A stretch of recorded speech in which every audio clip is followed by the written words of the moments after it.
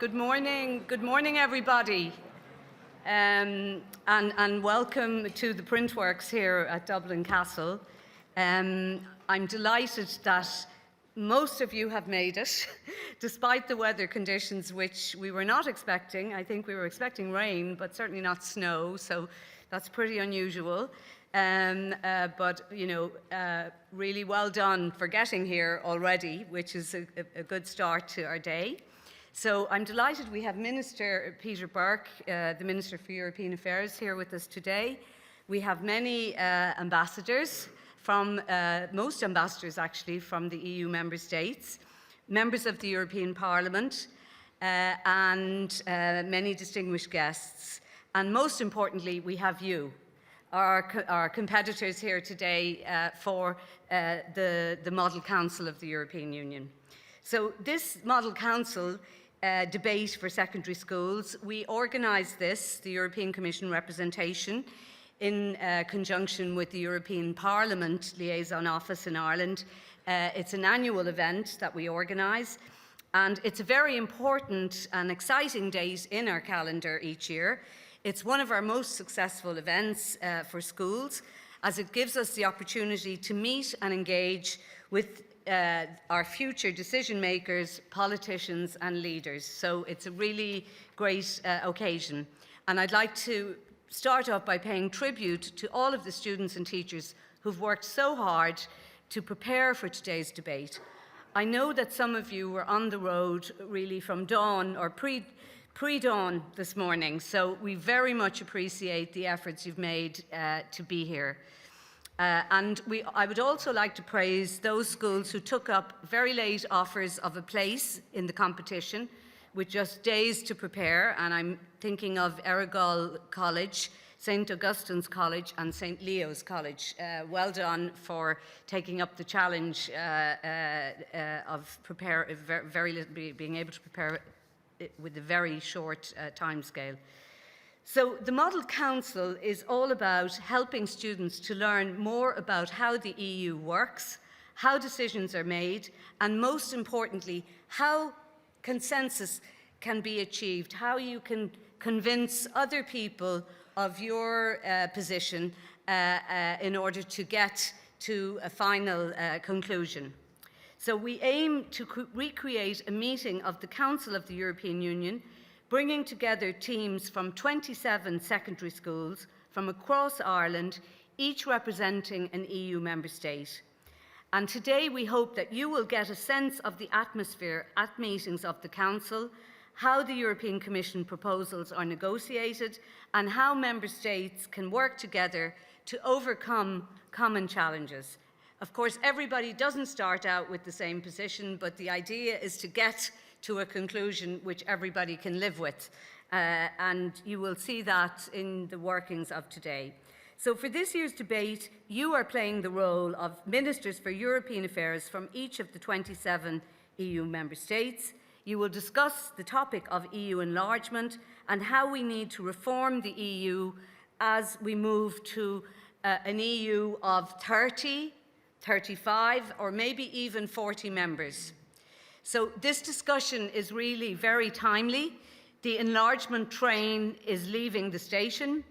Just last December, EU leaders met in Brussels, adopted conclusions on a number of important issues concerning EU enlargement and reforms, and they achieved a historic agreement to open accession negotiations with Ukraine and Moldova, to grant candidate status to Georgia, and to open accession negotiations with Bosnia-Herzegovina. And the formal conclusion stated, looking ahead to the prospect of a future enlarged union, both the EU and future member states need to be ready. Aspiring members need to step up their reform efforts, notably in the area of the rule of law, and in parallel, the Union needs to lay the necessary internal groundwork and reforms. So there's a lot of work ahead. The Commission will publish a communication in the next few weeks identifying pre-enlargement reforms and policy reviews, which will provide input for discussion by the EU leaders, so the heads of state and government like Taoiseach Leo Varadkar, in the European Council. In parallel, you have been preparing your contributions for today's debate, reflecting the national positions of the member states you're representing on the issue of reforming the EU budget, your priorities for how money will be spent, and how we will finance a growing EU. I really look forward to hearing how you will respond to these challenges. I would like to thank the EU member state ambassadors for their support for this event. I know that many ambassadors and embassy colleagues have been in touch with the schools representing their countries to provide guidance and encouragement. This will help guide the schools in preparing their national positions. A special word of thanks also to our judges, our two stalwarts, Noel O'Connell, who is the Chief Executive Officer of the European Movement Ireland, and Mary McCaughey, Head of Information and Communication at Eurofound, which is the European Foundation for the Improvement of Living and Working Conditions, which is based here in Ireland. And we also have a colleague from Brussels, Peter Natsev, from the Outreach and Engagement Unit of the Council of the EU in Brussels, so the organisation, the institution that you will be speaking on behalf of today. So your time and expertise is greatly appreciated, dear judges, and I'm sure these students will not make your task easy, but that's the name of the game. And this afternoon, I look forward to joining Barry Andrews, MEP, in presenting the prizes to the winning teams. Our top prize is a chance to participate in the European Parliament's Euroscola programme, which is a mock session of the European Parliament which takes place in Strasbourg in October of this year. Finally, our chair for today's debate is Martina Fitzgerald. Some of you will recognise Martina. Martina is the CEO of Scale Ireland, the independent, not-for-profit organisation that represents Ireland's tech, startup and scale-up companies. Martina, her face will be known to you because she was the former political correspondent with RTE, and Martina will take over the proceedings once we have heard the opening address by Minister Burke. So I am now delighted to invite Minister Burke, Minister for State for European Affairs and Defence, to make the opening address. Minister Burke was appointed Minister of State in December 2022. He previously served as Minister for State for Local Government and Planning. He was elected to the Dáil in 2016, having been involved in politics since 2009, when he was first elected to Westmeath Council. Minister Burke is a committed European and frequently represents Ireland at council meetings in Brussels. He is a firm supporter of young people learning about the EU in school, and his department sponsors the Blue Star programme for primary schools and actively promotes EU careers for Irish people, EU careers in the European institutions. And let me take this moment to encourage you all to look into that, because we need more Irish people working in the EU institutions. So we're delighted that he's made time to join us here this morning. So last word, all that remains for me is to wish you all the best of luck in today's debate. Be bold, be brief, but above all, have lots of fun. So thank you very much. Minister, I hand over to you. Thank you.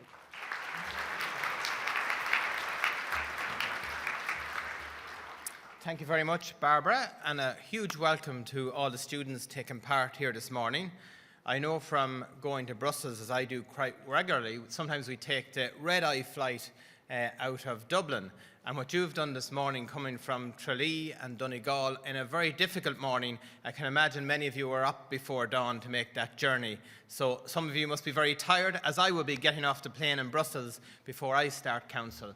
So I really want to acknowledge the huge effort you've all made in getting here, and so many of you turning out.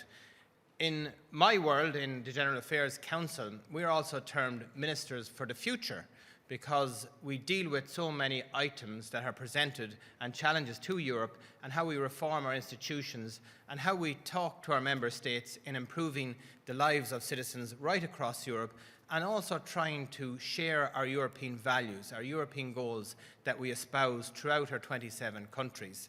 Ministers for the Future, you are, and you never know who of you might get involved in politics in the future, but it's very interesting to see the configuration is very like what we would meet in our General Affairs Council. We would have our ambassadors and our teams sitting behind us, advising us in terms of the various different items that come before the agenda. Where Martina is sitting there, we would have the President of the European Council, so essentially currently holding the presidency is Belgium. So the European Affairs Minister from Belgium would sit moderating the debate. So I've no doubt Martina will live up to the expectations in doing that this morning.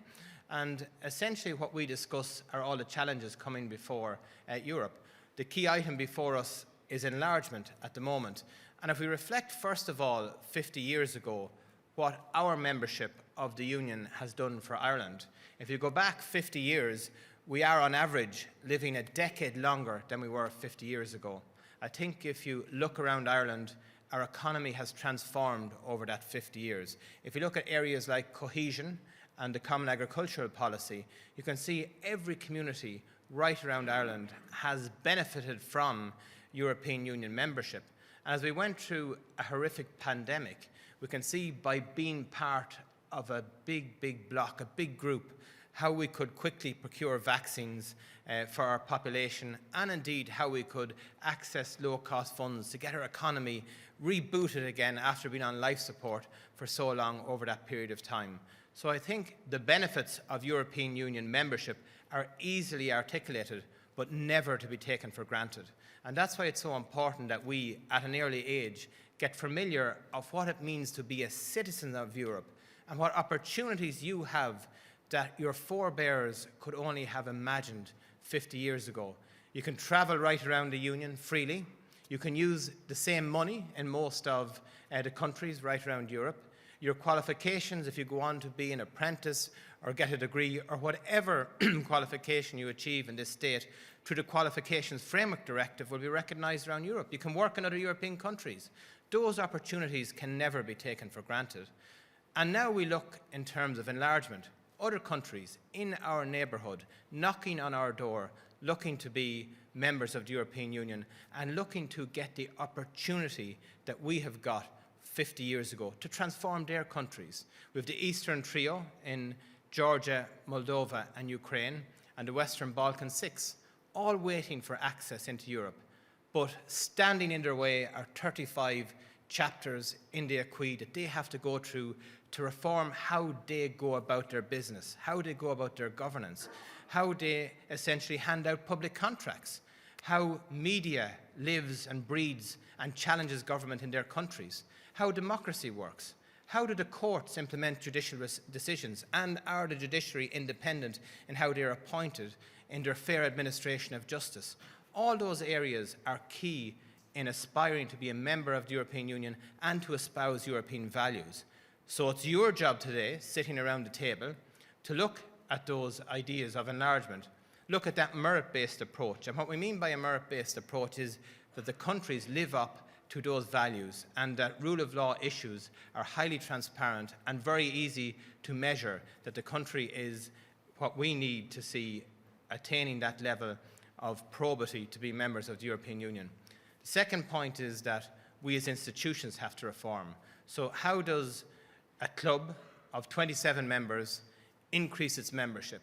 How do the rules work? How do we agree foreign policy? How do we agree budgets? What does it mean for the Common Agricultural Policy if a country like Ukraine comes in that has a larger landmass of agricultural land than France? How do we share our budgets? And essentially, what policy changes do we need to make to adapt a country of that scale into the European Union? And those are the challenges that we face now in trying to reform our institutions. Does every country get a commissioner in an expanded Europe? We know now that we do, but what does that mean for changes in the future? And it's important Europe, as we do now, discuss those items and reform itself to be ready that when those countries meet the merit-based criteria that they have reformed, that we can admit them as quickly as possible. So that's your challenge today, and I hope you really get a flavour of what we do as your Irish representative elected by you over in Europe, working, trying to achieve the consensus on all those issues. Two other points to briefly make is the Lisbon Treaty obviously was a key document to allow for reform, so it changed a lot of the rules to allow increased membership in Europe, and that the institutions could either change their commissioners, increase their budgets. It gave the framework, the pathway to allow it to take those decisions without going back to some member states looking for approval. And through that basis, two things happened through Lisbon. If we would remember, and sometimes, when I go to the General Affairs Council in Brussels, there's a delegation room we go to essentially talk to our team before we go down to the meeting like you are at now. And if you look at the pictures in the delegation room, you'll see so many pictures back decades old of when Ireland was chairing European Council meetings, which is a meeting that takes place of all the heads of state of the European countries. And at that time, it revolved every 6 months. So every 6 months, there would be a different chairperson. And when you go around Europe dealing with different countries, relationships changed quite often. So now we have, post-Lisbon, a situation whereby the President of the European Council has a 5-year term. So you have continuity of relationships. So it doesn't revolve around every 6 months as head of the European Council, though a country does change and have a presidency role, but the one voice speaks for all the heads of state around Europe. And secondly, another critical change is that the foreign minister used to attend with the leader of their country to the European Council. Now we have what's known as the HRVP post-Lisbon, whereby one person, in this instance now is Joseph Borrell, stands and articulates European Union policy, foreign policy, represents all the member states. So you're going to get a flavour now, if you today, coming from the different countries and different backgrounds that you're going to represent here, had to ask a person to speak with one voice and reflect the values of the Union, how much of a challenge that is. But it is cohesive in terms of the relationship is enduring. Someone has a 5-year term and it's not being changed around every 6 months. So those are two key aspects that have changed post-Lisbon. The final thing I will say is that we look at the horrific scenes in the Middle East. We see what's happening in Gaza, incredible scenes of hardship, of violence that we are trying to stop. That we're the first country calling for a ceasefire. As important as you sit around the General Affairs Council table, there are diverging views, and we all want Europe to speak with one voice, because when it does, it is heard and it is powerful. But when we are divided, it can be difficult. It is harder to achieve consensus. And you will see and try and understand the perspectives that other countries are coming from, because in order to try and get agreement, you have to understand where your other country comes from, what its shared experiences are decades back, coming from Second World War, how you try and get consensus, how do you build one voice to speak among those 27. So that flavour will help you understand the challenges that the Irish government has in trying to get one voice, emanate from the General Affairs Council, which is a huge, huge challenge. So I really hope you get an absolute perfect take on what we do in Europe through the General Affairs Council, see the challenges, and sometimes it can be difficult to bring that home to our citizens in Ireland, and we try and do that by really intervening early through the Blue Star programme in our primary schools, and obviously events like this, which I really have to thank the Commission for organising. And I know Noel and Mary will have a huge challenge now in adjudicating on all that they're going to hear here. But as Barbara said, be bold, really put out those ideas, and I really wish you all the very best. And thank you for making the journey in a very difficult morning. So best of luck, everyone. Thank you.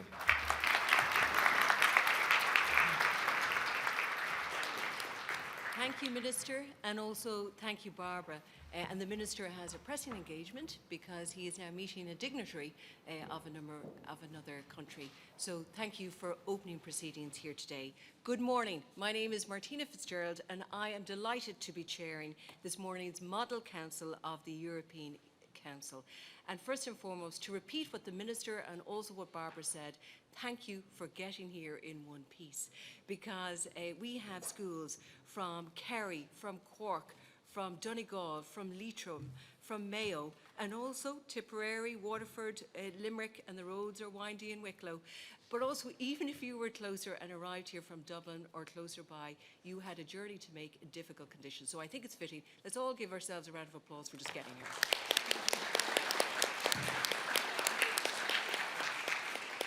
Now, this year, the Model Council is, of course, taking place here in Dublin Castle after moving online during COVID and also to Dublin City Hall last year. And you're all very welcome, because this is an achievement for you. This is an honour. It is a privilege to be representing your school and an EU member state during these proceedings. Because when you think of it, there are thousands of students around the country, and you are sitting at this table here today. So it is an achievement that you will remember long after today and for many years to come. And just to keep that in mind. Now, Dublin Castle is a very fitting location for today's Model Council of the European Union, because it is here where important EU negotiations have taken place during Ireland's past presidencies of the Council of the European Union.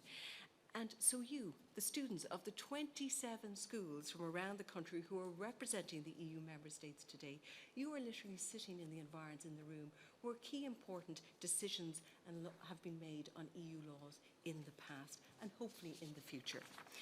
Today's Model Council will debate a mock communication which outlines that Ukraine, Moldova, Georgia, Bosnia, Herzegovina, and a number of other countries are in various stages of negotiations to join the EU.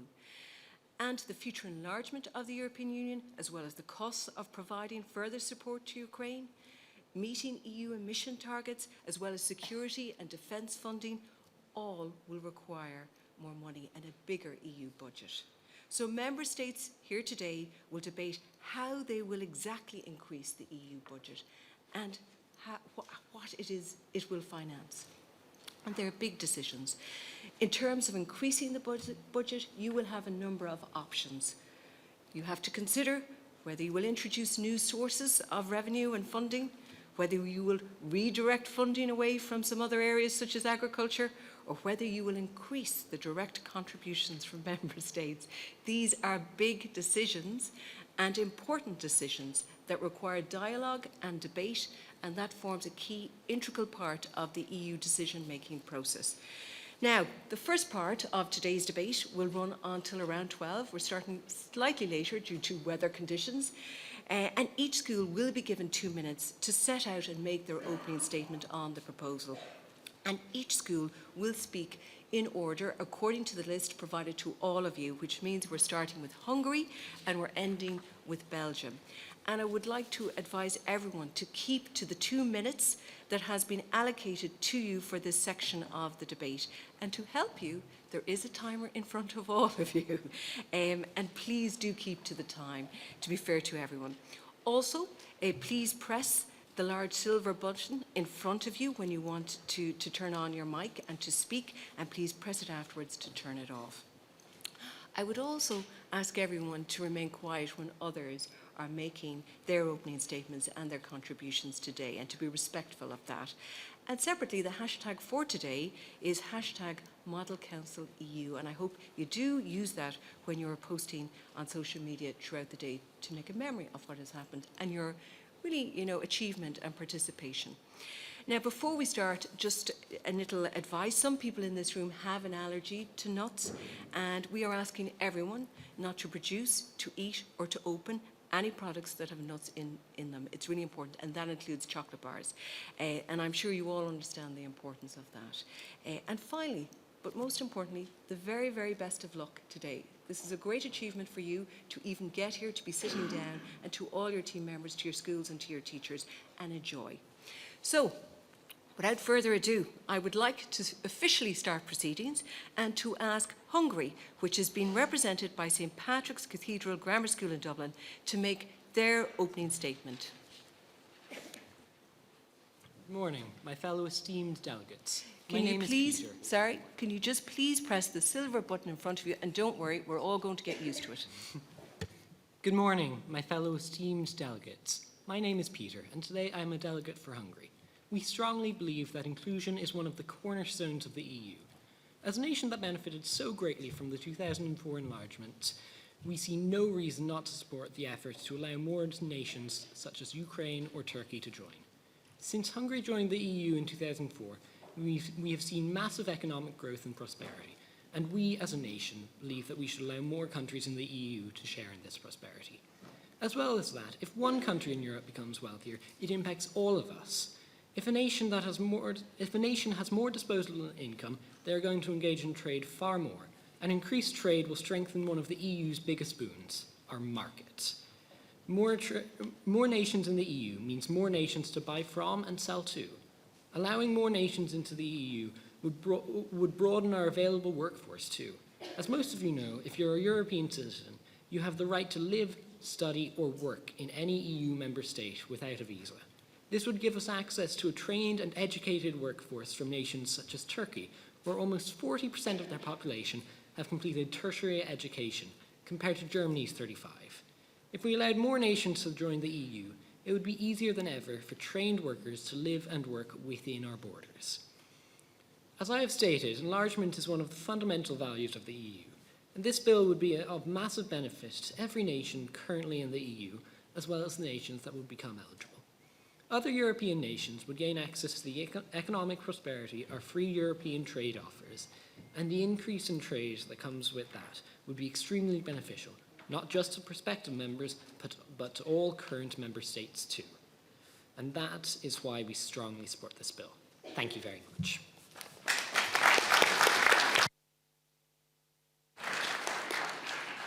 And thank you, Hungary. And now we're moving to Poland, which is represented by Loreto Secondary School in Clonmel. Can you make your opening statement? And please press the silver button in front of you. Honourable Chair, fellow ministers, esteemed guests, Poland is delighted to be present at this prestigious event to speak on the topic of reforming the EU for future enlargement, an issue that Poland feels is a priority. Poland is in favour of this proposal as we firmly believe enlargement is the key to a stronger European Union. We understand how enlargement can benefit the Union, but recognises that we must make decisions on the EU's financial future before we allow candidate countries to complete the accession process and join the EU. Poland believes that we can achieve an enlarged yet financially stable union by implementing new sources of revenue. Furthermore, Poland realises that many member states may view enlargement as a cut to their funding, but we feel that these countries can be self-financed due to the tools made available to them by joining the EU.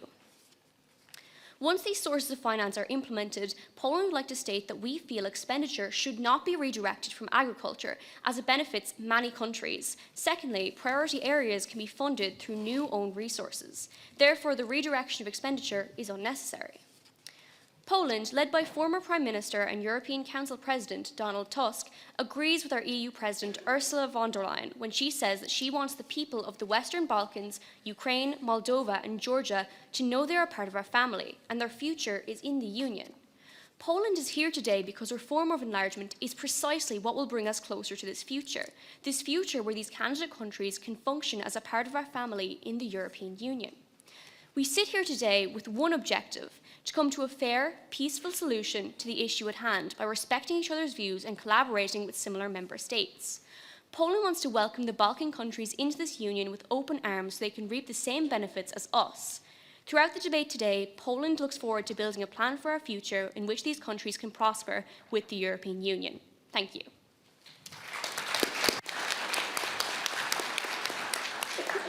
And thank you, Poland. We're now moving to Denmark, represented by St. Leo's College. Denmark supports enlargement, but it is imperative that new member states meet EU standards before they join. The inclusion of countries of a lower economic status will coincide with a migration crisis and, of course, financial pressure. To counteract this financial strain, Denmark appreciates that reforms in relation to our budget must occur. But the way in which this is achieved is most certainly a cause for concern. My colleague Alana and I will highlight some of these concerns here with you today. A review of the distribution of EU funds will result in reduction in spending on CAP and cohesive policies. If this is to be our new reality, cuts implemented on farm subsidies would make farming for many impossible. Not only Denmark, but also France, Italy and Spain will face a large reduction in revenue generated from their agricultural sector. In 2021, the value of trade of agricultural goods between the EU and further afield generated a surplus of €46.9 billion. Are we to thank our net contributors to the EU with a reduction on their funds because we have allowed countries to enter the EU who simply do not meet the standards? Absolutely not. Instead, to accommodate this financial strain, Denmark proposes that a diversification of the sources of revenue occur. We should introduce new taxes on non-recyclable goods. The success of such schemes was demonstrated through the funds raised by the plastic levy introduced in 2021. Ladies and gentlemen, we have an opportunity to generate revenue from the EU and simultaneously help our environment. For the European Union to thrive, it is crucial that new member states meet requirements before they join. In the words of Henry Ford, coming together is the beginning. Keeping together is progress. But working together is success. Thank you.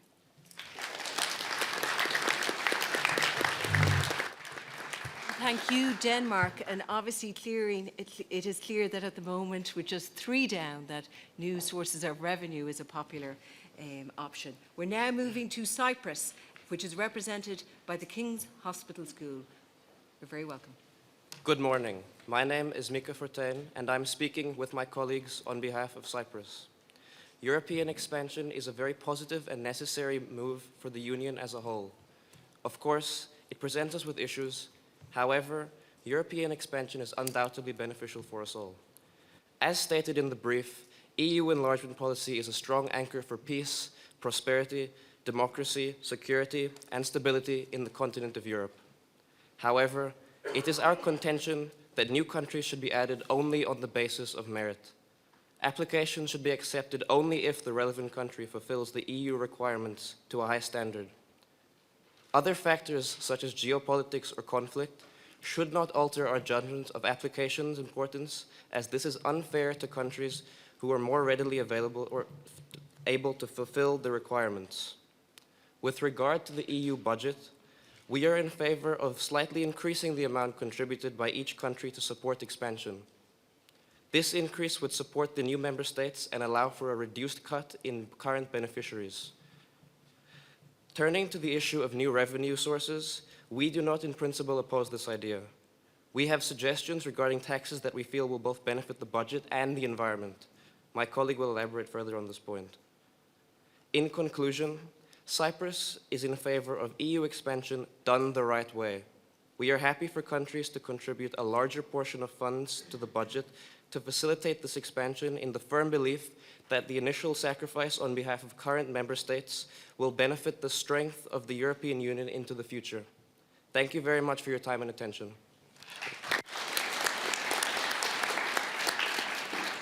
And thank you all very much for keeping to your times. Thank you, Cyprus. We're now moving to Ireland, which on this occasion is represented by Coláiste Nanonagel. Hello, everyone, and good morning. We from Ireland support pre-enlargement reform, and we are here to advocate that reforming the EU for future enlargement makes the process of joining the EU easier for candidate countries. This means simplifying the criteria and requirements for joining, but still making sure the EU's values and principles are still upheld. The EU's criteria and standards require candidate countries to receive financial assistance, technical expertise, and capacity-building programs to support reforms. Ireland joined the European communities in 1972 when 83% of Irish people voted yes to join the European communities in a referendum held on the 10th of May. At this time, our population was 3.1 million, which is a significantly smaller amount compared to other EU country populations. And yet, we were acknowledged and addressed with our concerns of becoming a member state in the EU.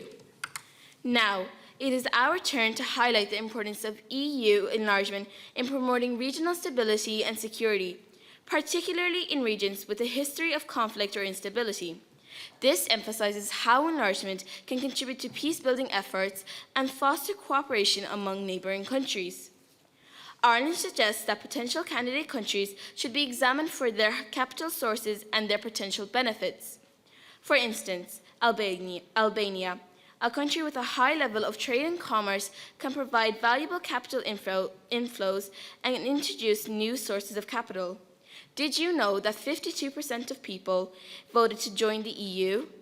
This can help redirect capital expenditure towards priority areas and expand the EU's budget for each member state, benefiting the EU. So, to say in simpler terms, Ireland stands firmly with reforming the EU for future enlargement, and we hope that other member states can see our vision. Thank you. And thank you very much, Ireland. We're now moving to Lithuania and CBS Dungarvan. Ladies, gentlemen, fellow EU member states, today we stand at a pivotal point in the history of the European Union, a moment that calls for unity, foresight and strategic decision-making as we consider the path towards EU enlargement. Lithuania, as a committed member of the EU since 2004, supports the enlargement process.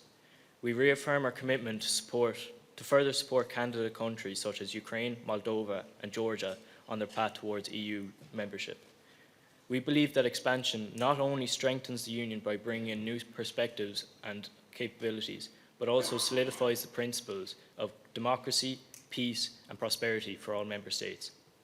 After careful consideration of the proposed options for financing highlighted in the communication, we have taken a stance that reflects our nation's interest and our commitment to the collective good of the Union. Of the three options put forward for the financing of the EU budget, Lithuania gives its preference to the first option, the diversification of the EU's own resources. These currently account for 90% of revenue for the budget. A cost on non-recyclable plastic was added as a source of revenue in 2021, and we believe that added costs of food waste would diversify EU revenue from own resources while highlighting member states' levels of waste and working towards the EU's sustainable development goals. Thus, the diversification of own resources is an option that promotes equitable contributions based on the economic strength of each member state. This option also holds member states accountable for the level of non-recyclable plastics and food waste produced by their country. In light of this, we wish to refer to our priority spending areas for the EU budget. Number one is security and defence, particularly in light of the events of Ukraine since February 2022. Secondly, sustainable development, which could be aided by additional costs on food waste.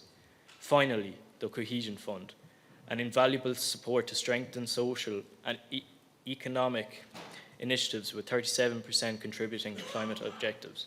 In short, Lithuania is committed to a future where the European Union grows not just in size, but in strength, cohesion and solidarity, and that the diversification of own resources for the EU budget is paramount in achieving unity.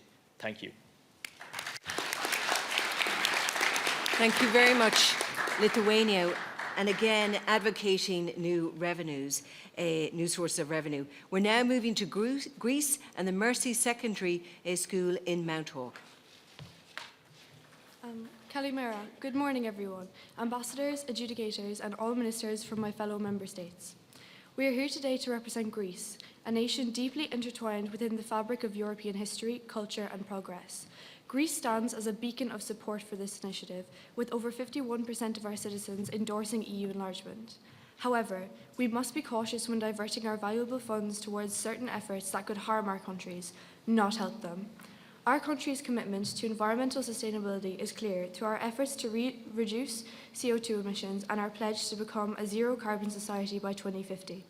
We urge the EU to recognise and support initiatives such as the recent €250 million electricity connection project funded through the cohesion policy, which align with both our national and union-wide core climate goals. Greece places particular importance on the preservation of our agricultural sector, employing 10% of our population. Agriculture contributed €215.5 billion to the EU's GDP in 2022, and it is our belief that we should be investing in initiatives such as precision farming, like in the Netherlands, which significantly reduces labour costs, carbon emissions, and water usage, while appeasing the increasing demand for food in our ever-growing population. While acknowledging the need for reforms in the Common Agricultural Policy, we advocate for a balanced approach that protects and advances this core industry. We propose to advance investment in private-public partnerships and digital service taxes, which will diversify our revenue and raise significant funds for EU enlargement, particularly in the area of economic development in these candidate countries. For example, since the 1990s, private-public investment has made over $336 billion for the EU. To conclude, we propose to link financial assistance to candidate countries' progress in implementing necessary reforms and meeting accession criteria, therefore incentivising compliance and ensuring that funds are used effectively. As Ursula von der Leyen said in her 2023 State of Union address, "When Europe is bold, it gets things done, and our work is far from over." Thank you. Thank you very much, Greece. And now we're moving to Italy from Drumshanbo Vocational School, and you're very welcome here from the journey you've travelled this morning. Presidentessa, ospiti illustri, signore e signori, grazie. As we gather to discuss the reform of the European Union for future enlargement, it is my honour to present Italy's unwavering support for this undertaking. Italy firmly believes in the power of the European Union and recognises the importance of expanding its reach to new member states. For Italy, the European Union is more than just a political alliance. It's a beacon of hope, prosperity and solidarity. Throughout history, Italy has played a pivotal role in shaping the European landscape, from the Treaty of Rome to the adoption of the euro. We have witnessed firsthand the benefits of European integration, from enhanced economic cooperation to greater cultural exchange. As we look to the future, it's clear that the EU must adapt and evolve to meet the challenges of our time. This includes reforming its institutions to ensure greater efficiency, transparency and accountability. From Italy's perspective, advocating for the introduction of new own resources within the European Union is paramount, particularly in the context of future enlargement. Italy sees the necessity of reforms aimed at strengthening the EU's financial sustainability and flexibility, ensuring that the burden of funding the Union's operations and policies is distributed equitably among member states. Introducing new own resources would not only reduce the reliance on traditional funding mechanisms, such as national contributions based on gross national income, but also provide a more diversified revenue stream for the EU budget. This approach aligns with Italy's vision of a more cohesive and resilient EU, capable of accommodating future enlargement while maintaining the integrity of its institutions and the effectiveness of its policies. By promoting the introduction of new own resources, Italy aims to foster a stronger, more prosperous union capable of addressing the challenges and opportunities of an evolving geopolitical landscape. Italy firmly believes that reforming the European Union for future enlargement is essential for securing a brighter, more prosperous future for all Europeans. Grazie tutti per il vostro tempo. Well done. And now we are moving to Latvia and Limerick Educate Together Secondary School. Distinguished delegates and Honourable Chair, today I speak before you as a representative of the Republic of Latvia, a nation deeply committed to the principles of unity, solidarity and progress within the European Union. Latvia emphasises its position on two paramount issues, EU enlargement and the imperative need to update the multi-annual financial framework to address the challenges accompanying such enlargement. First and foremost, Latvia firmly believes in the transformative power of EU enlargement. Enlargement has historically proven to be a catalyst for stability and prosperity. Our neighbours Estonia and Lithuania stand united with us, understanding the European Union offers huge benefits to economic stability and security, and that our nations have significantly benefited from EU membership. The EU provides members with protection, a necessity in today's unpredictable global situation regards to hostile superpowers such as Russia. Of course, Latvia is aware that the EU enlargement will cause financial strain on current EU members, including itself. However, we would like to remind fellow delegates that many states here were granted accession to the EU in previous enlargements, Latvia itself being one of them. Latvia calls on these nations to understand that any further accession to the EU will cause significant financial pressure on member states, but also unprecedented prosperity and security.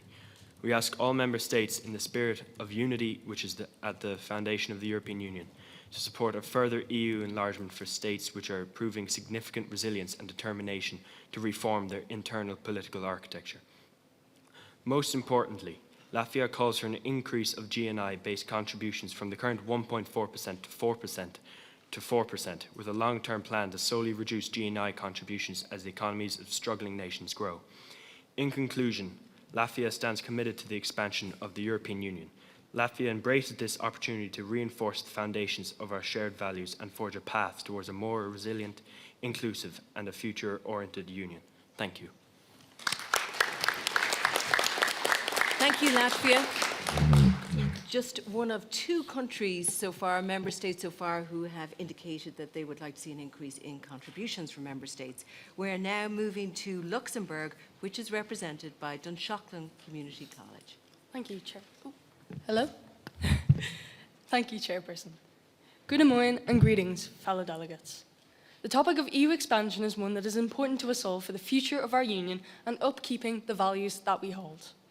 We in Luxembourg have strong faith that the Copenhagen criteria has been at the core of our success and therefore is non-negotiable for compromise.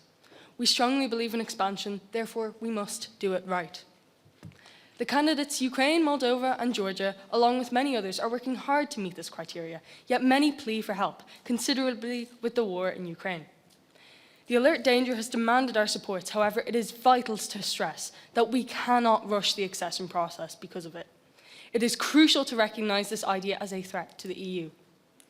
In the pre-accession process, every country in the past has made profound amendments to reform and join the EU. However, once countries join, the Copenhagen criteria can no longer be imposed. We must proceed with caution. If we were to fast-forward accession, the regard for our primary values would collapse before integration, and we would become tolerant to flawed systems, inevitably jeopardising the entire EU project. Alternatively, we need patience in meeting this criteria. Sometimes, not all IPA funds can be used as nations don't have the capacity to properly absorb them because they haven't put the correct groundwork in place. The answer is not necessarily more money, it is the time they need, so we can allow them to use our funds to develop effectively as we remain supportive in their goals. EU membership is already the incentive, and here at Luxembourg, we believe that is enough. We implore other countries to understand our perspective, and we understand some already share our similar values, such as Denmark. To us, this is vital. The EU's values will not be compromised, so we look to the future for hope. Thank you. Thank you very much, Luxembourg. We're now moving on to the Netherlands and Ordskull Rees. Chairperson and fellow delegates, Guten Morgen. The Netherlands is committed to achieving a successful and collaborative European Union. As a founding member, net contributor, and nation deeply rooted in European cooperation, we value the principles of democracy, the rule of law, and economic stability. The Netherlands would like to advocate that caution should be considered when discussing EU enlargement. We believe that EU funding should be prioritised in foreign policy, the environment, and agriculture. Recent global conflicts demand that foreign policy be prioritised. The Netherlands recognises this and believes it is crucial to maintain support for war-torn countries and provide them with adequate resources. For Dutch citizens, environmental issues are especially important. The Netherlands is a frontrunner in climate-focused initiatives, and we are proud of our thriving circular economy and believe it is crucial to pursue our duty to protect our planet. This will only happen with continued funding. Based on the proposals put to us, we are strongly opposed to option B, which would lead to a reduction in the amount of funding directed towards the Common Agricultural Policy and Cohesion Policy. Agriculture is a vital contributor to the Dutch economy. We produce over €100 billion worth of agricultural exports each year, and we're the second largest agricultural exporter in the world. Any attempt to lower CAP funding would not only jeopardise the livelihoods of farmers, but could also intensify recent demonstrations seen across the EU. Likewise, the cohesion policy is crucial to current members and will be crucial to candidate countries in helping them to reach key infrastructural goals. This policy must be fully funded to sustain the same level of development within the EU. However, the Netherlands are open to discussion regarding option A and option C, and we believe that with collaboration, creativity and consensus, the European Union can achieve a sustainable budget that supports EU expansion. On behalf of the Netherlands, heel erg bedankt.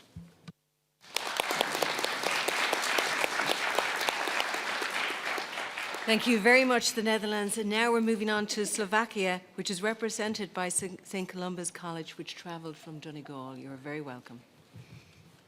Slovakia agrees with the idea of EU enlargement. Having benefited from EU membership ourselves for access to the EU single market, Slovak GDP has been lifted by 15%, and we have also reaped the rewards of lower interest rates for loans from the EU. As a member of the V4, along with Czechia, Hungary and Poland, we have shown our unwavering support for the Ukraine application, and like many, we want to support peace and stability by enlargement. We also agree that it is necessary to engage in advanced planning for further enlargement and to consider how we will continue to ensure the financial stability of the EU. However, we must be cautious. We have seen in recent weeks the effect of a disconnect between EU policymakers and the EU population, as we have watched our farmers across Europe take to the roadways and block the main arteries of our transport networks. Slovakia has always held tight to our core principles, and we continue to believe that greater autonomy needs to be given to the Member States when deciding how best to make progress that is of benefit that they know best their own citizens.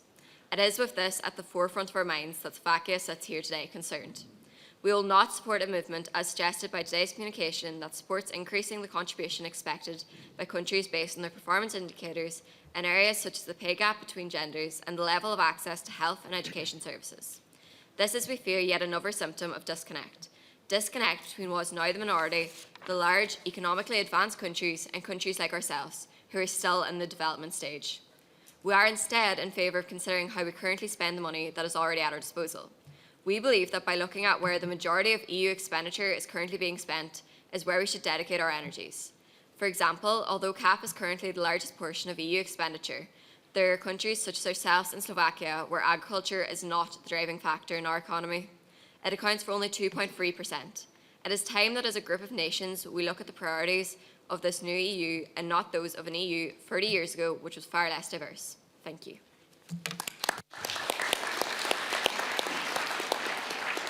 Thank you very much, Slovakia, and some interesting points there. We're now moving to Malta and Maynooth Post-Primary School.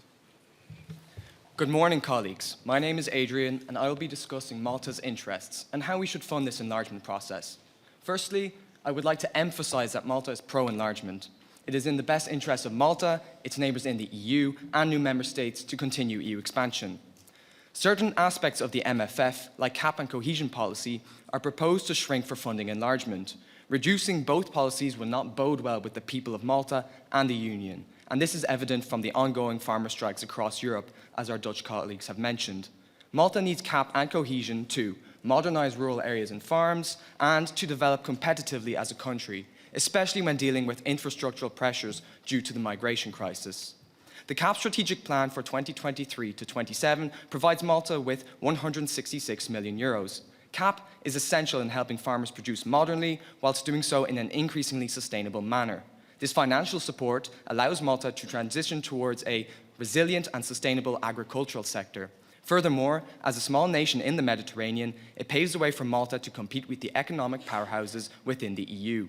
The Cohesion Fund aids further with €817 million for the current EU budget cycle. Cohesion allows Malta to handle the substantial influx of migrants into the EU, a disproportionate burden that many nations in the Union have turned a blind eye to. The policy also focuses on energy infrastructure upgrades, which are in line with the European Green Deal. If the EU is serious about a fair and green transition for all, the EU needs to be serious about maintaining cohesion. Malta cannot afford to lose such critical funding. The nation needs a present and future that is not economically stunted. Overall, a lack of funding would be detrimental to the welfare of ordinary citizens. At a time when we need European support the most, the reduction in both funding policies would lose the trust that people had put in the EU to improve their lives. Thank you. And thank you very much, Malta. We're now moving to Estonia and Manor House School. Tere everyone, my name is Grace and I'm here with my Estonian colleagues today to express why we, Estonia, are fully in favour of the expansion of the EU. I will be discussing the effect expansion will have on Estonia in terms of finance and defence, and my colleague Jennifer will go on to expand why we strongly resonate with the policy option B. In terms of finance, 9 new members, including Ukraine, would cost the EU €256 billion. However, our Prime Minister, Kaja Kallas, stated that we are prepared to lose access to cohesion funds to help incoming countries develop their economies. The economic gains of enlargement could increase the GDP growth of EU accession countries by up to 21% on yearly average in the next decade. Every expansion thus far has been greatly beneficial and led to economic growth and enhanced welfare for the entire Union. As we can all agree, the initial cost of expansion will be high, but the prospect of political stability and a stronger democracy will benefit the whole continent. A billboard recently erected in Ivangorod, just across Estonia's border with Russia, reads, "Russia's borders are endless."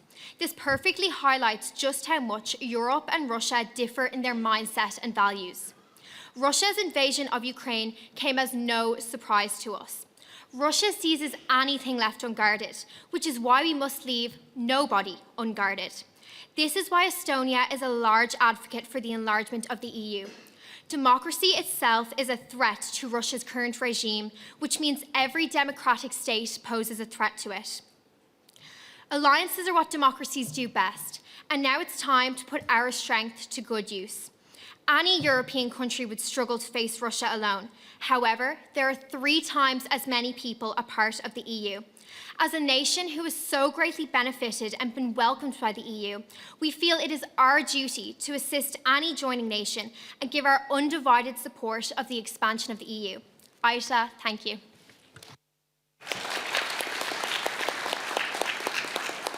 Thank you very much, Estonia. And now we are halfway through. We're now moving to Bulgaria, which is represented by Christ King Secondary School. Hello and welcome. Hello and welcome to my fellow delegates here today. Honourable Chair, distinguished delegates. It is an honour to be here today representing the Republic of Bulgaria at this conference. On January 1st, 2007, Bulgaria joined the EU, and throughout the process of joining and since, our country has reaped the benefits which we are eager to share with our neighbours. Enlarging the EU offers the chance of greater stability and unity to Europe, and has the potential to strengthen the EU as a bloc. However, we must not be too hasty in rushing forward into this future.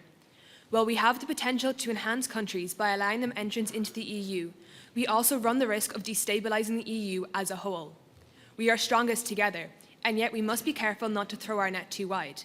How can we help countries develop if, as a whole, we have exhausted our resources and made concessions beyond logical or reasonable allowance? There are criteria in place ensuring that countries joining the EU will not only reap benefits onto themselves, but also onto the EU. We are not a charity. We are a partnership of countries who seek to gain from being unified. We must ensure that countries seeking to join can uphold this partnership and expand EU benefits as a whole. This is not to say we are not pro-enlargement. We are. However, it is important that we see genuine attempts at reform from potential candidates and that we in turn help them achieve this. We would urge you to consider an alternative approach to automatic entrance, one that concerns the single market and the 4 freedoms of the EU, and will generate income from the EU and the potential new members, which will help countries achieve the entrance requirements to the EU in a manner that is beneficial to themselves and us, a strategy that has been implemented successfully before with Austria, Finland and Sweden, and is a highly attractive option. My fellow delegate here today, Raya, will speak more about this plan and what it entails, but for now I wish a successful debate for everyone and hope that we can reach agreements here today. Thank you. Thank you very much, Bulgaria. And now we're moving to Austria. We're very delighted to have you. I know you had some travel issues, but thank you for coming. And it's Kolosha Kil Monthon. Thank you. Chairperson and fellow delegates, it is an honour to be here as the representatives of Austria. We are in agreement with the proposal to enlarge the EU. The people of Austria welcome the people of Ukraine, Moldova, Bosnia and Herzegovina to the EU family and look forward to welcoming others in the future. However, welcoming new family members to your home inevitably results in changes to the House's structure. Such changes must be introduced while ensuring that all members are treated fairly and feel the change to be beneficial. To this end, Austria agrees with the enlargement but proposes 3 amendments to support overall inclusion. 1. We must maintain cohesion funding for our current members' needs and to maintain CAP payments. This is to balance the needs of our current members as we welcome new members. 2. We must increase EU budget to fund common projects that serve us all. Austria particularly welcomes joint action on security, climate and migration. We propose to increase central funding through raising the ceiling in GNI contributions and to introduce new own resources. This would include taxing of cryptocurrencies. 3, and most importantly, we must improve our collective communication to the people of Austria and the EU as a whole. People deserve to know the benefits of the membership of an enlarged community, such as greater security. People need to be reminded of the benefits of CAP and cohesion funding to their communities. And most of all, people need to see the EU in its bright and glorious light. Thank you. Thank you very much, Austria. And it's clear that most people prefer new revenue streams at the present. We're now moving to Romania and Calorglan Community College. You've travelled a long way. You're very welcome. Thank you, Chairperson, and welcome here everyone today.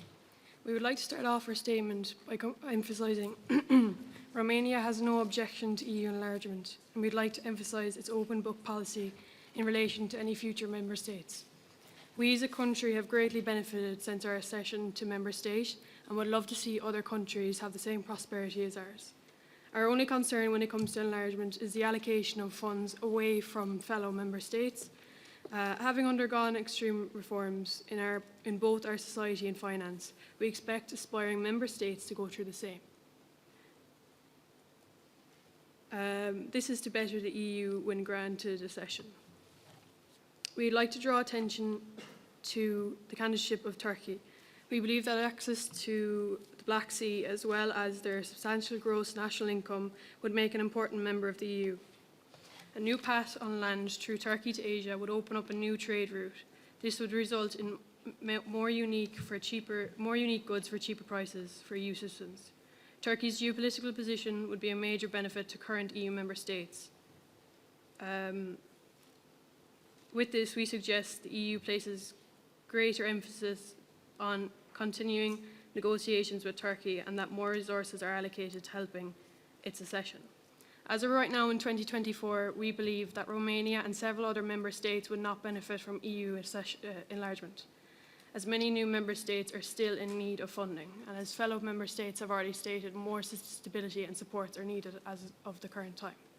However, with our and many new member states' GDP steadily on the rise, we've no doubt that in the future, enlargement would be a major benefit to all member states. Thank you. Thank you very much, Romania. And the second member state to mention Turkey's application. We're now moving to Finland and Step Aside Educate Together Secondary School. Distinguished Chair and honourable delegates, Finland is in favour of the further enlargement of the European Union. Finland believes that the enlargement of the EU will lead to increased European prosperity and stability. One of the central objectives of Finland's EU policy is carefully managed EU enlargement. EU enlargement will not only benefit joining member states greatly, but it will also drastically benefit current member states. With the addition of new countries to the EU, there will be enriched cultural diversity, as well as more opportunities for both European businesses and citizens. A larger EU will have a stronger voice on a global level and will strengthen the EU's external security. Internally, the EU will benefit by the promotion of democracy, human rights, peace, and security. Finland urges the EU to keep legal matters, such as fighting organized crime and corruption, at the core of the EU's enlargement policy. Economic matters, such as growth, competitiveness, the management of general government finances, and a well-functioning public administration, should remain the backbone of the enlargement process. Finland believes that the introduction of own new resources and diversification of revenue is crucial to achieve this.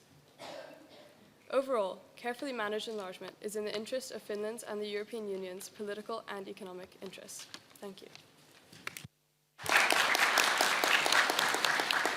And thank you, Finland. We're now moving to Croatia and Maynooth Community College. Ladies and gentlemen, respected chairperson, esteemed panel, and fellow participants, today we gather to discuss a pivotal aspect of Croatia's role in the European Union. Advocating for reforms to pave the way for future enlargements with caution. Croatia, having experienced the benefits and challenges of the EU membership, recognises the transformative power of the Union. However, we believe that a proactive approach to reform is essential to ensure the EU remains an attractive and viable option for aspiring members. Croatia is supportive of Ukraine's efforts to join the EU going forward. Faced with the Russian invasion, Western allies have intensified cooperation and reinvigorated discussions about the future of EU enlargement, resulting in the EU granting candidate status to Ukraine, Moldova, and Bosnia. The Croatian government, together with the Western allies, have been active and vocal about its support for Ukraine by sending military and humanitarian support, as well as by welcoming over 20,000 Ukrainian refugees. We believe that by allowing Ukraine and the Balkan countries to join the EU, we create a more stable Europe, because these countries will receive political and economic aid. By stabilizing these countries, we stabilize Europe as a whole. With the proximity of Russia, these countries are at risk of invasion and war. If we allow them to join the EU, we minimize the risk of more war in Europe. Hence, we need to reconsider the EU's financing sources. Croatia supports the diversification of the EU's financing sources.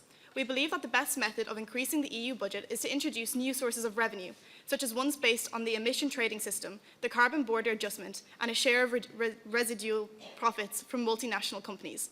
Between the years of 2026 and 2030, these sources are estimated to produce a total of 17 billion annually for the EU budget.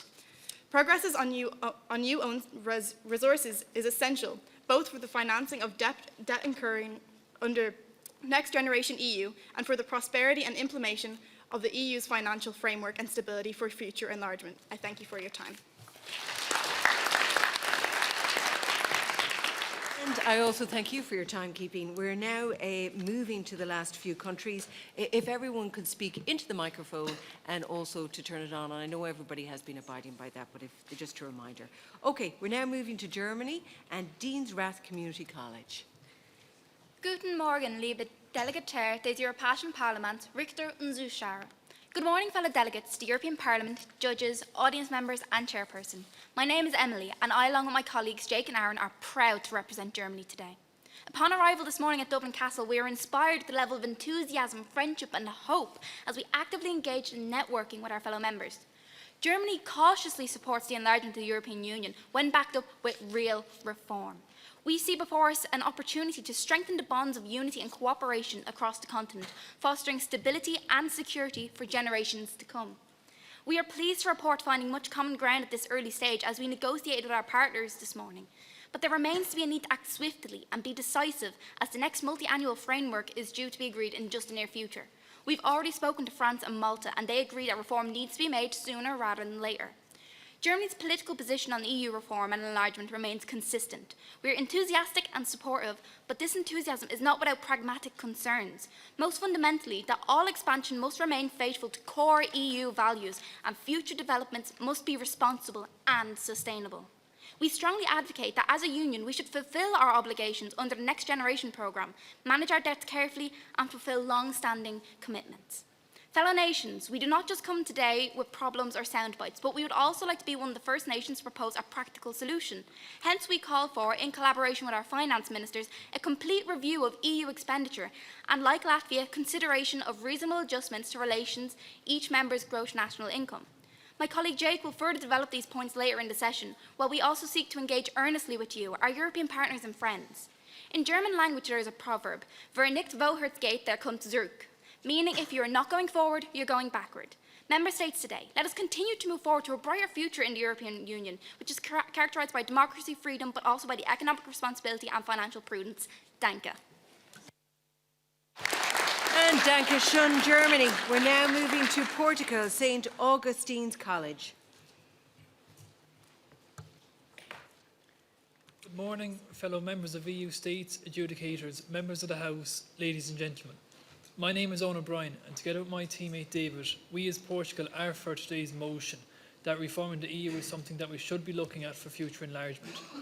I will be discussing the potential challenges we have to overcome as EU member states, and David will be outlining how Portugal will overcome these challenges and examples of them. As we know, decision making is already quite difficult at 27.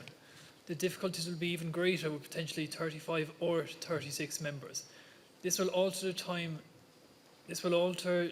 even further for tough and important decisions which are already slow at the minute.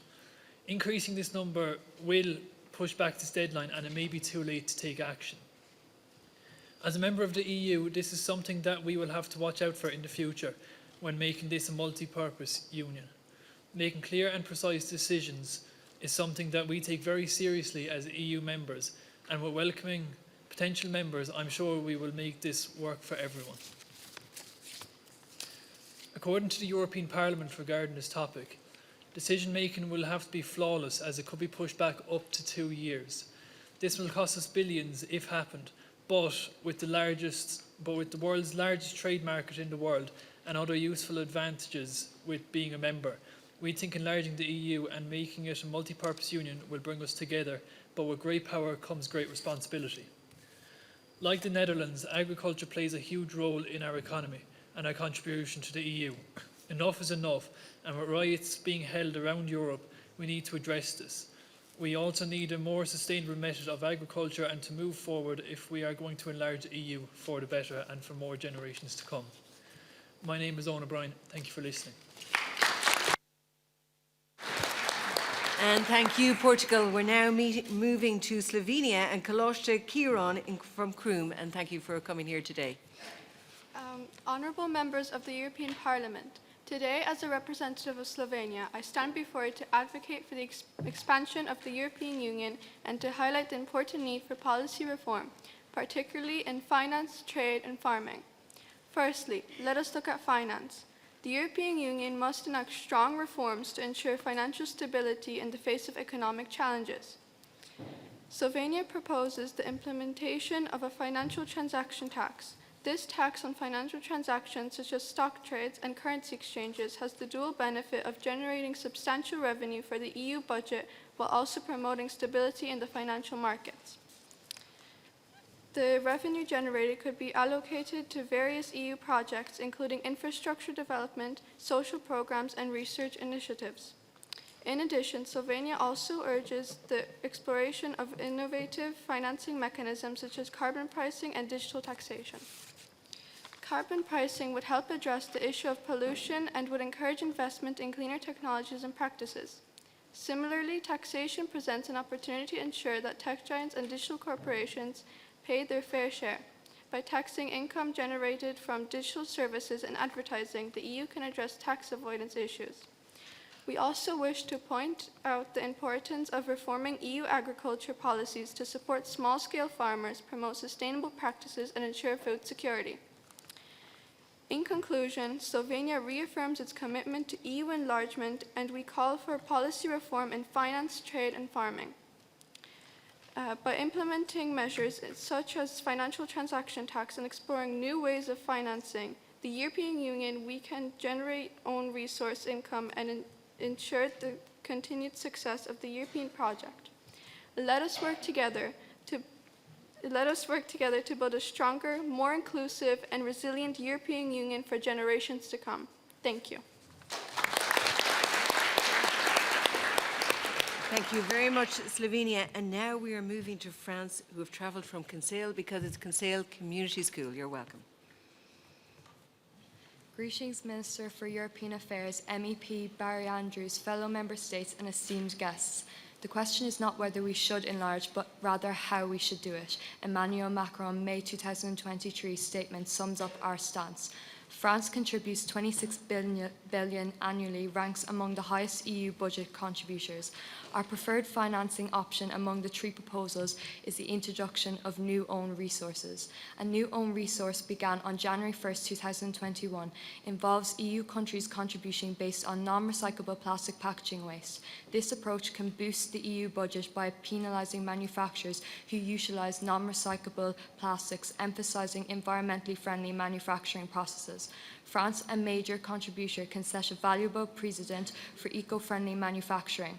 Diversifying revenue sources is crucial, and France supports exploring new forms of innovative financing and revenue streams, such as digital tax or a carbon border adjustment mechanism, to reduce member state contributions and foster a sustainable financial system. France's commitment to reducing climate pollutions as part of the Climate and Clean Air Coalition since 2012 aligns with utilising taxation on non-recyclable plastics for environmental goals. France strongly objects to redirecting funding from agriculture, a vital sector representing 17% of European agriculture production. 678,700 people were employed in agriculture in 2020. Redirecting funds risks increasing conflict between farmers and governments. The cohesion policy constituting a third of the budget is very important, and diverting funds from it adversely impacts the EU budget. Thank you for your attention. And thank you very much, France. We're now moving to Czechia and Ergel College, and thank you for making your way here today. Dobré ráno, ahoj. Chairperson, fellow members of states, and distinguished guests. It is my absolute pleasure as the European Affairs Minister for Czechia to join you all here today for a discussion of internal EU reforms to prepare for enlargement of our great union. We are honoured to be here today in what is the 20th anniversary of our membership to discuss the possibility of EU enlargement for more candidate states like our near neighbours, Ukraine. With regards to today's motion, our government, Czechia, are in favour of reforming the EU for future enlargement. However, we do hold concerns and believe that the devil is in the details. As we look at the various proposed options for financing the EU budget, our preference would be new own resources. We believe new own resources would be extremely beneficial to our country with economic challenges and fostering a healthy and more sustainable environment for our future. For our three policies, the communication discusses a number of important areas with regard to what we will finance and how it will be financed. Firstly, a policy for rebuilding war-torn countries like our neighbours, Ukraine. We believe that it is important to support their EU ambitions and facing Russian aggression, and we would like to support to help stand and find their opponents. Secondly, an energy transition policy. Nuclear energy is very important, as we believe it should be included in the taxonomy of the green resources. Lastly, a competition policy. We would like to provide funding in developing strategies to protect our products and services from emerging economies like China and USA. We thank you for listening to our viewpoint of Czechia on today's motion and look forward to working with you, our fellow members, to ensure continued prosperity, security, and stability of this fantastic union. Děkuji. And thank you, Czechia. We're now moving to Sweden, which is represented by Loretto Secondary School in Fermoy. Distinguished guests, ladies and gentlemen, we are Sweden, and we are completely in favor of EU's enlargement. There is no doubt that the 2028 MFF needs to prioritize EU enlargement, among others, as it is strategically invaluable tool for the EU. Enlargement will help maintain peace and unity as it reduces the risk of conflict, and it is in the EU's best interest in terms of security and prosperity. However, with the current EU budget, we cannot afford enlargement, which is why Sweden suggests that the diversification of the EU financial sources is the best way to move forward. The current sources work perfectly well for Sweden and the EU as they are fair and just, which is why we do not need to change them, but rather add more sources. Sweden is an export-oriented nation, which means we make considerable amount of money from custom duties, as does the EU. We also recommend all members to follow in our footsteps, to increase their VAT up to 25%, which will then allow each member's contribution to the EU to increase. Sweden is the seventh largest contributor to the EU due to our incredible economy, and we are willing to go bigger in the name of EU enlargement. Sweden also believes that the uniform rate of 80 cents per kilogram of unrecyclable plastic waste is a brilliant proposal, but it can be bettered by increasing the rate to 90 cents per kilogram. Sweden is open to discussing more ways to diversify the EU's financing sources and is especially willing to discuss more about own resources. We look forward to working together to reach a consensus on this complex topic. Thank you. Thank you very, very much, Sweden. We're now moving to Spain. Ballyhaunis Community School, you're very welcome. Amasia Cavaloros. As representatives of the Spanish government, we must approach the question of how the European Union should facilitate for future enlargement with a deep sense of responsibility, considering the significant impact it could have on each individual state, for example, considering the economic and immigration statistics. While the accession of some countries brings promise, it also entails economic considerations that must be carefully weighed before the commencement at the multi-annual financial framework in 2028. Already weighing heavily on this budget is the 800 billion euros in debt occurred in the Next Generation EU Post-COVID Recovery Fund, along with the expected 600 billion euro annual cost of meeting the EU's climate emission reduction targets. Can we afford to undermine our climate goals, our post-COVID recovery framework, and divert funds to EU enlargement at this time? Spain recognises the economic potential that these countries bring to the table, but along these upsides come the downsides. It has been estimated that Ukraine will become the largest recipient in the EU CAP agricultural subsidies, and this will result in a 20% reduction in those grants given to the current EU members. Is this sustainable at a time when the EU farmers are already protesting across the continent? However, we must also acknowledge the existing economic disparities and challenges within the EU. Spain having experienced significant challenges in recent years, the tourism sector alone having been devastated by the COVID pandemic, slumped by around 77% in 2022. And despite a recovery in 2023, stands a stark warning to the fragility of Mediterranean economics that rely so much on tourism. Our neighbours, Italy, Portugal and Greece, will all share this Spanish concerns on this regard.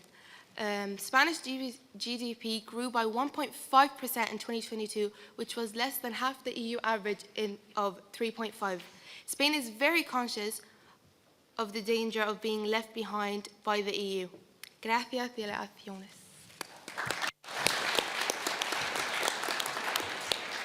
And thank you very much, Spain, for putting forward your opening statement. And now finally, Belgium. Thank you for your patience. Loretta Secondary School in Bray. Goedemorgen et bonjour from Belgium to the chairperson, adjudicators, fellow delegates, and member states representatives. We are most honored to have the privilege of speaking here today and thank the Commission for this proposal. We, as Belgium, would like to declare that we are in support of the prospective enlargement of the EU.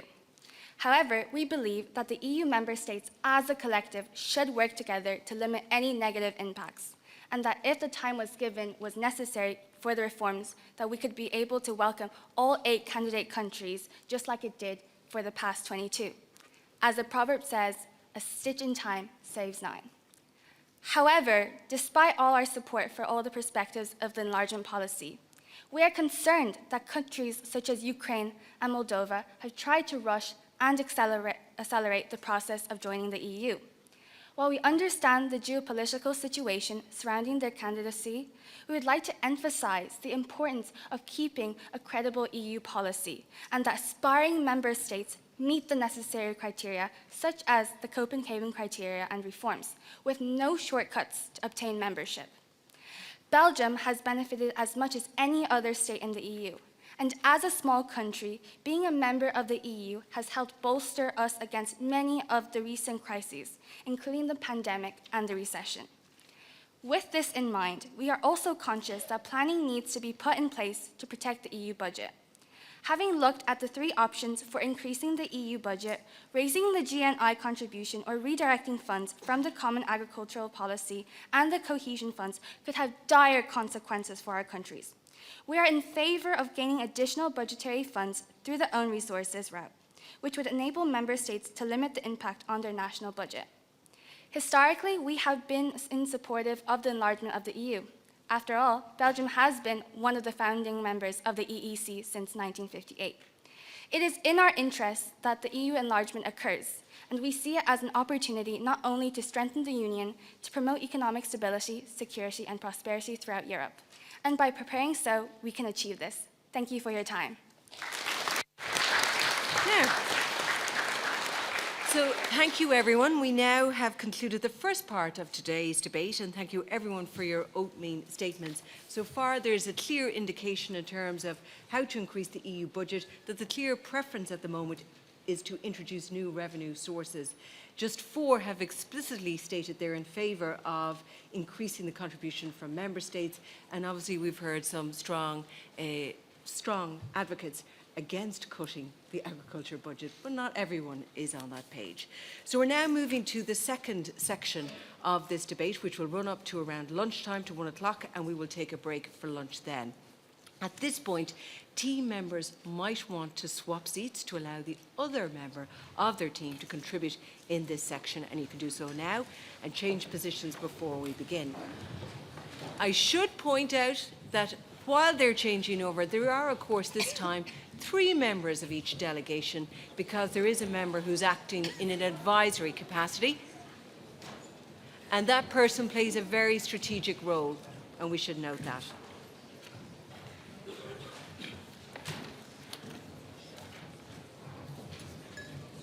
Okay. If everyone would take their seats, please, now. Okay. Now, during this section of the debate, you can contribute by providing more details about your national position, or alternatively, you perhaps might like to question or make a comment about another member state's position. It is entirely up to you how you use your time. If you do want to speak, wait until I finish speaking, and then and only then you can alert us by standing your nameplate up. And please direct it towards us, because we may not be able to see it. So if you direct it towards this top table. And then I will list countries that are speaking in groups of 3 or 4. Now please note that member states are only allowed during this section of the debate 1 contribution, and to ensure that we hear from every single one of you. Now, please abide by this. Also, in terms of the allocation of time, you have just 2 minutes to make your contribution during this section. So please watch your time, and again, a reminder, just 1 speaking opportunity in this section. So focus on your points, think carefully about your points and other people's contributions. So now, in order of who would like to place their nameplates up, we'll begin the second section. So can I a call for contributions? I was not, so would everyone like to place their contributions up? Who wants to make a contribution? Okay, so, and if you just, for instance, towards us, because we can't see all of them. Okay, so I'm going to start with Bulgaria, Austria, and Finland. Bulgaria. Hello, delegates and distinguished chair. As my co-delegate Sinead mentioned, I will be talking about the benefits of granting access to the single market and the 4 freedoms, both of which are a vital part of both Europe's and the EU stability. The single market seeks to guarantee the free movement of goods, capital, services, and people, known as the 4 freedoms. This allows EU citizens to live and work in the EU, providing them with better jobs. Bulgaria seeks to iterate the mere importance of this concept. We propose that we maintain cohesion and CAP. We keep the GDI input because some countries will not be able to afford this. But our solution to this is that if we keep the single market open, Both the EU and Bulgaria will be able to benefit from this. Balkan countries are a significant amount that want to join the EU, including Albania, North Macedonia, Serbia, Bosnia, and Kosovo. Why shouldn't we open our doors to them? Bulgaria understands a stress of caution due to finances, but this will outline our unity. We seek to open the minds of endless possibilities that we can achieve by the acceptance of these countries into the single market. In doing so, not only will we increase our capacity to address shared challenges, but we would also avoid political instability and social unrest. If any of the member states is unsure about what this is or this entails, please do not hesitate to reach out to Bulgaria. Thank you. And now we're moving to Austria and then Finland. Honourable Chair and fellow delegates, we, Austria, would like to reiterate our view on today's proposal. As Charles Michel has said, solidarity, this is what enforces the fabric of a community. Solidarity gives us the power to stand strong against life's greatest challenges. And this same solidarity is set at the very heart of the European integration. In this same spirit, Austria supports the EU's plans for enlargement and will aid in the implementation and compliance of this proposal. However, we truly believe reducing the common agricultural policy is not the right choice. We believe promoting sustainable and diverse ways of farming will, in the long term, help us in financial issues arising from the proposal, as diversity in farming results in diversity of financial resources. Concerning Greece's, Malta's, and many more countries' stand on the development of agriculture, Austria's outlook coincides with this, and we would like to discuss it further. We thank our fellow members for their contributions today, and we hope we can reach a consensus in reforming the EU to prepare for this enlargement. Thank you. Thank you very much, Austria. We're now going to Finland, Hungary, Poland. Finland. Distinguished Chair, honourable delegates, Finland would like to expand on what was previously brought up by Estonia, the matter of Russian aggression against the European Union. Finland has supported Ukraine's defence against Russian aggression since the first day of the Russian invasion. For the past 2 years, Ukrainians have very bravely defended themselves against Russian aggression. Finland would urge everyone to very strongly consider supporting Ukraine's accession to the European Union to protect themselves against this unjust and unlawful invasion on their soil. There are plenty of countries in the European Union that understand and know what Russian aggression is and how it feels. Finland is one of them. Poland, Hungary, Estonia, they have all experienced Russian aggression, and Finland would like everyone in Europe to consider the dangers of it, and if we don't address it. Thank you. Now, thank you very much, Finland. And when everybody is finished making their contribution, can they leave their nameplate down? Okay, and thank you very much. So we've heard from Bulgaria, Austria, and Finland. We're now going to Hungary, Poland, and Slovakia. So Hungary, please. Good afternoon, everyone.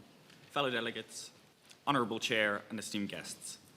To further the point of my colleague, this enlargement carries significant benefits for our nation, particularly in fostering a stronger connection with our compatriots living abroad. Hungary, like many nations, has a vast diaspora spread across the European continent. The enlargement of the European Union would open doors for Hungarian nationals residing outside the borders, allowing them to return to their homeland without the bureaucratic hindrance of a visa. This is not just a matter of policy, it is an affirmation of our commitment to unity and shared identity. Imagine the positive impact on our economy when skilled and passionate Hungarian professionals who have honed their talents abroad return to contribute to the growth and transition, encouraging these individuals to bring their knowledge, experiences, and innovation to Hungary's workforce. Furthermore, a larger EU would create a more dynamic and diverse environment, enriching our society with a mosaic of cultures, ideas, and perspectives. It is through this cultural exchange that we strengthen our national fabric, fostering a sense of belonging that transcends borders. The enlargement of the European Union offers Hungary an invaluable opportunity to reconnect with its dispersed citizens and tap into the wealth of talent nurtured abroad. This is not just about policy, it's about embracing our shared heritage, promoting economic growth, and building a more vibrant and interconnected Hungary. Let us welcome this prospect with open arms, for in unity we find strength and resilience for the challenges of tomorrow. Hungary would also like to show its support for the proposition of financial taxation on things such as cryptocurrency as a way of financing enlargement. Thank you. Now, thank you, Hungary. Thank you for your contribution. Now we're moving along to Poland, Slovakia, and the Netherlands. So Poland, you're up next. Honourable Chair, fellow ministers and esteemed guests. To further the point of my fellow Polish minister, enlargement is vital for the future of the EU, but how we finance and reform enlargement is equally important. The EU Enlargement Commissioner, Oliver Varhelyi, stated that the key to long-term peace and stability is to close the enormous gap in terms of economic development between Balkan countries and EU member states. Western Balkan countries have brought a trade surplus of 17.9 billion euros in 2022 alone. If the Balkan market were to enter the European single market, due to the 4 freedoms of the EU, the economic activity will increase, therefore filling the gap which was previously filled by the UK, which in turn would self-finance the addition of these Balkan states. Secondly, financing must come from sustainable sources, such as taxation on types of crypto assets, which, if taxed, is expected to generate 170 billion euros in revenue. Another approach to own resources is to increase or add contributions from member states based on their ability to accomplish the Sustainable Development Goals. For example, the European Plastic Strategy has generated an estimated 352 million euros in income, which, if raised, will significantly boost funding for enlargement and infrastructure in future EU member states. Finally, Poland and the ministers representing Malta, Netherlands, France, and Denmark believe that given all these financing options, there's no need to divert EU investments away from agriculture. Agriculture is essential in each of the member states present here today. CAP needs to continue to support individual farmers into the future, and we must ensure it is reoriented and weighted in the favour over very large agriculture holdings. Thank you. And thank you, Poland. I am going to ask everyone to keep to their times. There's 2 minutes per contribution on this note, but thank you very much. A lot of great points made there. Slovakia, Netherlands, and Estonia are next. I would also ask people to place their nameplate down when they're finished speaking, so there's clarity on who is remaining. Okay, so Slovakia is next. Thank you for your recognition. I'd like to further enhance our views. And if you could just move into the mic a little bit. Thank you. So I'd like to further enhance our Slovakia's views on our today's motion. So Slovakia is here today to suggest that the best option available to us as countries to finance the future of EU is to consider the way we currently organise our expenditure, option B in the communication. We believe that this is the better option than increasing contributions from member states. Let's first look at what money we do have and how we spend it. We are looking for support from all of you, although we do know that some countries have the similar views as us, our fellow member states, on the following proposal. We'd like to reduce CAP and redirect funding to projects that will help close economic gaps that currently exist within the EU. 32% of the EU budget from 2021 to 2027 was directed to CAP, that is 386 billion. A 2% reduction would release 7.72 billion to fund other projects. For example, if we redirect more funds towards improving accessibility of Wi-Fi, we can begin to make a real difference on how we do business within the EU. Our Greek counterparts are operating on a Wi-Fi system with a maximum speed of 46 megabytes per second, compared to France, who runs with 204 megabytes per second. Yet member states will sit here today and argue that we should fund the EU budget by introducing measures linked to economic and social performance. How we in Slovakia ask how we can expect this of countries when they don't have acceptable Wi-Fi accessibility. Maybe when you make gains such as these, we can come back to the table and discuss option A and C, but for now we do believe option B is the way to go. We get welcome discussion on this suggestion by member states during the course of the day, but Slovakia firmly believe that option B. Slovakia. And I am going to ask everyone now to keep to their contribution time. You've made a lot of great points, and so have previous speakers. Just a tendency now that is creeping in to go over those points, so to go over the time. So now we're going to Netherlands, Estonia, and Greece. So the Netherlands. The Netherlands truly believes that despite differing views, it is in the best interest of all member states that the accession of candidate countries is cooperative and forward-thinking, but cautious. The Netherlands agrees with the 2023 communication on EU enlargement policy, which states accession is and will remain a merit-based process. Process and diligence is imperative. The Netherlands insists that candidate countries must meticulously meet the terms and conditions of EU accession criteria in order to join our union. The Netherlands does acknowledge that an increase in EU budget is required for European expansion. However, this should not be at the expense of important policies such as the common agricultural and cohesion policies. We reiterate, we are strongly opposed to option B, such as the opinion of a number of nations here today, like Denmark. The Netherlands would like to propose an amendment that will increase the size of the EU budget for future enlargement. This amendment would be a hybrid version of option A and option C, with a recommended GNI ceiling of 2%, as opposed to the previous 4%. Many members may struggle to meet a higher GNI contribution solely through their national budgets. We propose the implementation of this new own resource to be tailored to each member state.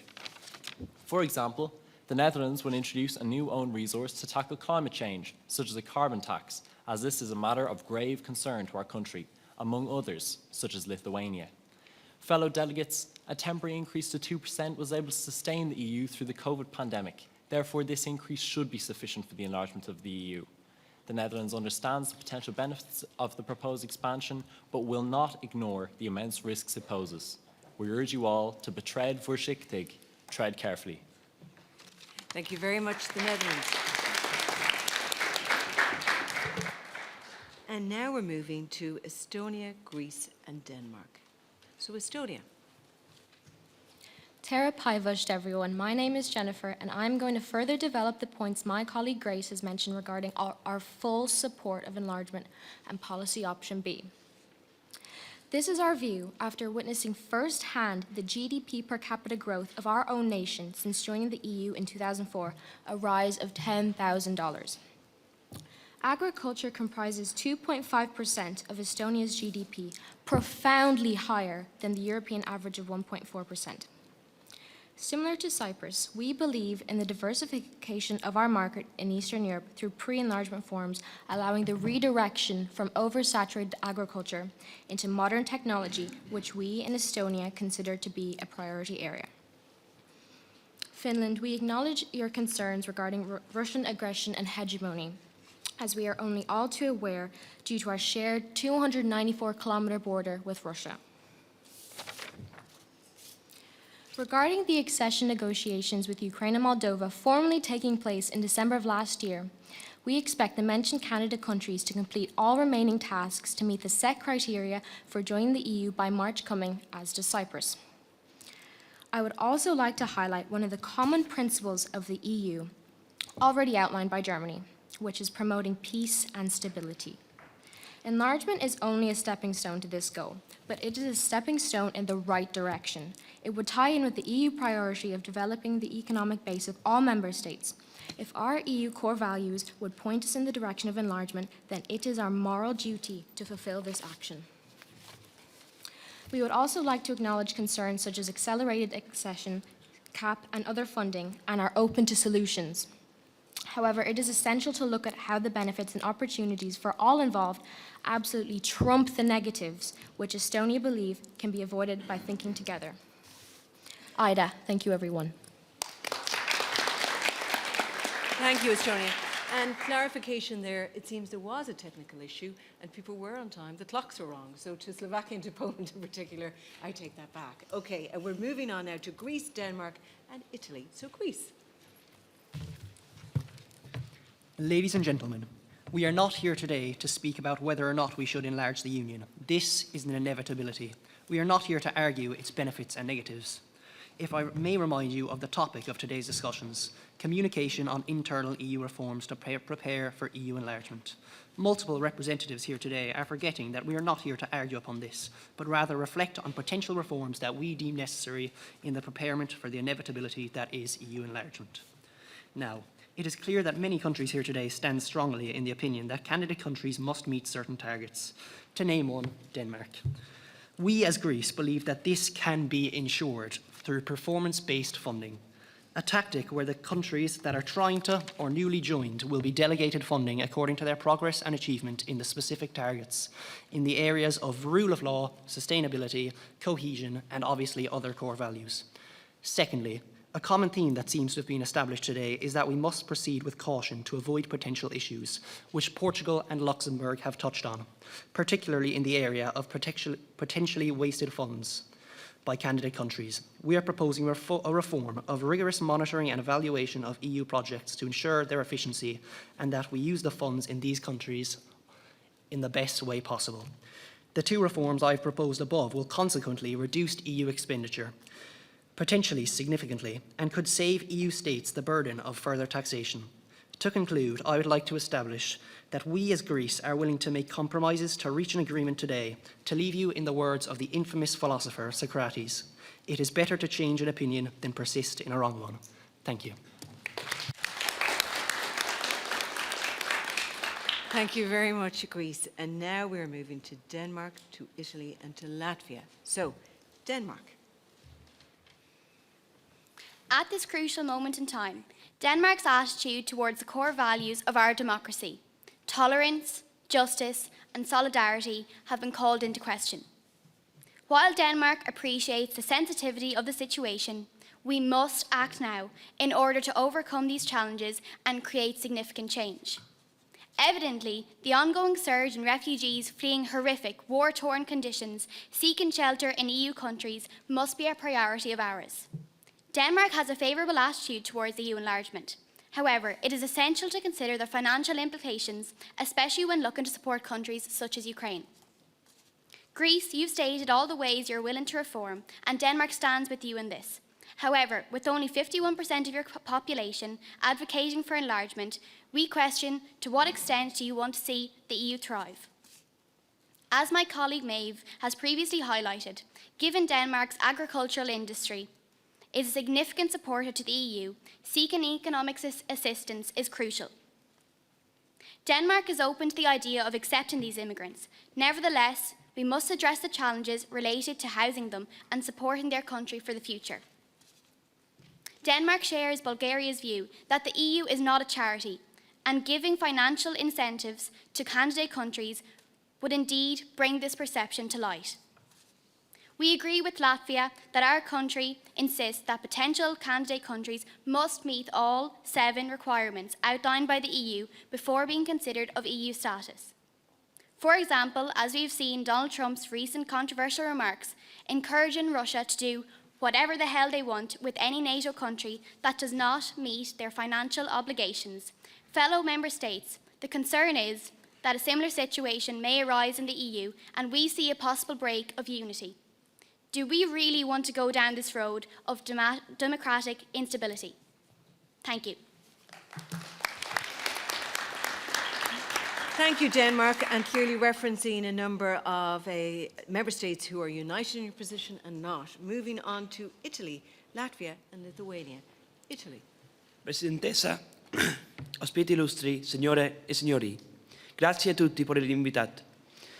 As my colleague has already stated, Italy, France, Denmark, Belgium and several others believe that introduction of new own resources in the European Union is the best option in financing its enlargement. But what will this mean for all of us? Well, as we all know, currently the own resources being used across the EU to generate revenue for the EU budget are customs duties on imports, VAT, gross national income-based contributions, and contributions based on the use of non-recycled plastic packaging waste. More recently, own resources including carbon border adjustment mechanism, EU trading system, and reallocated profits of large multinational companies have been added. But Italy proposes to go even further by not only adopting the new own resource of the carbon border adjustment mechanism, but actually increasing the current levies on some of these resources. The plastic levy, for example, we would propose increasing this from 80 cents per kilogram of non-recycled plastic packaging waste in each member state to 85 cents per kilogram. While we are hopeful that this levy won't exist for future generations due to the eradication of non-recycled plastic packaging, we are aware that it's still an issue. And so, we feel it makes both environmental and economical sense to increase this levy. Surely, we can all agree that this will help us to achieve our common goal of climate neutrality by 2050 and our ambition to cut EU emissions by 2030. African proverb tells us, if you want to go fast, go alone. If you want to go far, go together. Grazie a tutti por el vostro tempo. Thank you very much, Italy. And if everyone could stand down their nameplates, their member nameplates when they're finished. We're now heading to Latvia, Lithuania and Cyprus. Latvia. Honourable Chair and fellow delegates, a common theme amongst nations was an increase in taxes on non-recyclable materials, food waste and other And unsustainable... sorry, if you could just move to do, true reward to your comments, move into the microphone, please. Thank you. Latvia believes that although the ideas generated today are promising, they are inadequate. Delegates have vastly underestimated the amount of resources required. A cost on waste simply will not cut it. Latvia's proposed solution to adjusting the MFF is an increase in GNI contribution significantly, from the current 1.4% to 4%. This would raise a massive amount of funding. Considering the EU currently receives 70% of its funding from GNI payments, we understand that this jump in contributions may be alarming to nations. However, this is only a temporary measure. We plan a steady reduction of GNI contributions as the economies of developing nations grow. We hope that before 2040, that GNI contributions will be reduced to sub 1% levels. The EU will experience unprecedented growth, prosperity and unity. We encourage all EU members to think long-term and understand how our plan works in favour of citizens living in the EU. Thank you.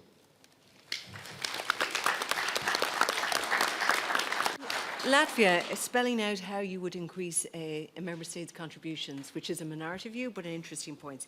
Now we're moving to Lithuania, Cyprus and Luxembourg. So Lithuania. EU enlargement is an opportunity to unite and strengthen the continent.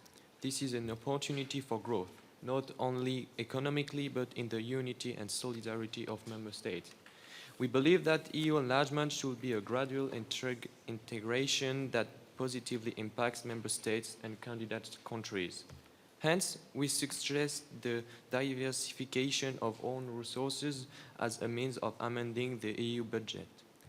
We suggest the introduction of a payment on food waste as a means of revenue, while aligning the EU with the EU's Sustainable Development Goals.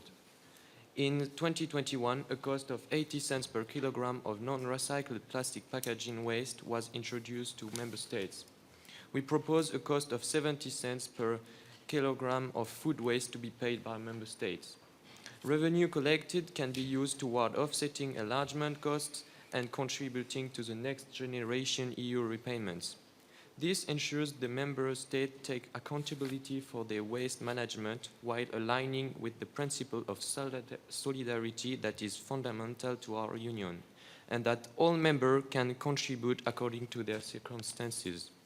Lithuania has highlighted 3 critical policy areas for funding by the EU budget that we believe should take precedence in the context of enlargement: security and defense, sustainable development, and the maintenance of the cohesion fund. In an increasingly uncertain global landscape, bolstering our collectivity security and defense capabilities is essential. This includes ensuring border security and enhancing our ability to respond to crises collectively. We hope that adding a cost on bio-waste and food waste will encourage member states to be more considerate of waste management and responsibility consumption. Finally, the Cohesion Fund, of which we received 6.4 billion from in 2021, is a source of financial support to pursue projects that strengthen economic and social cohesion. In conclusion, we believe that through strategic investment in key policy areas and equitable, thoughtful consideration in financing the EU budget using own resources, we can achieve a union that is more inclusive, innovative, and secure. Thank you. Thank you very much. Thank you, Lithuania, and everybody spelling out their positions in more detail. We're now moving to Cyprus, Luxembourg, and Romania. Good afternoon. My name is Orlando, and I'm speaking with my colleagues on behalf of Cyprus. First, we agree with Denmark and Latvia in terms of their expansion policy. Our policy on EU expansion, as you may remember from my colleague, is that it's necessary but also must be done on the basis of equal merit. When countries fulfill the Copenhagen criteria, then and only then should they be considered. Though we hear Estonia, Finland, and Croatia and feel much sympathy for Ukraine, using it as an example, if it does not fit the criteria, accepting it is unfair towards other countries that are more immediately qualified to join. In our view, this must be the policy we follow. Speaking now briefly about new revenue sources.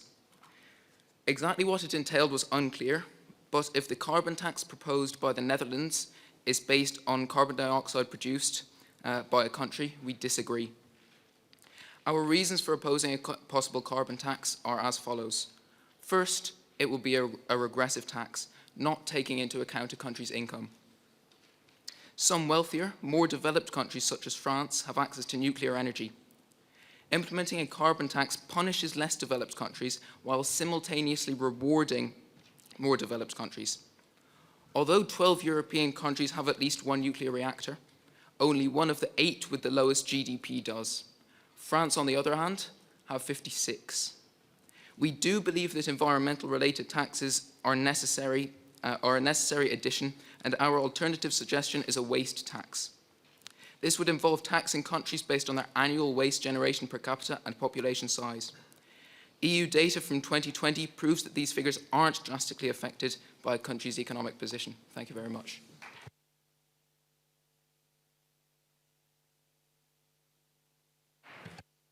Thank you very much, Cyprus, and setting out their opposition to an increase in taxation on an environmental front.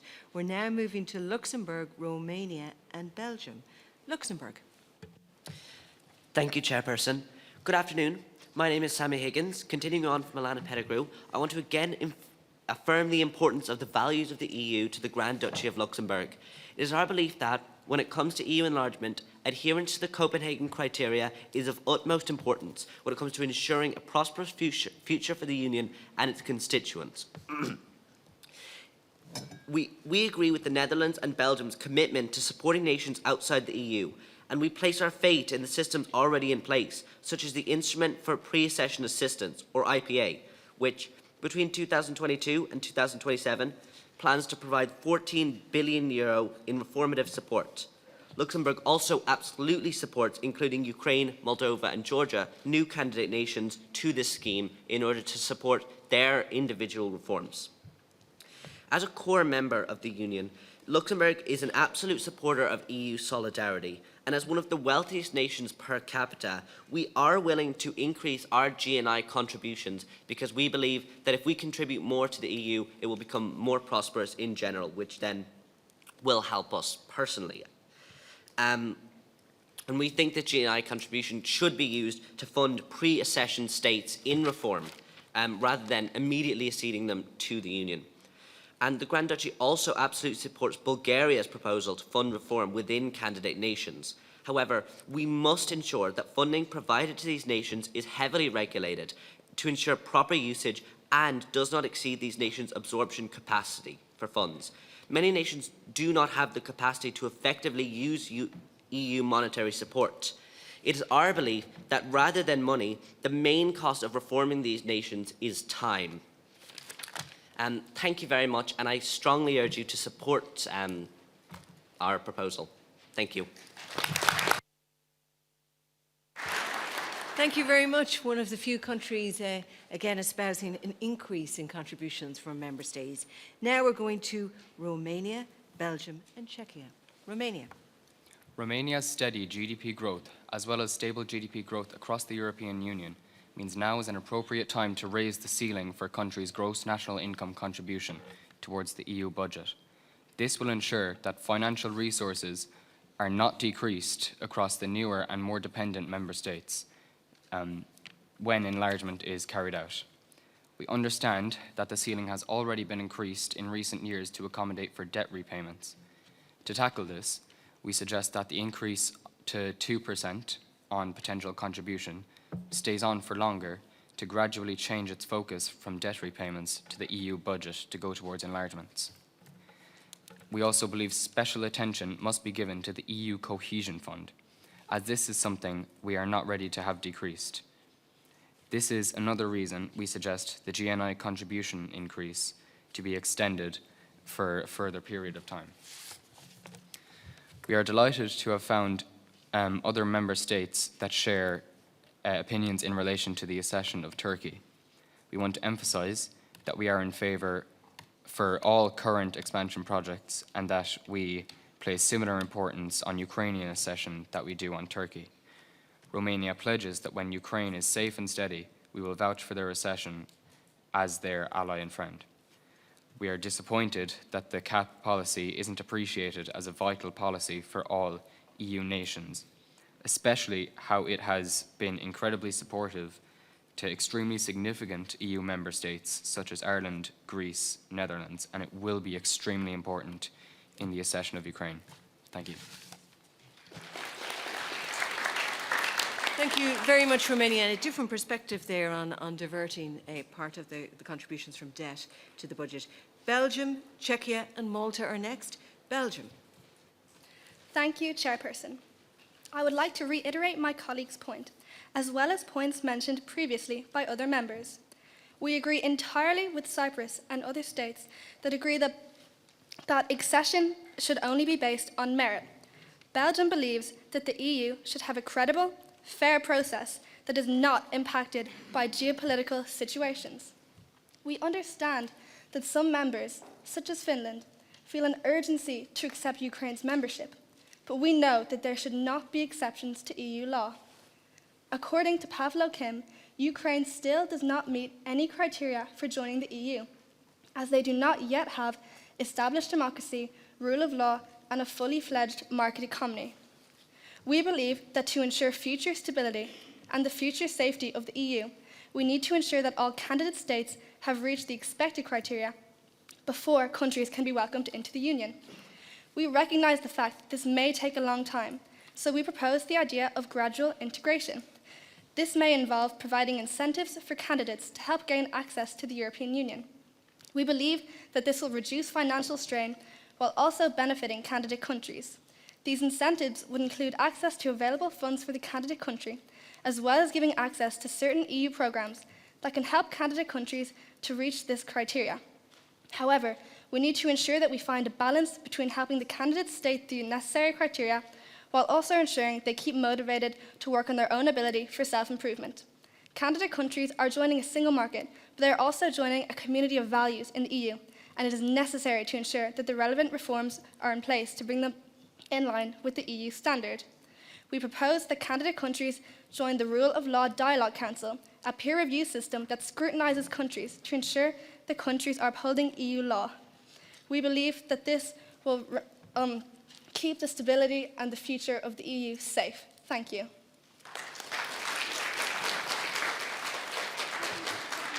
Thank you very much. And we're now moving to Czechia, Malta and France. And thank you for that contribution, a different perspective.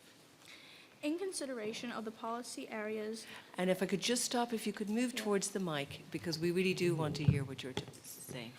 In consideration of the policy areas deserving priority funding from the EU budget, we emphasize on the imperative of a rebuilding war-torn country policy.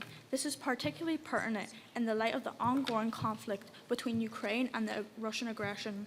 For Czechia, supporting our closest neighbours aligns with our commitment to fostering a stable in the region. Recognising the success from our neighbouring countries in the EU, aspiring directly and indirectly impacts us. In contrast to some member states, such as Ireland, with the maintain military neutrality, we advocate for providing military aid, addressing and preventing Russian aggression, and support Ukraine in its path towards stability. Addressing the critical issue of energy transition, we advocate for nuclear energy transition policy to be considered as a vital component in the EU budget.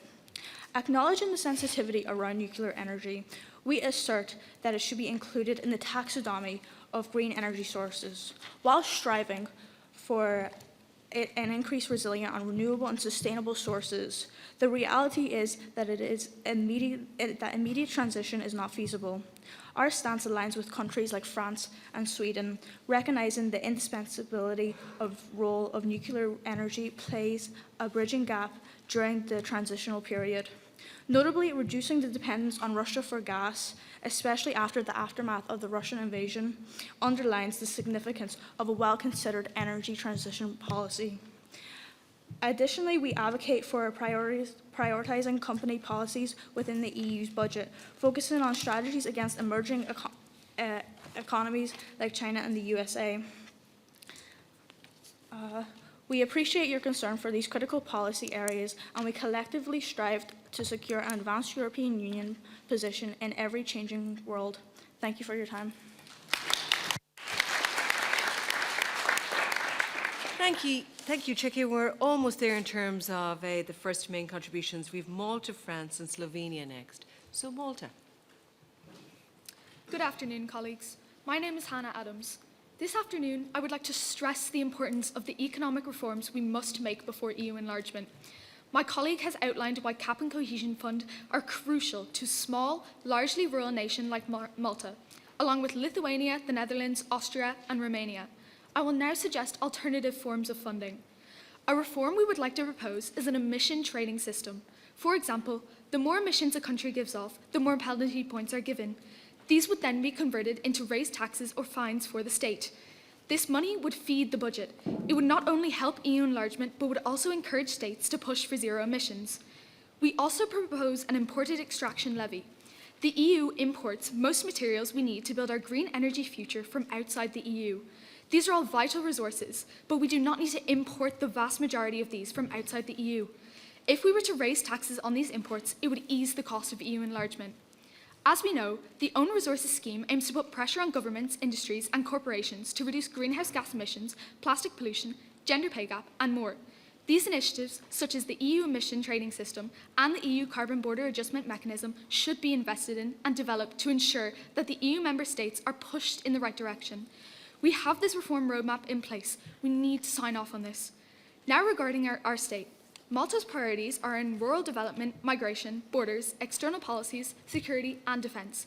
We ask that the reforms aid these and that as we are invested in safeguarding our priorities, we need more Europe in these areas. We believe with more imagination we can agree on these reforms. We hope to build trust with our nation so their belief in the EU will not be eroded. These reforms from the communication have been danced around for too long now. It is time we agreed on the reforms that lay the foundations of EU enlargement. As a Council, today I am asking you to consider these reforms and adapt them to suit each of your member states, for the greater good of our candidate countries and for a future European Union. Thank you.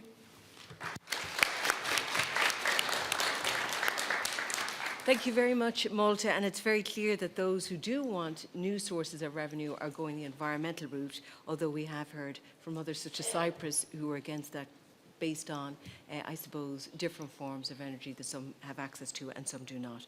We are now moving to France, Slovenia and Germany. France. Greetings to all.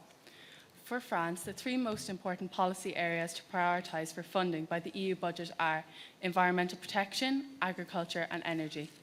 France, along with 7 other member states, spearheaded the call for the EU to commit to carbon neutrality by 2050. The initiative, strongly backed by the French president, also aimed at a 55% reduction in greenhouse gas emissions by 2030 compared to 1990 levels.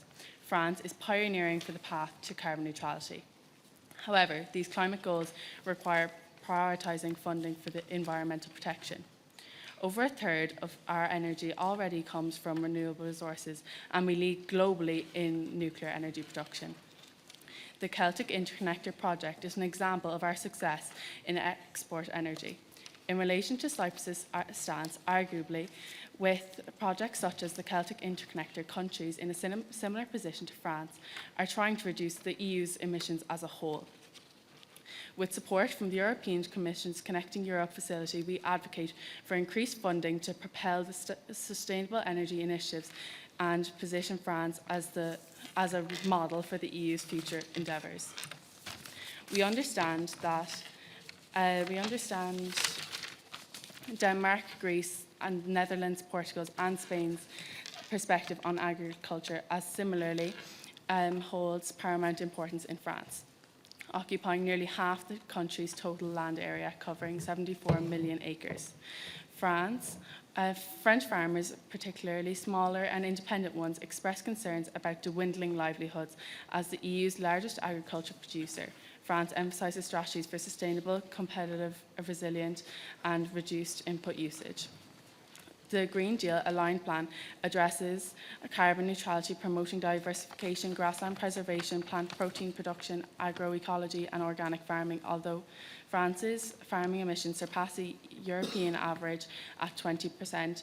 Prioritising agriculture is essential. Without prioritisation, the EU might resort to outsourcing food, indirectly contributing to emissions. Prioritising agriculture enables the EU to incentivise sustainable farming practices, retaining control over food production. Thank you for your attention. Thank you. And there is France countering Cyprus and also espousing a very strong budget for agriculture. We're now moving to Slovenia, Germany, and Portugal. Slovenia. Honourable members of the European Parliament, we stand before you once again with great pleasure as a proud member of the EU since 2004. Slovenia strongly emphasises the necessity for financial reforms within the EU to ensure stability against economic challenges. The proposal for a financial transaction tax is put forward as a means to generate revenue for the EU budget while also promoting stability in financial markets. Slovenia suggests exploring innovative financing mechanisms such as carbon pricing and digital taxation. Slovenia also stresses the importance of reforming EU agriculture policies to support small-scale farmers, promote sustainable practices, and ensure food security. Slovenia underscores the importance of candidate countries adhering to stringent criteria regarding democracy, human rights, and the rule of law. We advocate for a thorough and transparent accession process that fosters democratic values and strengthens solidarity amongst EU member states. Overall, Slovenia sees EU enlargement as crucial for fostering stability, prosperity, and cooperation across the continent. We believe that proactive policy, reform in finance, trade and farming is essential to ensure the sustainability and prosperity of the European project. In conclusion, we urge our fellow members of the European Parliament to embrace the vision of a more inclusive and prosperous European Union. By advocating for EU enlargement, we can build a stronger, more resilient Europe for generations to come. Together, let us seize this opportunity to shape a brighter future for all member states and ensure that the European Union remains a beacon of unity, prosperity and solidarity. We'd also like to add that we in Slovenia fiercely agree to Hungary as they highlight many stuff as well as budgeting and tax. We share the thought of EU as not being a charity, agreeing with Bulgaria, and that we must see progress in the countries complying by EU regulations. Thank you for your attention. And thank you. And that theme coming through of it not being a charity. We're now moving to Germany, Portugal and Croatia. Germany. Good morning, fellow delegates to the European Parliament, judges and audience members. Today we stand at a pivotal moment in the history of the European Union, where the question of expansion and reform loom large before us. Both opportunities and challenges lie ahead, and Germany says it's time to meet these challenges head-on. We have seen today much agreement at this conference that reform and expansion offers immense potential for economic growth and prosperity. This unity is our greatest strength in an increasingly complex and interconnected world. We stand before you advocating for a policy of moderate and controlled EU expansion and respectfully urge you to support our four-point plan on reform. Number one, the core values of the EU must be protected at all times. This includes economic awareness and financial responsibility. We cannot truly hope to help others if we are not in a position to help ourselves. Two, we must ensure that any new member states must meet stringent criteria regarding democracy and human rights. By just demonstrating a commitment to these principles, we strengthen the bonds that bind us together. Three, a full and frank review of EU expenditure should be undertaken.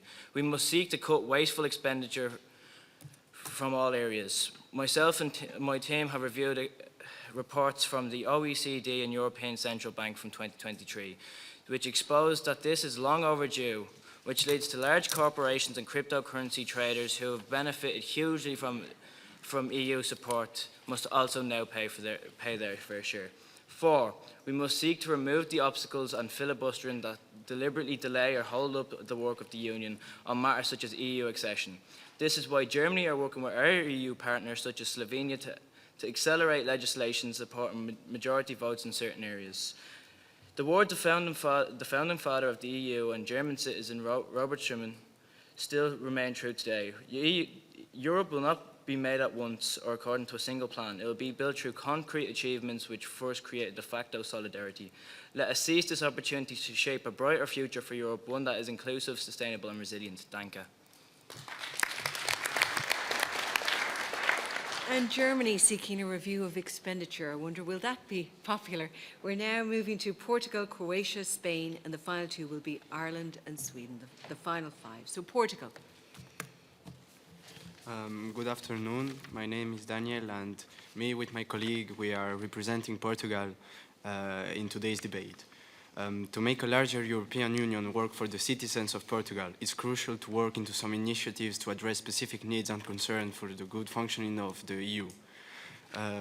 We should focus in objectives to complete it. First of all, we should try to promote economic development.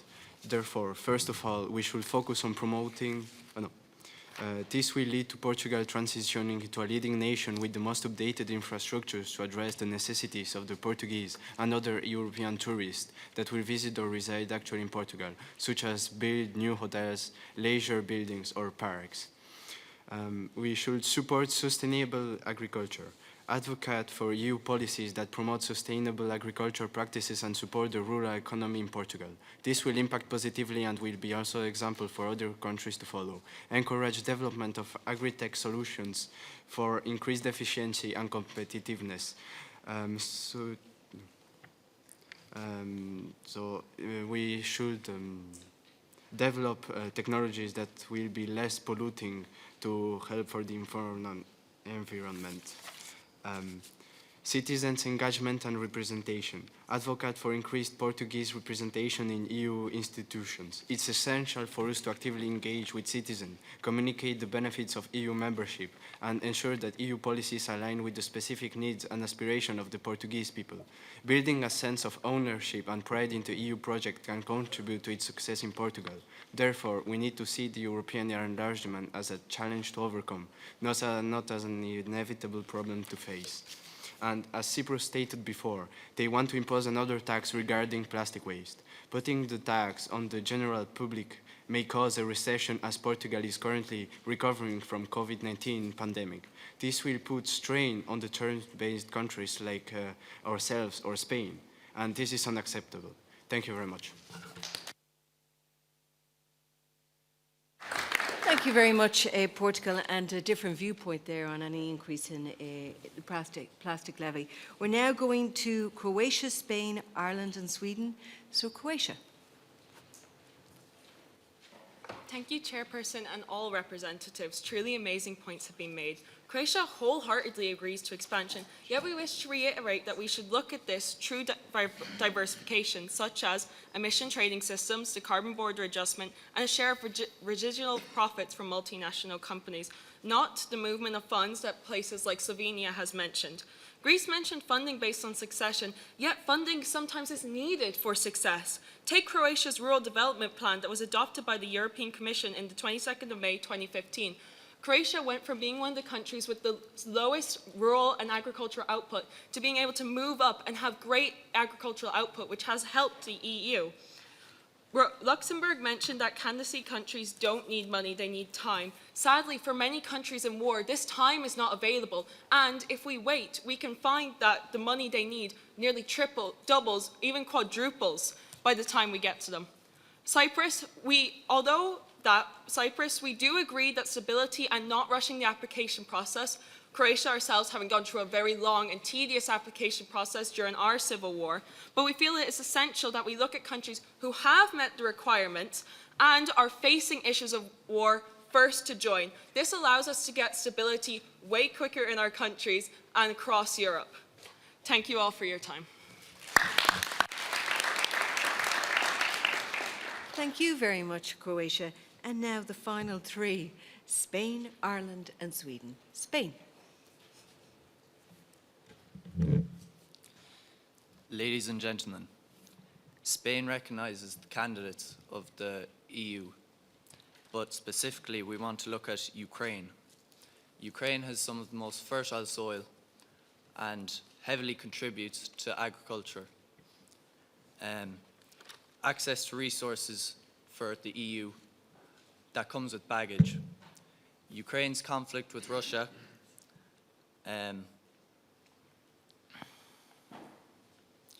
its path towards democratic reform has been tainted by bloodshed long before the current conflict. This is evident from the election of Viktor Yanukovych in 2014, nicknamed Putin's puppet. Putin openly aims to destabilize the EU. We need to proceed with extreme caution in the accession negotiations with Ukraine. However, Spain would like to propose that we embrace Ukraine, showing our strength by confronting the aggressor. We agree with Belgium's policy of no exceptions to EU law, but we also need to find a balance of encouraging Ukraine as well as sharp awareness of EU policy obligation. We need to show our unity as well as securing vital funds and resources. To do this, we must exhaust our options of how to divide the CAP subsidies. We are in a difficult position that must proceed with delicate consideration in this time of global instability. But together, we can work together and find a solution. Thank you.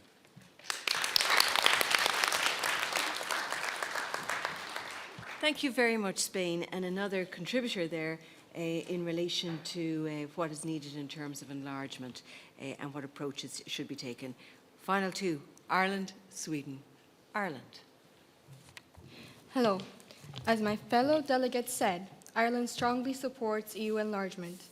Back in time, Ireland was regarded by most of the global community as an almost insignificant island, still struggling to find its place in the world more than 5 decades after gaining independence from the UK. But EU membership has certainly delivered economic benefits to Ireland, having received over 40 billion euros in EU funds from 1973 until 2018.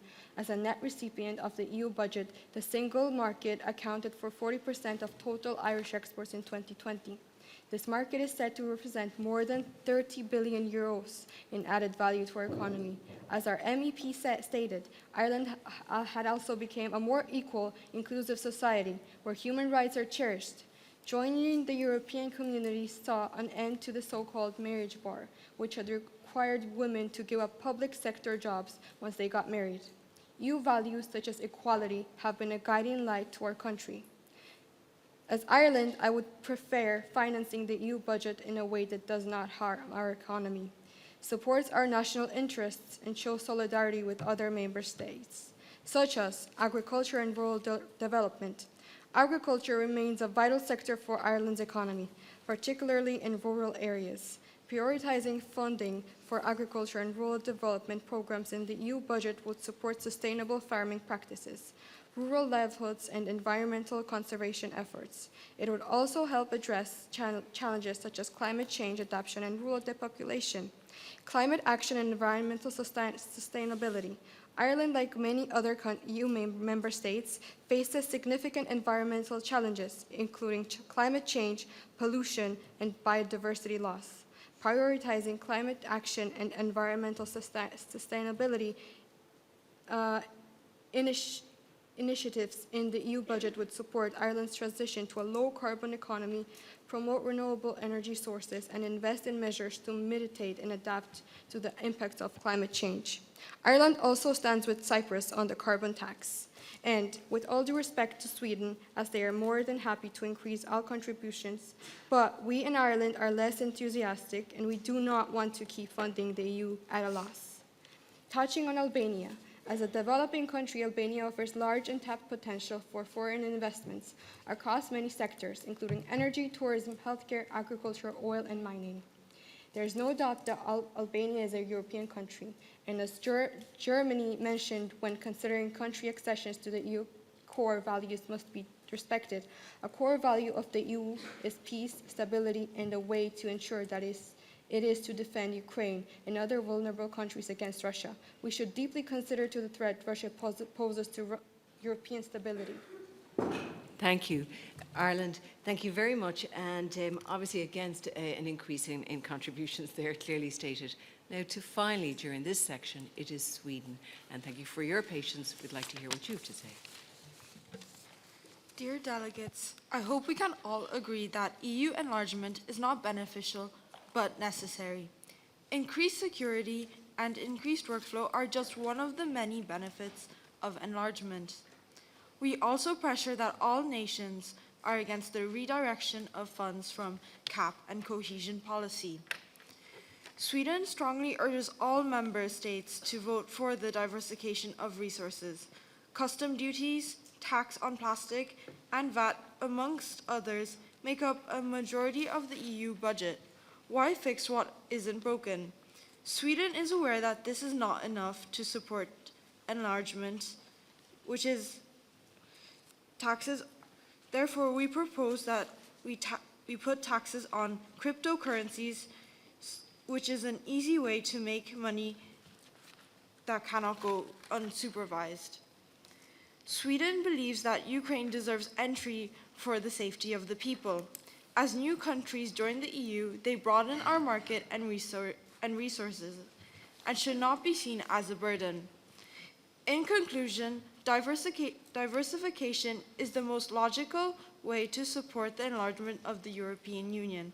Thank you for listening.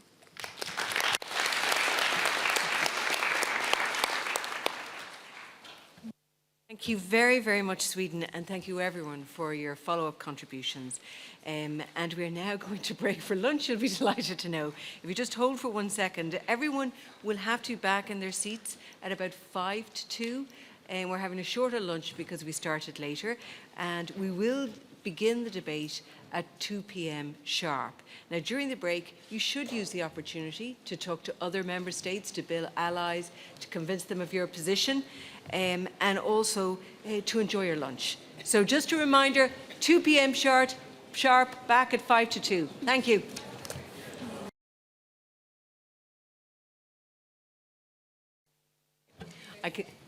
Okay, the judges are in the room. My apologies. Welcome back to the Model Council of the European Union.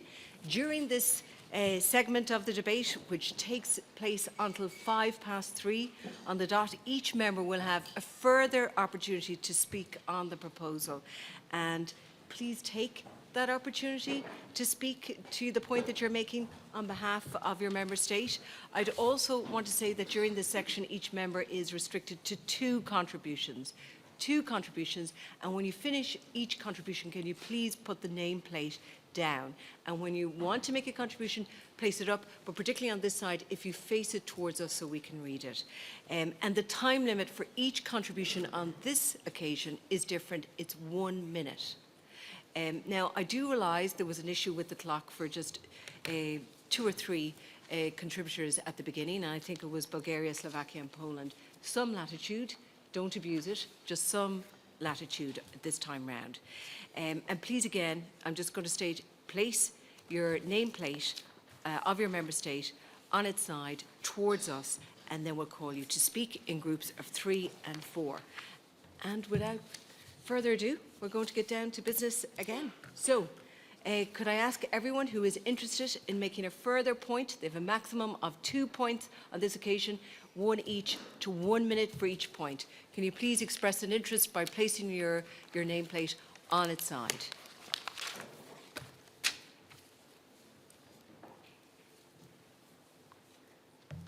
Okay.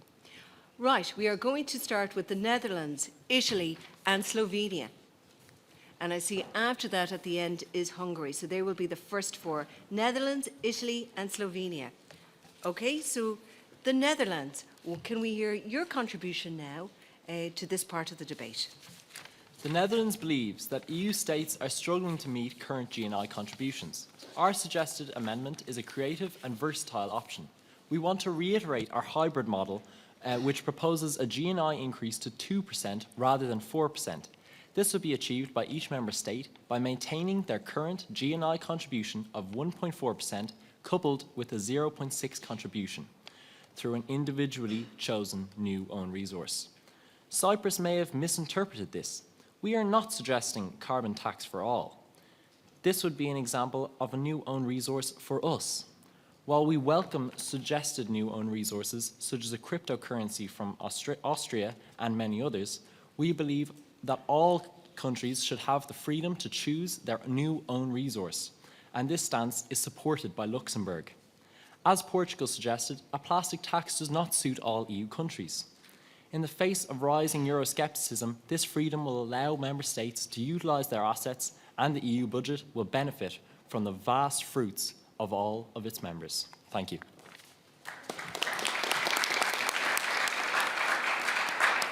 And thank you, Netherlands, taking the opposing view to many about an increased contribution and also backing Portugal on against the plastic levy. We're now going to Italy, Slovenia and Hungary. Italy. Agriculture and cohesion have long been the pillars that support the economic and social material of our member states. The proposed redirection of funds by Slovenia and others away from these crucial sectors raises serious concerns about the repercussions on the agricultural area and the regions that have traditionally depended on cohesion funds for their development. One of the most foremost issues at hand is the potential devastation to our agricultural communities. Agriculture is not only an economic sector, it is intertwined with our cultural heritage. Redirecting funds away from agriculture could lead to decline in rural economies, loss of jobs and a weakening of the agricultural infrastructure. To reiterate, Italy believes that a more favourable solution is to focus on adopting the own resources option, namely increasing the levy on plastics. Having engaged with Sweden, we agree that an increase to 90 cents per kilo in the plastics levy would generate revenue. Thank you. Thank you very much. And we're now moving to Slovenia, Hungary and Denmark. And thank you for your contribution. We don't want to see our taxpayers take on more burden, and ultimately, if we raise the contribution of each country, then it will be the taxpayer who pays. By introducing financial taxes on, for example, cryptocurrencies, we would be gaining from the already well-off. Make cryptocurrency tax high as you want to be hitting the ordinary taxpayers. We don't want to touch the cap or cohesion policy. Our colleagues from Germany, Austria, Croatia and Hungary have very similar ideas to us. We don't want to hit the taxpayer, and if you raise contribution from each country, the more recipient countries will become contributors. If they become contributors too soon, it will affect all areas of economy, including agriculture. Let us work together to build a stronger, more inclusive and resilient European Union for generations to come. Thank you. And thank you. We are now moving to Hungary, Denmark and Austria. Expansion as a concept is not what most of us are debating about. It's how we fund it. Can I just ironically ask, can you move closer to the mic when I had to do it myself? Thank you. Sorry. Expansion as a concept is not what most of us are debating about today. It's how we fund it. CAP and the cohesion tax is not up for debate. Lowering it will just lead to the poor getting poorer. Instead, we propose a GNI contribution increase from 1.4% to 2%. As well as that, instead of a waste tax as proposed by Cyprus, a jet fuel tax. This would lead to very developed nations having to pay their fair share. You can't have a sustainable jet and richer countries disproportionately use more air travel. CAP is incredibly important for countries with more agrarian economies such as Poland, Ireland, Hungary and Malta. And we agree with Denmark that the assessment process should be merit-based and that the EU is not a charity. To address this, we have agreed with Poland and Bulgaria on a single market solution where even if a prospective nation is not eligible for is not fully eligible, they gain access to the EU market. If you have any malfeasance with any of these proposals, please address us directly. Thank you. And thank you very much, Hungary. And it's great to see everyone developing their points, whether it's on increased contributions or it's on taxation or whatever it is. We're now moving to Denmark and Austria. Denmark. In relation to Slovakia's view in their support of Ukraine, as our team previously agreed, the EU should not be seen as a charity. Currently, Ukraine only meets 2 of the 7 criteria. Fellow member states, let's think about that. That means that currently 5 areas of requirement are not being met. We believe this may act as a catalyst of instability within EU, with stability being one of the 5 objectives of the EU cohesion policy of 2021 to 2027, which may become problematic if not met in a timely manner, in agreement with the other 27 member states.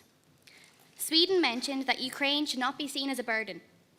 However, Denmark would disagree, as it is evident that at this moment in time, Ukraine cannot contribute to the EU.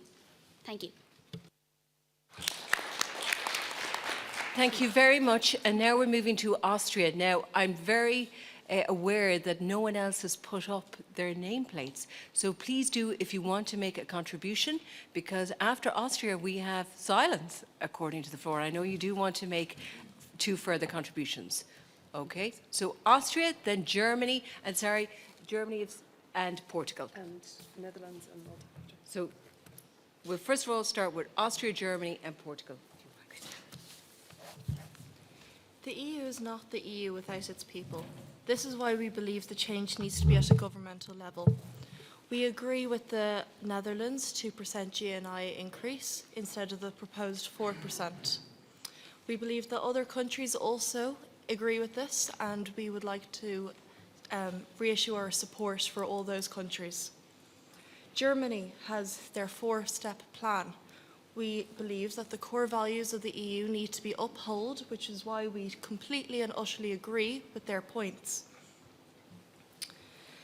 Austria also has great values and links to the environment. This is why we take Malta's stand on this, because we believe that their points on and amendments that they have proposed are very important to not only the EU but the global climate change goals.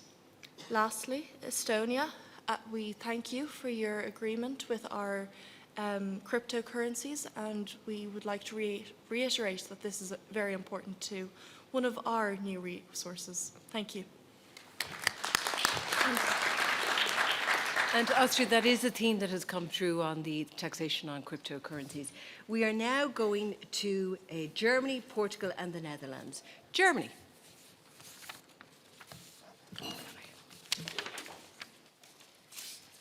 Guten Tag, liebe Delegateur des Europäischen Parlaments, Richter und Zuschauer. With this month being International Ideas Month, it was fascinating to see each nation's views and ideas on the topic of EU enlargement. As a country, along with France, we have already been proactive as regards to forward planning. Germany commissioned an independent report, Sailing on High Seas, which includes tangible measures on responsible development. We also invited our European neighbours to a conference in Berlin as recently as November 2023. Creative and out-of-the-box thinking is needed for an expanded Europe. Germany have been at the forefront of this, and we will continue to support our European neighbours. Denmark criticised Greece for only having 51% of their vote, but instead of criticising, we, Germany, believe that we should ask the people for their reasons why they didn't support enlargement. We believe we should all work together like the united organisation we are, the EU, together. Danke. Dankeschön. And I think there has been a real upgrade in all of the contributions and people really getting in and delving into the topic. We're now going to Portugal, the Netherlands and Malta. Portugal. Good afternoon, fellow members, adjudicators, members of the House, ladies and gentlemen. After a lovely dinner and a chat here in Dublin, let's get down to business that we have to wrap up. We wholeheartedly agree with Germany with the 4 steps that they made, as this is crucial for the future enlargement of the EU. As Spain said in the speech before lunch, the tourism sector is a very fragile sector, as we saw due to the COVID-19 pandemic.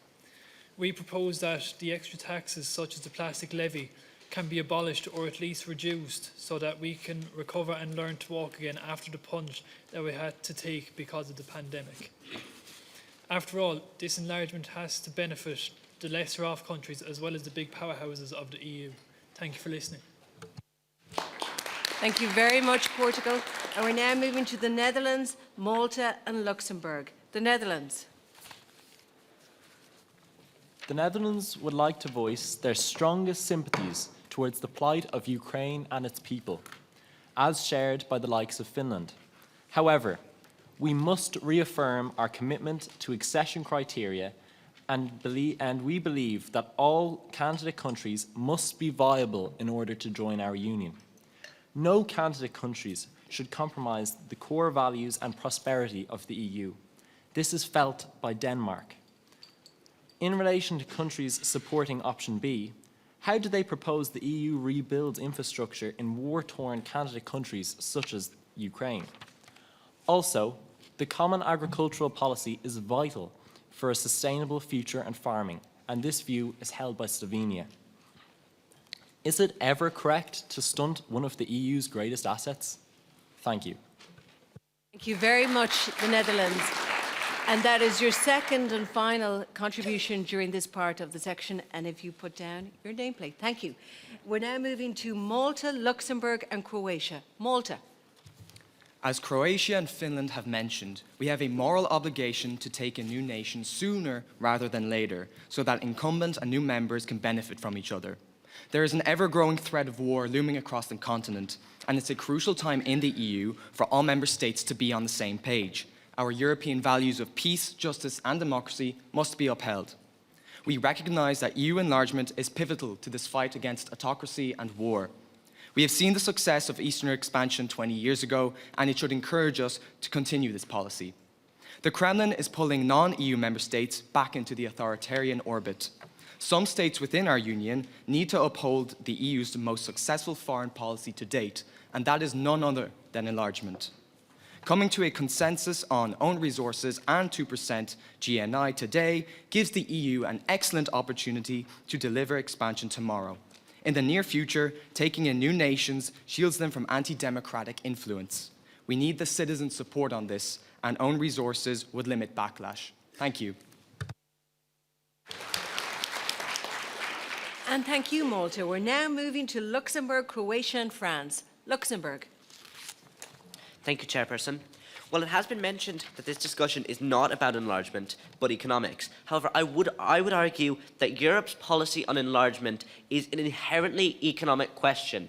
How we deal in the future with enlargement and with new nations in our union will determine how our economic policy is changed in the future. We in Luxembourg believe that the instrument for pre-accession reform is the greatest tool in the EU's arsenal for creating a better world and creating stability across Europe, because it is far more difficult to reform nations once they're in the Union. Luxembourg does support the Netherlands in their dynamic own resource system and Greece's initiative to fund corporations and generate funds. I think this is a great way to fund nations and to generate this money to reform pre-accession nations. Our objective, Luxembourg, is to make the EU deeper rather than wider and to create a proper functioning system before we can admit new nations. I strongly urge you to side with us, and thank you very much. Thank you, Luxembourg, for your opening contribution on this occasion. And can you please put your nameplate down? Thank you very much. And we're moving to Croatia, France, and Czechia. Croatia. Latvia says that the member states here have underestimated the amount of funding we need. They propose that we switch from a current 1.4% GNI contribution to 4%. This is highly ambitious for most countries, especially net benefiters like Croatia and Belgium. The Netherlands agrees with our point about the 4% being ambitious. We suggest if this is to be used, an increase should be a max of 2%. We have to question if these policies leave less off countries in the dust. I thank you for your time. And I thank you for your timekeeping, Croatia.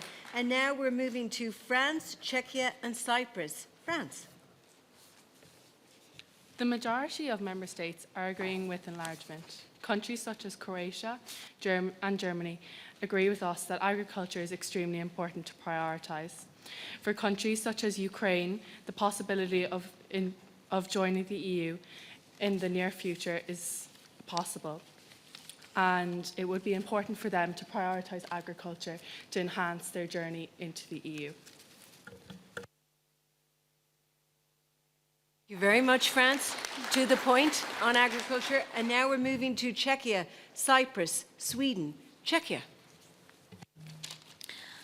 As the European Affairs Minister of Czechia, we advocate for a thorough exploration of new own resources within the EU budget. Likewise, with our other friends in Italy, Croatia, and France agree with us. As previously proposed by the European Commission's specifically focus on innovative revenue streams. Among these resources are revenues generated from the EU's emission trade system and the mechanisms based in the EU's carbon border adjustment. We propose that incorporating a percentage from such substantial companies could potentially address various economic challenges, notably mitigating in environment damage by reducing carbon emissions harmful to the environment and the ozone layer. We would also like to expand the scopes on a financial contribution tied to corporate sectors, and likewise with Sweden and Austria, implementing a tax on cryptocurrencies as well as bio-waste and especially food waste. Thank you. Thank you very much. And we are now moving to Cyprus, Sweden, and Greece. Cyprus. I will now respond to some of the countries that questioned us. First, France, you disagreed with us, and we are strongly in favor of nuclear energy. We don't disagree that this is a very important environmental move. However, taxing it would result in the less developed countries with smaller budgets being forced to pay relatively more. As well as this, Croatia stated that a war-torn country like Ukraine should be considered first if meets the requirements. We agree with this. However, as also stated by our fellow delegates in Denmark, Ukraine, for example, only meets 2 out of the 7 requirements, and other countries such as Albania and North Macedonia that are more readily able to join should be looked at first. Latvia and a multitude of other countries also agree with us here. Thank you. Thank you very much. And responding to differences of opinion over carbon taxation as well, and to obviously Ukraine's membership. We're now moving to Sweden, Greece, and Latvia. Sweden. Referring to Denmark and Netherlands' contribution and completely agreeing with Malta, we believe that Ukraine deserves some leniency in terms of accession to the EU, considering the gruesome war going on in the country. Sweden prioritizes the safety and welfare of people, and we cannot sit by as people beg for protection from the EU. After all, one of the core values of the EU is respect for human dignity. Considering the farmland in Ukraine, they may not contribute much right now, but we are sure that they can become a long-term investment. Thank you. Thank you very much. We're now moving to Greece, Latvia and Slovakia. Greece. During the break, us and our ally states, Finland, Germany, Austria, Luxembourg and France, we have all agreed that it's key that each candidate country must be thoroughly audited before being granted member status, taking into consideration factors such as economical and geopolitical stability. I would say that the majority of the member states here would agree to this, to ensure the safety of the EU. Also, within the majority is the amount of us that agree with that diversifying our revenue sources is vital in how we move forward. Greece, with the support of France, Finland and Luxembourg, special thanks to Luxembourg for endorsing this vocally, we're all in favour of inviting public-private partnerships into the EU to expand trade and promote economic prosperity in the EU. I also note that Slovenia has also mentioned the implementation of digital taxes to increase revenue. And although we didn't get to talk at break, I hope that our two countries can stress the importance of this initiative. I must now end this by saying that reducing agricultural expenditure is not the answer. As I'm sure most of our agriculturally inclined members agree, Germany, France and Finland have also expressed strong opinions on this at lunch. I hope that all member states, including those with differing ideals, can come to a consensus that favours peace, democracy and Europe first. Thank you. Thank you very much, Greece, and obviously one of many voices against cutting the agricultural budget. Latvia, Slovakia and Ireland. Latvia. Honourable Chair, fellow delegates, Latvia believes that an increase in GNI is crucial towards EU expansion. The proposed increase from 1.4% to 4% may daunt more economically powerful nations such as France and Germany. But this is a requirement, as taxes on non-recyclables just will not cut it, because acceding Ukraine to the EU is extremely costly. This country is currently at war with Russia. The defense of the Russian invasion is crippling the Ukrainian economy.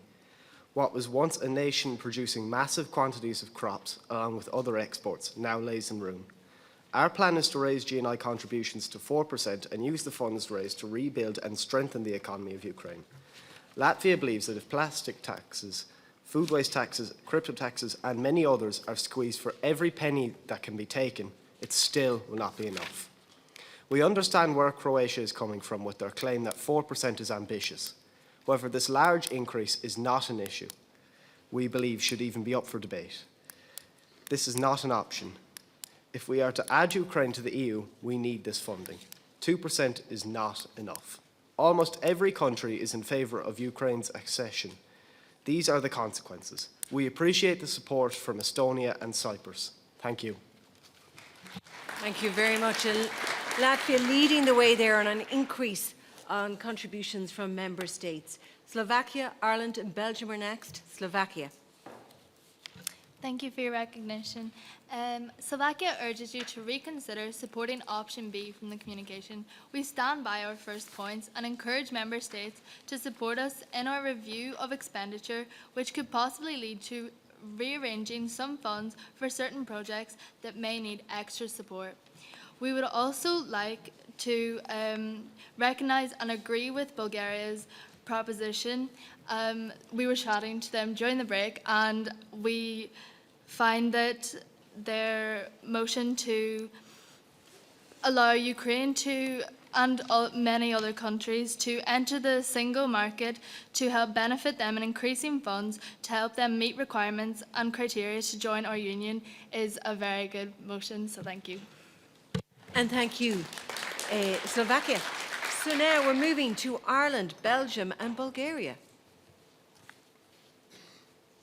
Ireland.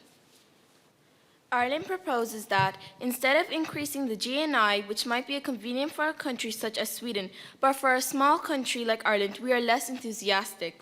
Instead, we would like to propose increased utilization of the single market, allowing non-EU countries to join it, which could help increase the EU budget significantly. Ireland strongly opposes the redirection away from the common agricultural policy as it would lead to the devastating economic downfall for countries such as Ireland, France and Italy, to name a few. Thank you. Thank you very much. Ireland opposed to that increased contribution. Now moving to Belgium, Bulgaria, Estonia. Belgium. Thank you for your time, Chairperson. We would also like to thank Bulgaria as they have proposed a single market outside of the EU, which will generate funds for the EU enlargement, whereby imports and exports will generate enough funding for the future enlargement, and which we are in support of as they align with our views of the gradual integration process. We'd also like to mention Luxembourg and how we agree on their views of fairness. We would also like to mention Cyprus and that we agree with their views on the emission tax will only affect the poor as only the wealthier people can afford to pay. Once again, I'd like to reaffirm that we will make no exceptions to any of the countries putting aside any of the EU values, and that candidate countries must work to achieve the criteria, and by doing so, they will provide a better chance of limiting the financial pressure on those in the EU. Thank you. And thank you, Belgium. And I think it's very clear that everyone is really getting into the details of the proposals now and really getting into details of their own position and others and going back and forth, and it has really lifted into the second section of the debate. We're now going to Bulgaria, Estonia and Austria. Bulgaria. We have a simple proposition. There is no way we can reduce CAP, as many countries have already enforced. The Cohesion Fund also has to stay. Its removal will make the rich richer and the poor poorer. Equality is one of the cornerstones of the EU, and we must uphold this. Instead, we propose granting applicant countries access to the free market, once they can meet the current criteria we are not budging on, as many countries have already stated. Poland, Malta, Ireland, Austria, Croatia, the Netherlands, Finland, Hungary, Germany, Spain and Belgium are all in agreement with this single market proposition, emphasising staying strong on EU legislation and requesting a closer examination of expenditure, something we can also agree with. This will generate income from both sides, the EU and these countries, and will promote working together in order to achieve our common goals and the eventual enlargement of the EU. Thank you. Thank you, Bulgaria. And now we are moving to Estonia, Austria and Finland. Estonia. As we have discussed, Belgium, we appreciate your concerns. However, gradual expansion is unfortunately not an option due to the emergency in Ukraine. While we agree with the Netherlands, accession criteria is of thorough importance. However, we have no time to waste. Membership of the EU allows the freedom of movement. Do you know how many innocent Ukrainians have lost their lives trying to cross into our borders? 5,000. That is 5,000 too many. I want to reiterate the initial cost of expansion will be undeniably steep. However, it is our duty to promote the EU values of freedom, democracy and welfare, and by working together we can recover accordingly. We accept Bulgaria's comment that we are not a charity and that we must not exhaust our resources. However, we argue that we will receive something in return: prosperity, interconnectivity, as well as increased trade opportunity and GDP growth. Yes, cohesion funding and CAP will be affected, but we argue it is only right to share our opportunities and listen to our 86% of citizens who want enlargement now, including 6,000 Ukrainians living in Estonia. Thank you. And thank you, Estonia. Countering those views that Europe is not a charity, first espoused by Bulgaria and then adopted by others, and stating why. We're now moving to Austria, Finland and Slovakia. Austria. Thank you. If I may disagree with a point made by Luxembourg. They said that this is only economic. This is not true. Every country is made up of people. The values of the EU are peace for the people, democracy by the people, prosperity for the people, security and stability for the people. We need to communicate these benefits to the people. This is not economic. This is not fully economic. Yes, money is important. Money is always important. But if you remember, we didn't always use money. We used to trade with chickens. We don't anymore. Money is a number. People are people. We need to remember that. And thank you very much. Coming back on that theme and also bringing a humanitarian aspect to it. We're now going to Finland, Slovakia and Denmark. Finland. And by the way, that concludes Austria's contributions in this section. Finland wholeheartedly agrees. And if Finland could move to the microphone so we hear. Finland wholeheartedly agrees with Greece and the Netherlands to use both introduction of our own new resources as well as increasing the ceiling for member state contributions. The combination of these two ideas will allow for growth without damaging the economies of any countries. Finland is against the redirection of funds away from agriculture because this will cause declines in many economies. In addition to this, Finland is in full agreement with Denmark, Cyprus, and the Netherlands that the criteria for accession countries must remain strict to ensure that joining countries do not poorly affect the EU's economy. Bulgaria's proposition of a single market will greatly benefit joining member states and current member states, and we are in full agreement of this. Thank you. Thank you, Finland. And if you could place down your signpost for one moment, we then go to Slovakia, Denmark, and Lithuania. Thank you. Slovakia? We don't have our thing up, sorry. An error in the signposting. So Denmark, Lithuania, and Italy. Denmark. Today we established a common goal among EU members, and that is enlargement. However, the way in which our budget is reformed is proving to be a very contentious matter. There were 4 countries among us here in favour of generating increased revenue based on a member state's GNI. With particular reference to Latvia, I believe that your aspiration to up contribution from 1.5% to 4% is truly a bold statement. As I wonder, are you simply going to up this percentage? Are we going to up contribution on countries who will already be suffering under financial strain due to the addition of member states who are of a poor economic status? The case at hand is simple. When faced with a loss in revenue, funds must be raised to accommodate this deficit while maintaining peace and fairness to current members. New own sources of revenue is the answer. Thank you. Thank you very much, and that is Denmark's second and final contribution during this part of the debate. We're now going to Lithuania, Italy, and Poland. Lithuania. Ladies, gentlemen, fellow EU member states. Many of the EU member states today were in favour of EU enlargement and had some great ideas for the sources of revenue for the budget. Our neighbouring country, Latvia, felt like taxing food and non-recyclable waste isn't enough, but we feel like it is a step in the right direction.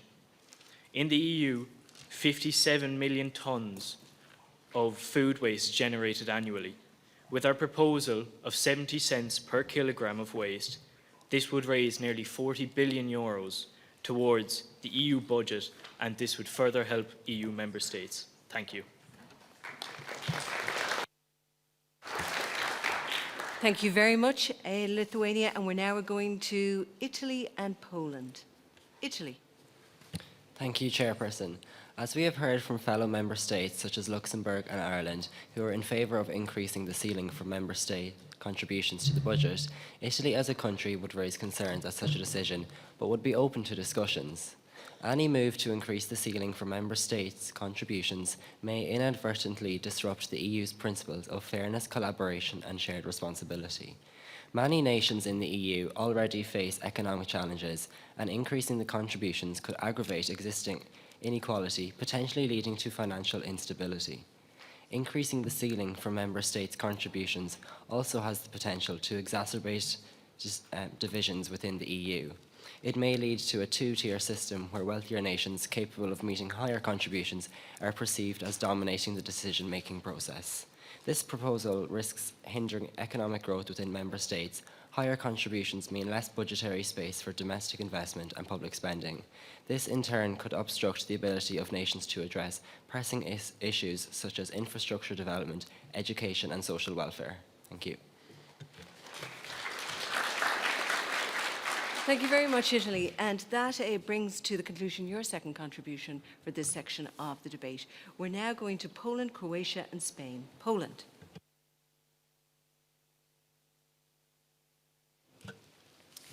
Honourable Chair, esteemed guests, fellow ministers. Poland believes that keeping CAP at the current rate is paramount to a prosperous future for all member states and stands with Bulgaria, Hungary, Croatia and many other member states in this endeavour. Poland also agrees with Bulgaria's single market plan in order to ensure new member states, more specifically Balkan countries, can contribute to the Union through trade while preventing funds going exclusively towards these new countries. Poland would like to note the jet fuel tax proposed by Hungary, as new own resources are key to funding enlargement, and Poland further believes that a cryptocurrency tax would also help fund enlargement immensely. As Germany stated previously, cryptocurrency traders must pay their fair share. Thank you.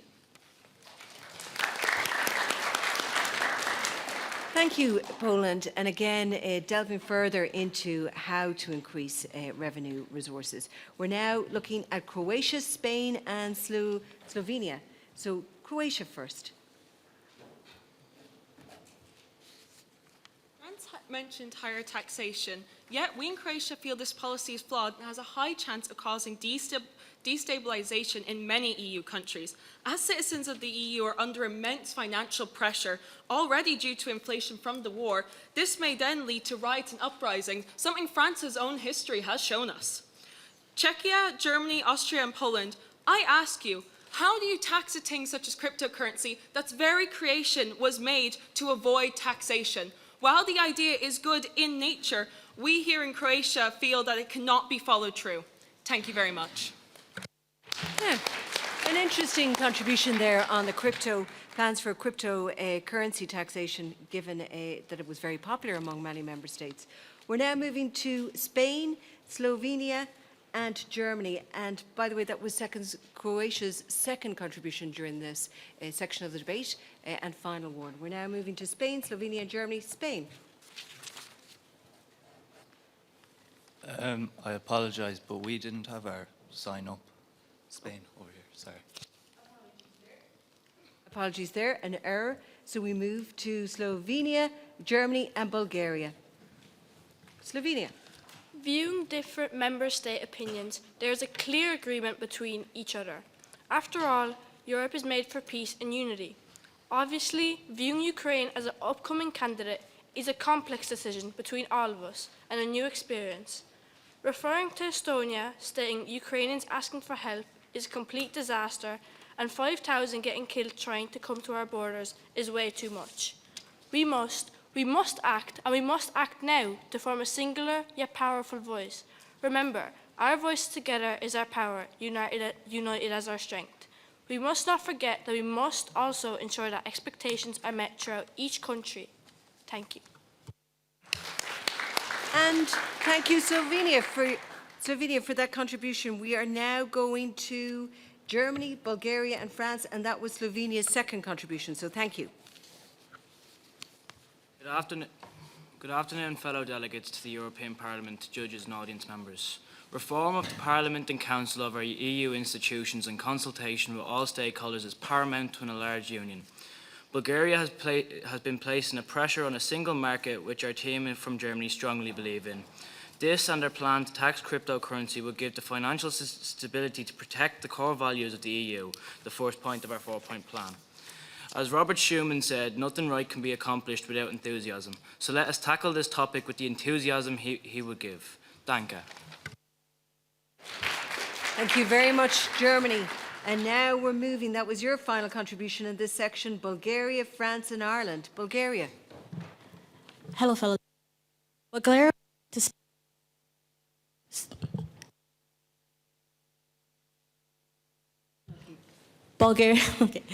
Bulgaria would like to state its disagreement with a tax on civil servants. While it may not be direct, it still affects them, and taking into consideration that unfortunately we are living in a cost of living crisis, which will be a factor of uproar in Europe. Bulgaria also disagrees with Luxembourg's statement that deepening the EU is more important than widening it. If not now, then when? Europe is a union of countries working together and growing together. Bulgaria also agrees with Cyprus' agreement of calling attention to other countries willing and able to join the EU.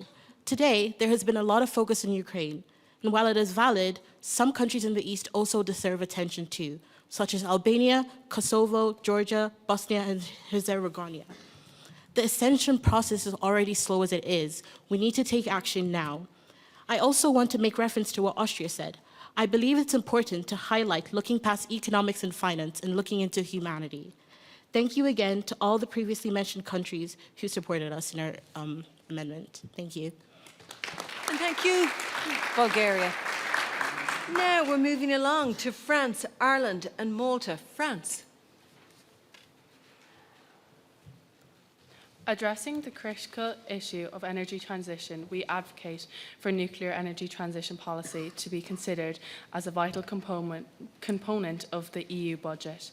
While striving for an increased reliance on renewable and sustainable sources, the reality is that immediate transition is not feasible for all, and Czechia agree with us on this.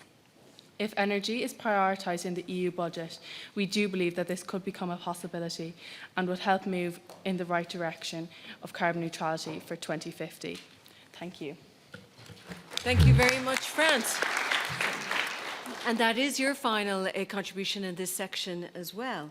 We're now moving to Ireland, Malta, Slovakia. Ireland. Ireland would like to reply to Denmark's statement regarding Ukraine and side with Estonia. Although Ukraine would not be able to make contributions to the EU, and while that is true, but since when was any country been able to make contributions immediately after joining? Just like I stated previously, Ireland started with nothing, but look at us now. We need to believe in Ukraine and give them the support, time, and resources needed. If we do this, Ukraine will no doubt become a major contributor in the future. Thank you. Thank you very much, Ireland. An issue that others have raised as well. We're now going to Malta, Slovakia, and Hungary. And that was Ireland's, by the way, second and final contribution during this section. Malta. First, to address Portugal. Yes, decision-making will become more difficult, but maybe it's time for us to consider a quality majority vote as a reform instead of the veto. I will now discuss the voice of civil society. Recent opinion polls show that citizens believe that Ukraine's membership of the EU would undermine Europe's security and would impoverish the existing members of the EU. We need to communicate to our citizens that this will not happen. It is of utmost urgency that we get these countries into the EU for protection and defence. We cannot have an EU enlargement without a significant buy-in from our people. We must not ignore the connections that will need to be made to ensure their trust and belief in EU enlargement. There are programmes linking our candidate states to our EU member states already, along with connected offices from country to country, connections that were built with the hope of EU enlargement. These programmes have already shown that connections are being made between the communities of Europe, but not enough of them are in place. There has only been a lukewarm engagement with accession countries so far. If we were to expand these programmes, a lot of progress could be made to unify the citizens of candidate countries and member state countries before an enlarged EU. Thank you. Thank you, Malta, and that brings to the end your contribution during this section. We are now going to Slovakia, Hungary, and Greece. Slovakia. As Slovakia, we would ask that countries reconsider growing economy by reducing CAP. As by reducing it by just 2%, 2.72 billion would be released. This money could go towards many things, for example, immigration, which is a Europe-wide crisis. We would also like to give our gratitude to Belgium for their support in this proposal from our talk with them briefly at lunch. Thank you. And thank you. And that is another person espousing an increase in contributions. We're now going to Hungary, Greece, and Portugal. Hungary. Nations such as Denmark and Belgium have expressed concerns about prospective member states being underdeveloped. We believe that allowing them entry to the European Union will allow them to grow into the economic power expected of EU member states. Leaving nations like Ukraine out of the EU, as we have seen, leaves them open to foreign hostility. We cannot leave another European state unprotected. As well as that, we would like to reiterate that we will not compromise on CAP. It is essential to maintaining the economies of nations like our own, Poland and Bulgaria. This is why we believe that our single market solution will allow economically eligible countries to join the free market while pending legal reform is the correct solution. Thank you. Thank you, Hungary. And Greece, Portugal and Finland are next. And by the way, if Romania or Spain want to come in, they are most welcome. So Greece, Portugal and Finland. Greece. We as Greece are realistic. We recognise that diversifying revenue sources, which Maeve referred to earlier, alone will not be enough to fund EU enlargement, a viewpoint shared by our colleagues representing Germany. We believe we must also reduce expenditure through a variety of means. For example, a tactic of rigorously monitoring and evaluating EU-funded projects and optimising the money we provide, as well as recognising that we should prioritise projects that will have the largest impacts and be most efficient. With us and Germany united in this approach, I believe significant progress can be made. Hey, just remember, you can't cook pretzels without grease. Thank you very much, Greece. And that finishes your contribution during this section. We're now going to Portugal, Finland and Cyprus, and if you could place down your nameplate as well, Greece. Portugal. We wholeheartedly agree with Denmark that the smaller countries that are struggling, like ourselves, that simply increasing taxes will make it worse off in the long run. This is for the future. This is for the people. Simply raising taxes is like making a pizza. If you stretch the base too far, holes will start to appear. If we simply increase taxes, holes will slowly appear in the EU, and at some point, it'll tear. Thank you.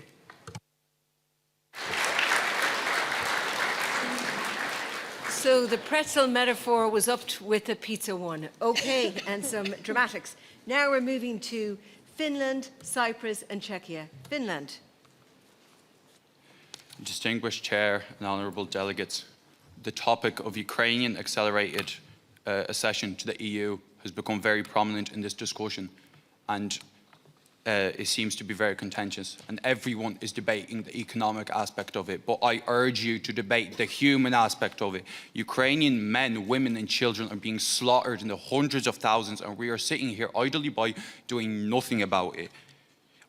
Is this money that the EU is saving from letting Ukraine into the European Union, is it worth these hundreds of thousands of women and children that will never see their fathers or sons again?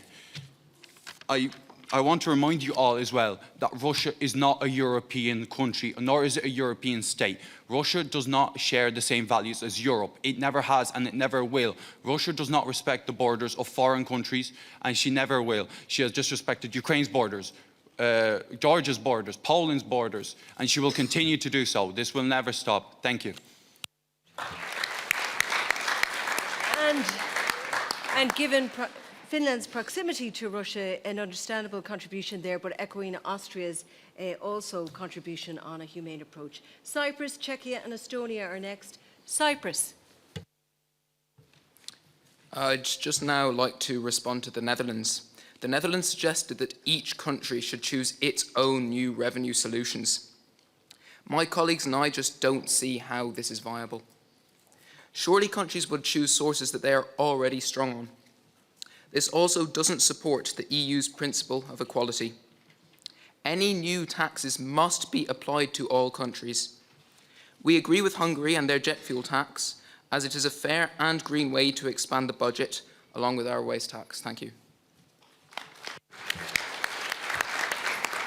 Thank you very much, and coming strongly back there on the Netherlands position. It's now Czechia, Estonia and Romania. Czechia. While we believe in new owned resources, we can also see the sides from the Netherlands, France and Croatia. While we are not an agricultural-based society, we are an industrial one and can recognize the importance of it. While taking funds away from agriculture would not affect us, it would affect my fellow members. I think everyone should keep in mind that just because there is no negative effect for you, it can affect other countries. We, as the EU, are a family, and we should keep that all in mind. Thank you. Thank you very much, Czechia, on solidarity. Now, Estonia and Romania. Estonia. Through listening to Latvia and Austria's speeches and speaking to them privately, we came to the conclusion that we in Estonia can use our IT, which is incredibly well equipped, to assist in taxing cryptocurrencies and taxing GNI. We would also be willing to use our technologies to assist in Czechia's point of taxing energy. We understand our fellow member states' apprehension and concerns where CAP and cohesion funds are involved, as nearly all of our fellow member states clearly highlighted. We accept that this is not a route a lot of member states are open to, so we hope that by offering this solution and aid, we can be one of the most supportive states in the pre-enlargement case. We want to support all candidate countries and simultaneously member states. Spain and Portugal, we understand we understand and appreciate your financial troubles, as you mentioned in your previous statements. But would these taxes on cryptocurrency and banking not be a more suitable outcome for your states rather than diverting funds which you have so clearly stated that you both need? We also appreciate Croatia's concerns on how we can tax cryptocurrency. However, we strongly believe that through collaboration and taxing and taking advantage of our well-equipped technologies, we can find a way. Ida, thank you for your time. Thank you.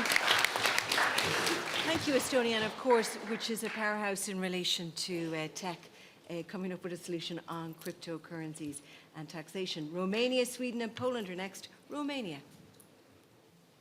We were approached by Slovakia over the break when they asked us if we would consider cutting the CAP fund by 2% to fund defence and security, which they stated as being 2.7 billion euros. We agreed that in the future this could be considered. However, right now, we think 2.7 billion euros can do so much more for farmers than it can for defence. We also agree with Latvia in increasing GNI contributions to not cut CAP yet. Taking funds out of GNI of whole nations upholds the values of the Union far more than taking it out of the pockets of the people. We also cannot agree with any member state, like Croatia, who places priority on Ukraine simply because it's at war for reasons that are nothing to do with how quickly or effectively it'll benefit the EU. Thank you very much, Romania. Some considered points there to take up in the closing stages of this. Sweden, Poland and Spain are next. Sweden.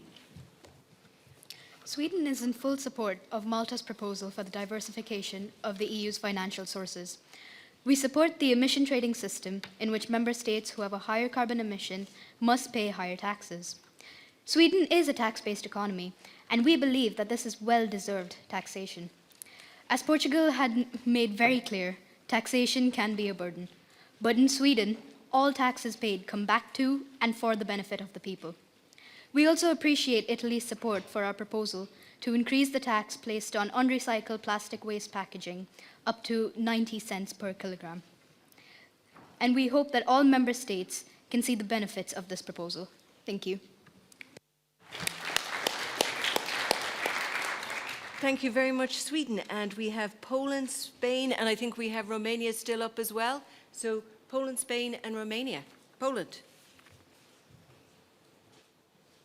Honourable Chair, fellow ministers.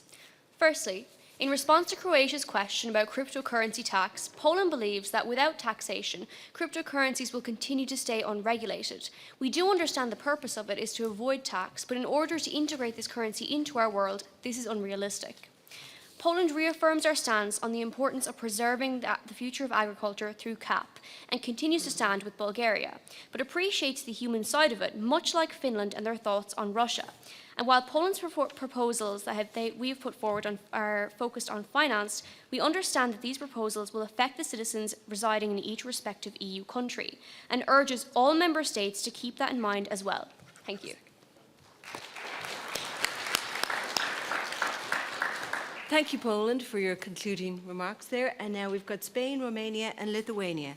Spain. Ladies and gentlemen, Spain agrees with Ireland. Spain believes that the accession of Ukraine will have a significant positive impact on the EU. The alternative, we must think, is how it would impact the EU if Russia had control of Ukraine's resources.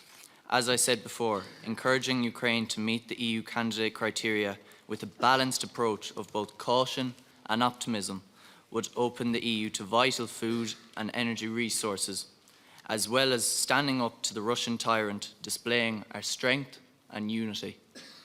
Spain agrees with Bulgaria's proposition of the maintenance of CAP in the single market offering. Thank you. Thank you. Thank you, Spain, and also then supporting Ireland. We're now going to Romania, Lithuania and Luxembourg. Thank you, Chairperson. We'd like to start off with fellow members' viewpoints on Ukraine. We disagree with Croatia's belief that war-stricken countries should be prioritised. But we agree with Cyprus on that countries like Albania, who are putting in the efforts, should not be considered any less than Ukraine. Due to Ukraine's current state and their geopolitical location, we cannot agree with any member states that believe Ukraine's current state is a suitable standard of EU. We should continue to support Ukraine, and we agree with Ireland that more support should be shown so they can be a future EU member. We agree with Spain that more caution should be taken. Thank you. Thank you, Romania, and a clear difference of opinion emerging, and that has emerged throughout the debate on the accession of other countries into the EU. We're now going to Lithuania, Luxembourg and Latvia. Lithuania. We would like to reference how we emphasise the maintaining of the Cohesion Fund.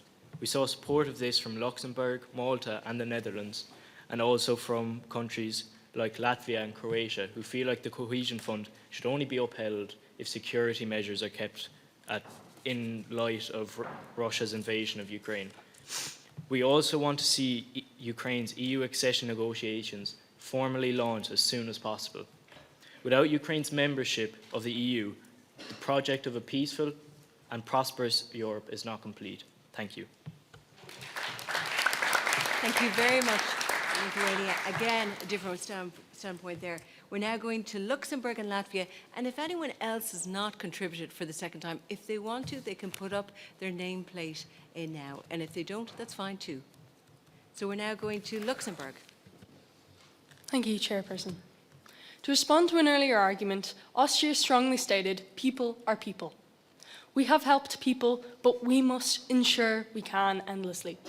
We've endlessly taken in Ukraine's refugees, funded Ukraine with aid, and anything else we can do to help them win the war.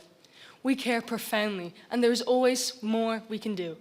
However, we cannot endanger these countries by not providing them with our fundamental EU values. These countries must meet our criteria for their own benefit. The problem today is people, so we must ensure longevity for the people by enforcing this. We, of course, support continuing to defend Ukraine against Russia's invasion. However, we believe that we must also uphold the EU's founding values of democracy, stability, and peace. Once again, we have to grant time, and allowing these countries to reform for their people is vital. Thank you. Thank you very much. And that's a pertinent issue about time. Some say they need more time, some say they don't have time given the war situation. And finally, Latvia, I think, is the last that has put its card up, unless anyone else wants to that has not made a second contribution. Latvia. Honourable Chair, fellow delegates. Latvia's plan to raise GNI has caused some concerns, namely from Lithuania, Denmark and Croatia. Denmark was unhappy with our approach to raise GNI by 4%, stating that our plan to just raise contributions on less economically strong nations would ruin small economies. Latvia would like to respond with their discomfort to Denmark's comments. The alternative to as just raising the contributions is just watching as thousands of innocent men, women and children are killed as they flee their home country of Ukraine.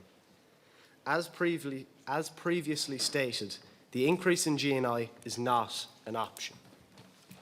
It is easy for countries like Denmark to disagree with solutions to raise funding for Ukraine's accession as they do not understand what hardships are faced when boarding an unpredictable power such as Russia. We implore countries to change their perspective, that if we are to accede Ukraine, this is a requirement. To quote Latvia's president in an interview held just yesterday, Ukraine is fighting not only for us, but to some extent, Ukraine is fighting instead of us. Thank you. Thank you. Thank you very much, Latvia, on that theme again. And the final contribution during this section, I believe, is Belgium. Thank you, Chairperson. During our lunch, fellow member state Slovenia mentioned that there is over 200 billion in the CAP fund, but not all that money is being given to countries to fund their agriculture. Slovakia proposed the redirection of funds that are not in use towards the enlargement process. We fully support this idea, and we believe it could be key to funding enlargement. I would also like to mention that we support Spain's views on the accession of Ukraine and implore countries who find urgency in Ukraine's accession to remember how democracy will keep us united and remind member states that Ukraine does not meet the current EU standards. Belgium believes that we must protect the EU's democracy and maintain credibility in our processes.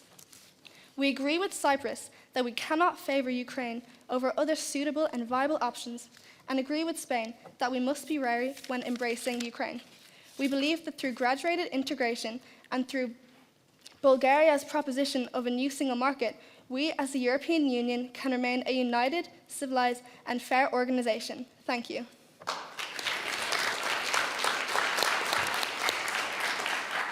And thank you all. I think everyone has an indication of what negotiating with 27 countries is like, and everybody's voice being heard.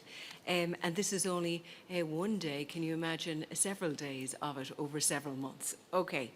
We have now moved to the closing remarks, and we're reaching the end of the debate. I want to say so far excellent, and that those contributions just, putting further meat on your arguments and actually going back and forth on everyone's points, whether it's contributions, taxation, Ukraine, and how you consider other accession states was really, really positive and really, really clear. And you should all be very proud of your contributions. You have one final opportunity to make your case in relation to the proposals. And I'm going to call on each school in the same order used for your opening statement, which will begin with Hungary and which will end with Belgium. And I would like to remind everyone that the closing statements are limited to 1 minute each. And just to let you know, our three judges, hiding in the room, out of sight, doing their note-keeping and conferring with each other, are continuing to follow the debate closely. So make your final case now. You have all done very, very well. And in terms of the level of public speaking and debate, it's been excellent. So I am now going to start the final section. If you are swapping over, swap now.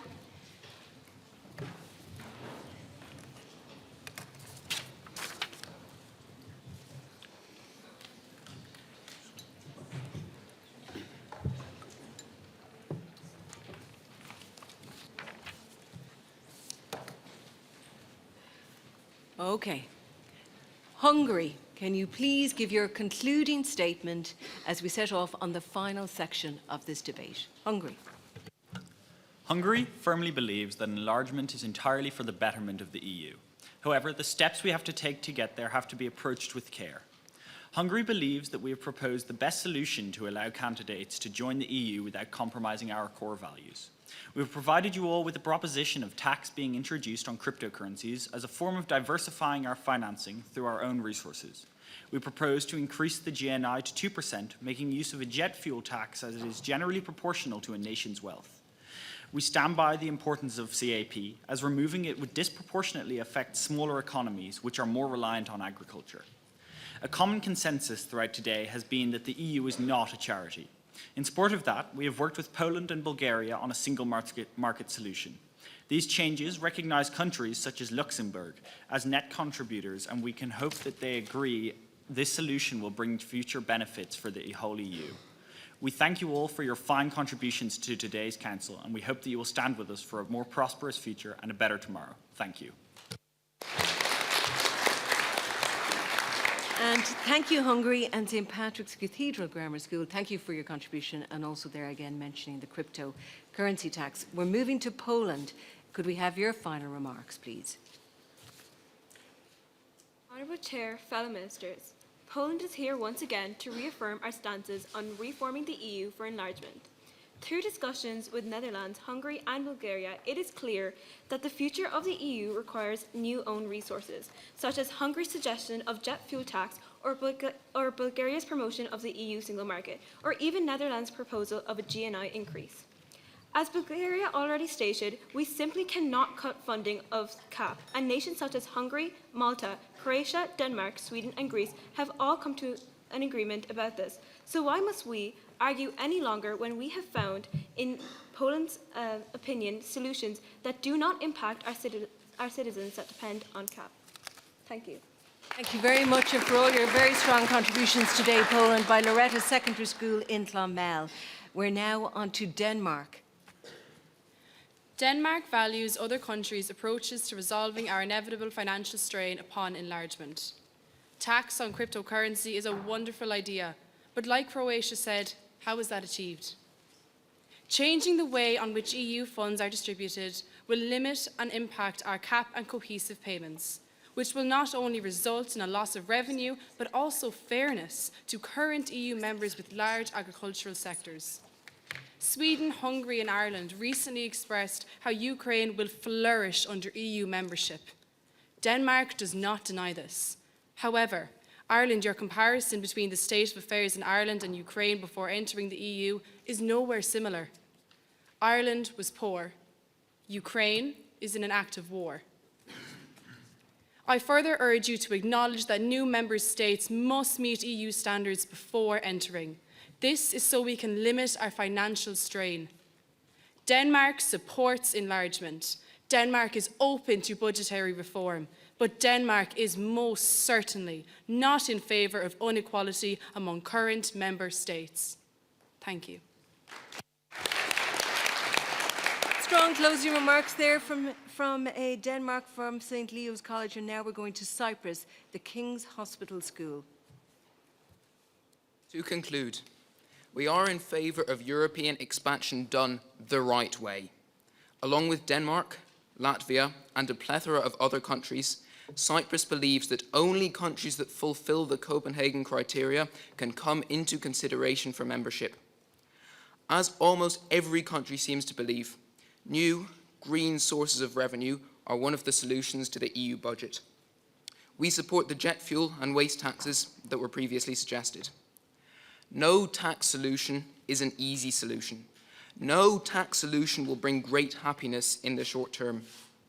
Nevertheless, we believe they're a compromise that will ultimately benefit the EU and all of its current and future citizens in the long run. This entire enterprise is built on compromise, and it is Cyprus's firm commitment to the ideals of the Union that led us to this decision. Efcharistoumou Poli, we thank you very much. And thank you very much, and I think everyone will agree on the difficulties of taxation. Next, moving to Ireland and Coláiste na nGaedheal. After a long day, Ireland is very happy to have found allies in countries such as Bulgaria, Slovakia and Croatia. We would like to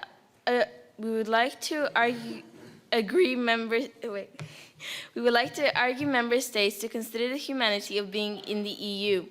Ireland believes in countries in the EU and future EU countries. Ireland strongly believes in the common agricultural and cohesion policy, but we also do not think GNI increase is the answer.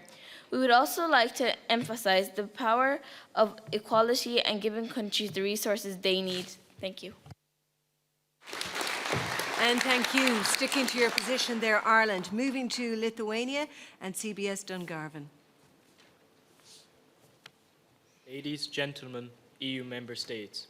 In short of today, Lithuania is committed to a future where the European Union grows not just in size, but in strength, cohesion and solidarity, and that through strategic investment in key policy areas and equitable, thoughtful consideration in financing the EU budget using own resources, we can achieve a union that is more inclusive, innovative and secure.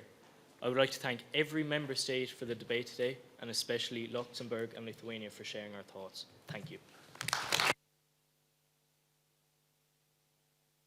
Thank you very much, Lithuania, and for building alliances there. We're now going to Greece and Mercy Secondary School, Mount Hawk. I thank everyone for coming here today. I think we've made some progress towards a variety of promising solutions to this problem. We stand by our original stances on issues such as agriculture and the diversification of revenue sources, and we thank allies such as Luxembourg, Finland and Germany for their support and differing views to these vital matters. Thank you all.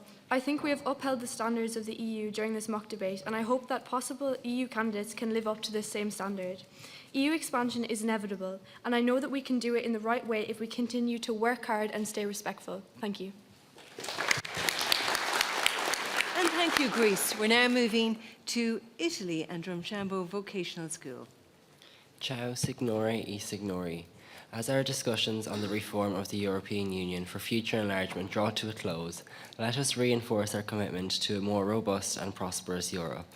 Italy staunchly advocates for European integration and recognises the imperative to adapt to contemporary challenges. Through embracing reform, enhancing institutional efficacy, and introducing innovative own resources, we can forge a more resilient union equipped to navigate today's complexities. Let us not forget that the European Union symbolises not only a political alliance, but also a beacon of hope, prosperity, and solidarity for all Europeans. As we proceed, let us continue our collaborative efforts towards fostering an inclusive, thriving, and unified Europe. Grazie mille.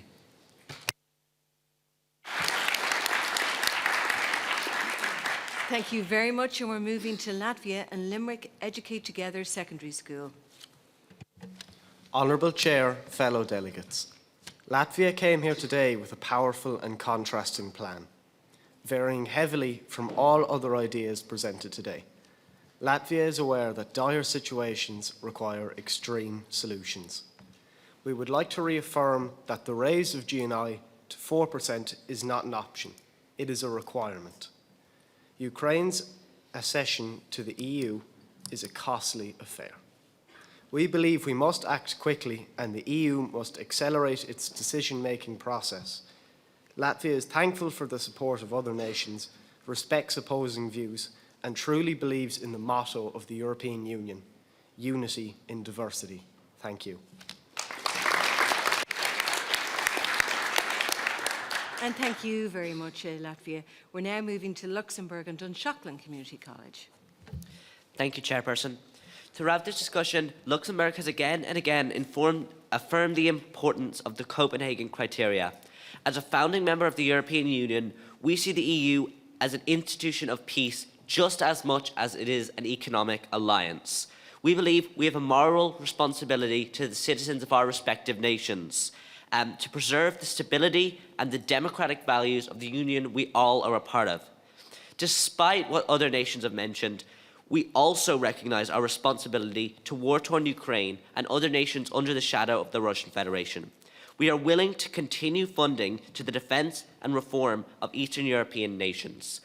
However, it seems to me that in this debate, the perspective has been that the only way to defend Ukraine is by acceding them into the Union. I believe that we can still continue to defend nations such as Ukraine without risking our own stability as the European Union. Thank you so much, and I strongly urge you to support the stability of the EU and our perspective. Thank you very much. Thank you, Luxembourg. That was cited by a number of countries. We're now moving to the Netherlands and Ord Skulrees. The Netherlands would like to thank all Member States for a constructive and worthwhile debate. To conclude, we acknowledge the arguments put forward by other Member States and look forward to progressing with further European integration. It is crucial that the Union understands the importance of fully funding both the Common Agricultural Policy and Cohesion Policy.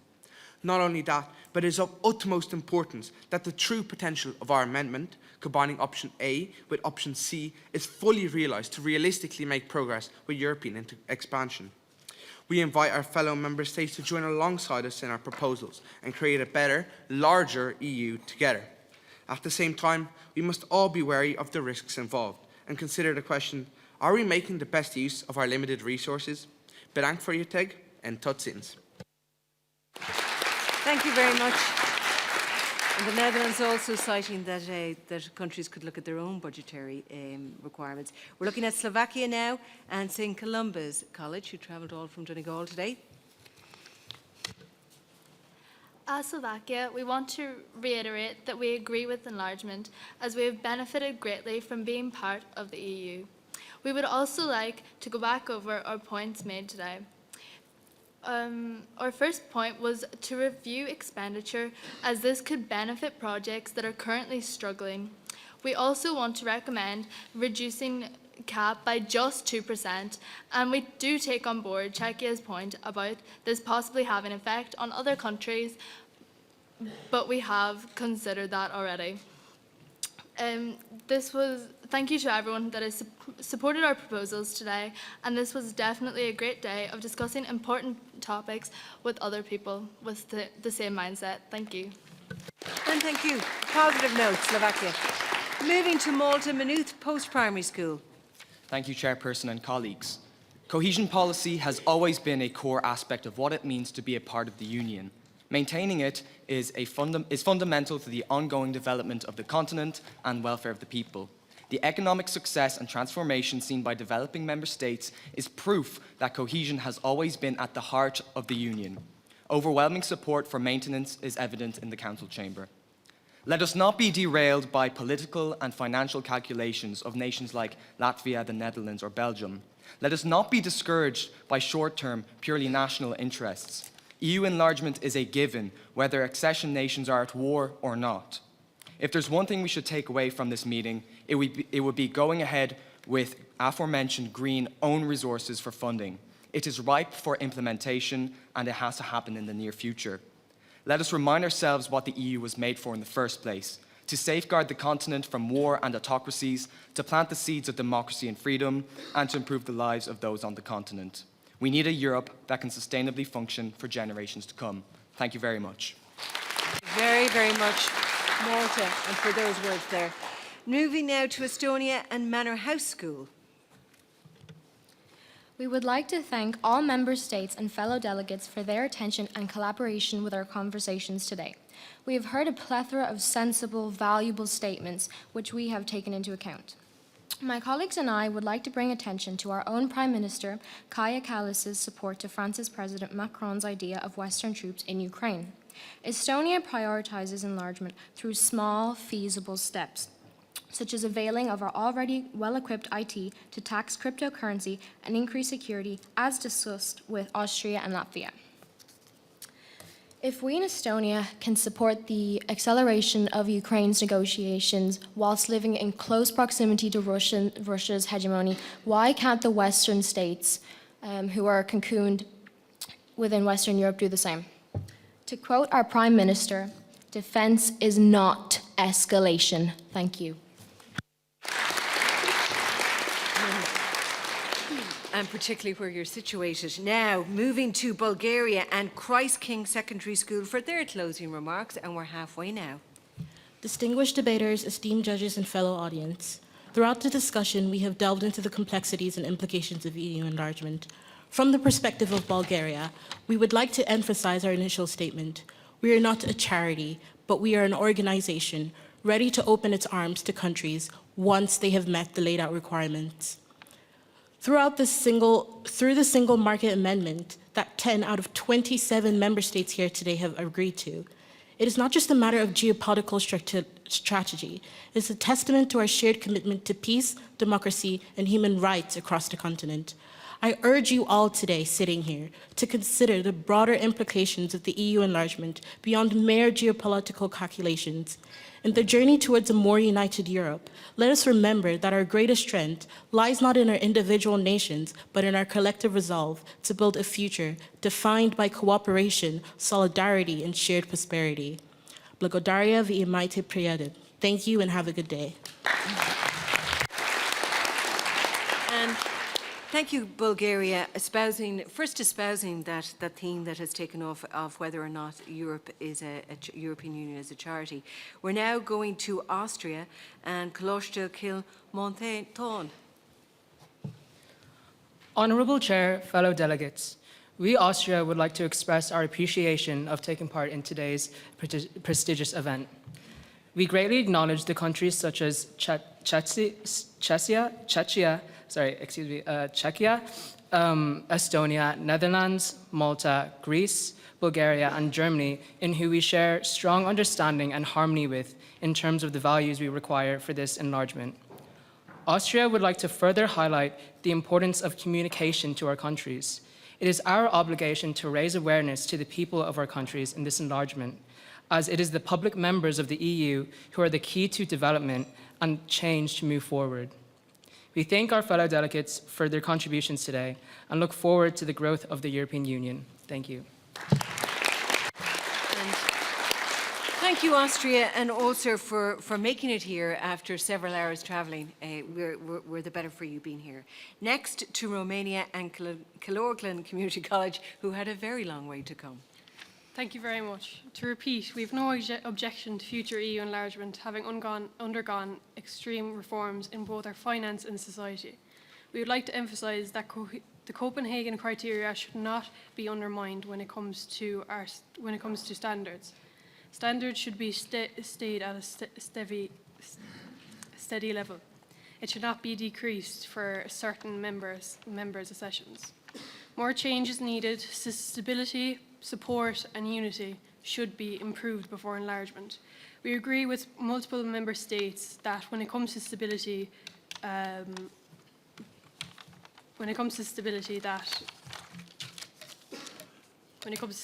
we should all be united.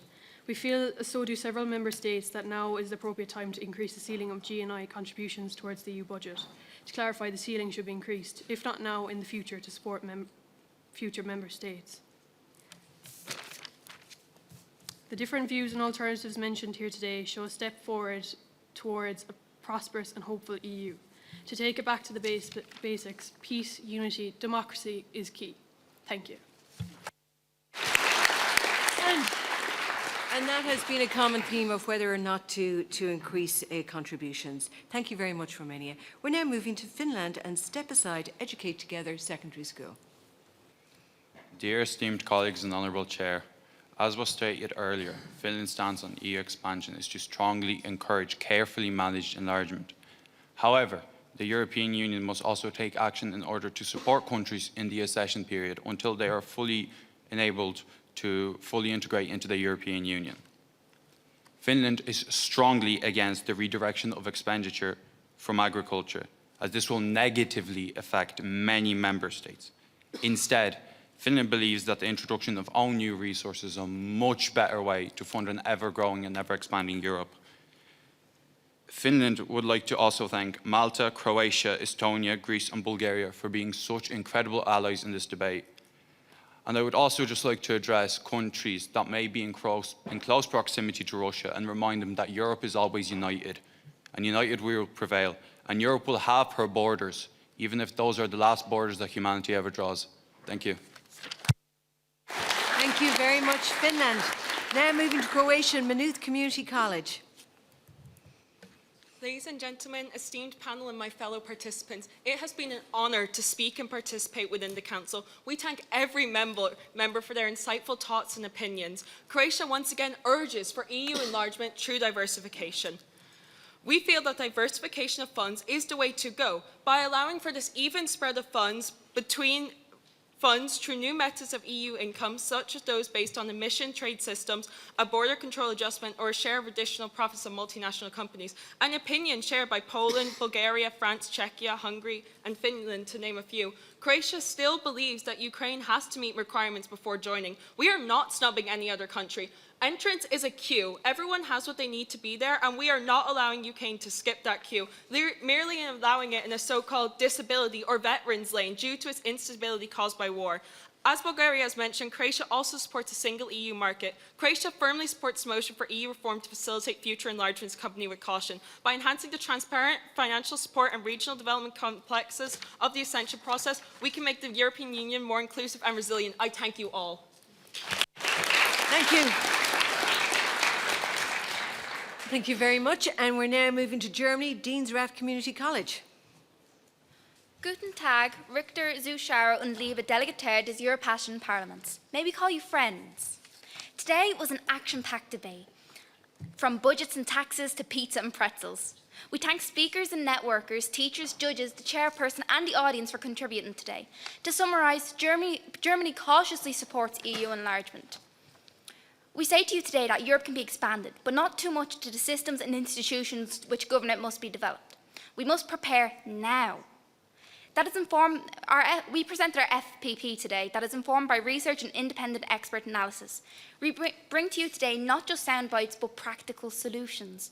Today, we continue to be proactive and are delighted to announce that we did not just spend our lunchtime enjoying the nachos kindly provided by the catering staff, but myself and my teammates are glad to report, back to the conference, that Malta, France, Portugal, Croatia, the Netherlands, Slovakia, Bulgaria, Spain, Slovenia, Greece and Austria all have agreed to support our proposal for our four-point plan. We believe that democracy is important and unity with the EU. So from myself, Aaron and Jake, danke. And Germany, who had a working lunch. Now we're going to Portugal, St. Augustine's College. Good afternoon, fellow members, adjudicators, members of the House, ladies and gentlemen. After a heated debate, let's recap on what we debated on today. Reforming the EU for future enlargement is something that should be on our agenda as the next generation expires in 2026, which means we need to future-proof the EU for good. With all of our ideas, we have come to an agreement so future generations will inherit the EU that we know of today. In conclusion, Portugal is for today's motion that reforming the EU is something that we should be looking at for future enlargement. Daniel spoke to you today about different solutions we can impose to make this a smooth entry for these new member states, while I spoke to you today about the potential challenges we may face and how we will overcome them. My name is Owen O'Brien, and together with my teammate Daniel, it's been an honour today representing Portugal at such a high-state debate. We will look back at today with fond memories and new friends. Thank you all so much for your support and attention throughout the day. And I think that's a view shared by everyone. We're going now to Slovenia and Kalosh Sekiran from Croom, who travelled a bit today as well. Thank you, Chairperson. To conclude our statements, we would like to emphasize that as a member of the European Union, we shall strive to reduce the impacts of war on the European Union as a whole, as peace is a large priority of ours. We must also increase agreements with various European countries as we are a union. We must work together to create a stronger, more inclusive and more resilient European Union for all future generations to come. Thank you for your time, and a special thanks to our colleagues from Germany, Austria and Croatia, Hungary and many others who share the same thoughts. Thank you.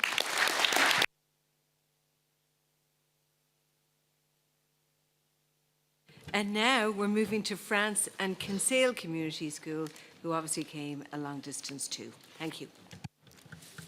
Thank you, Chairperson. In conclusion, we stand by our original views and we strongly believe we should not redirect expenditure away from common agricultural policies and cohesion without prioritisation.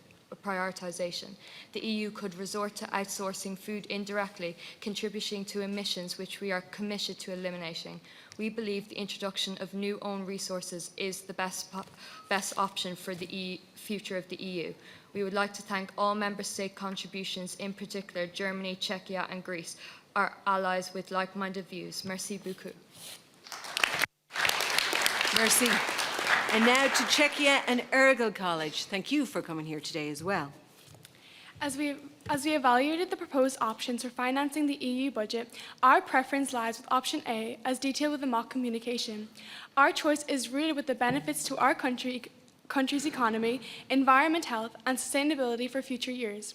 Regarding disagreements, we are open to discussions but firmly support our chosen option.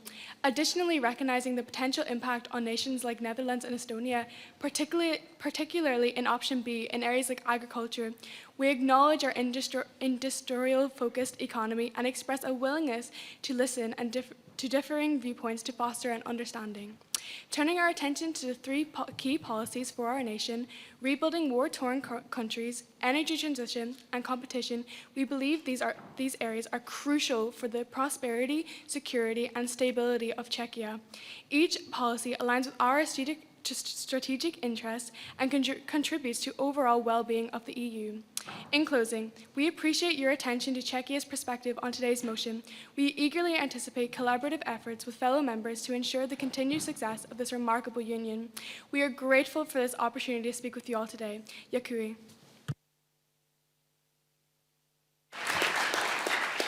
Thank you very, very much. And now we're going to Sweden Loretto Secondary School from all the way in Fermoy. Dear Member States, Sweden is very proud of the debate that occurred today, and we want to reiterate our unwavering support for EU enlargement. Sweden's propositions to increase VAT to 25% and increase the tax on plastic waste to 90 cents per kilo were small, but a step in the right direction. Sweden is glad that most states have agreed that reducing CAP and cohesion policy is not worth it, and we appreciate all the new sources of revenue from all member states. Finally, Sweden is glad that we could make a difference in people's lives using the values of the European Union. Thank you all, or as we say in Sweden, talk. And thank you, Sweden. Again, reiterating what was the clear preference, new revenue streams. Now, Spain, Ballyhaunis Community School, delighted to hear from you. Thank you so much. Spain has specifically talked about Ukraine, but as previously stated by Bulgaria, there are other candidate countries. Spain acknowledges these candidates, but Spain must prioritize. If this is a family, then Spain must be honest. We are gripped with fear, a fear that is burning in each of our minds by what we have seen all over the news. Spain believes dealing with every evicted threat Putin poses should be the EU's priority. In order to grow, we must first become vulnerable. Russia is run by a dictator. In the name of democracy, the EU must react. Thank you so much. Gracias. Thank you. Thank you very much. And now, finally, Belgium, Loretto Secondary School in Bray. Thank you, Chairperson, adjudicators, fellow delegates, and Member State representatives. Belgium believes that it's vital that countries adopt our values of keeping human dignity, freedom, democracy, equality, rule of law, and human rights. There's been a lot of talk that the 8 candidates must fulfill the criteria to achieve succession, but we must not forget that EU countries must reform as well so that they're capable of welcoming the 8 candidates. Would like to reaffirm that once both parties fulfill the criteria, that we, Belgium, would kindly share our delicious chocolates. Thank you.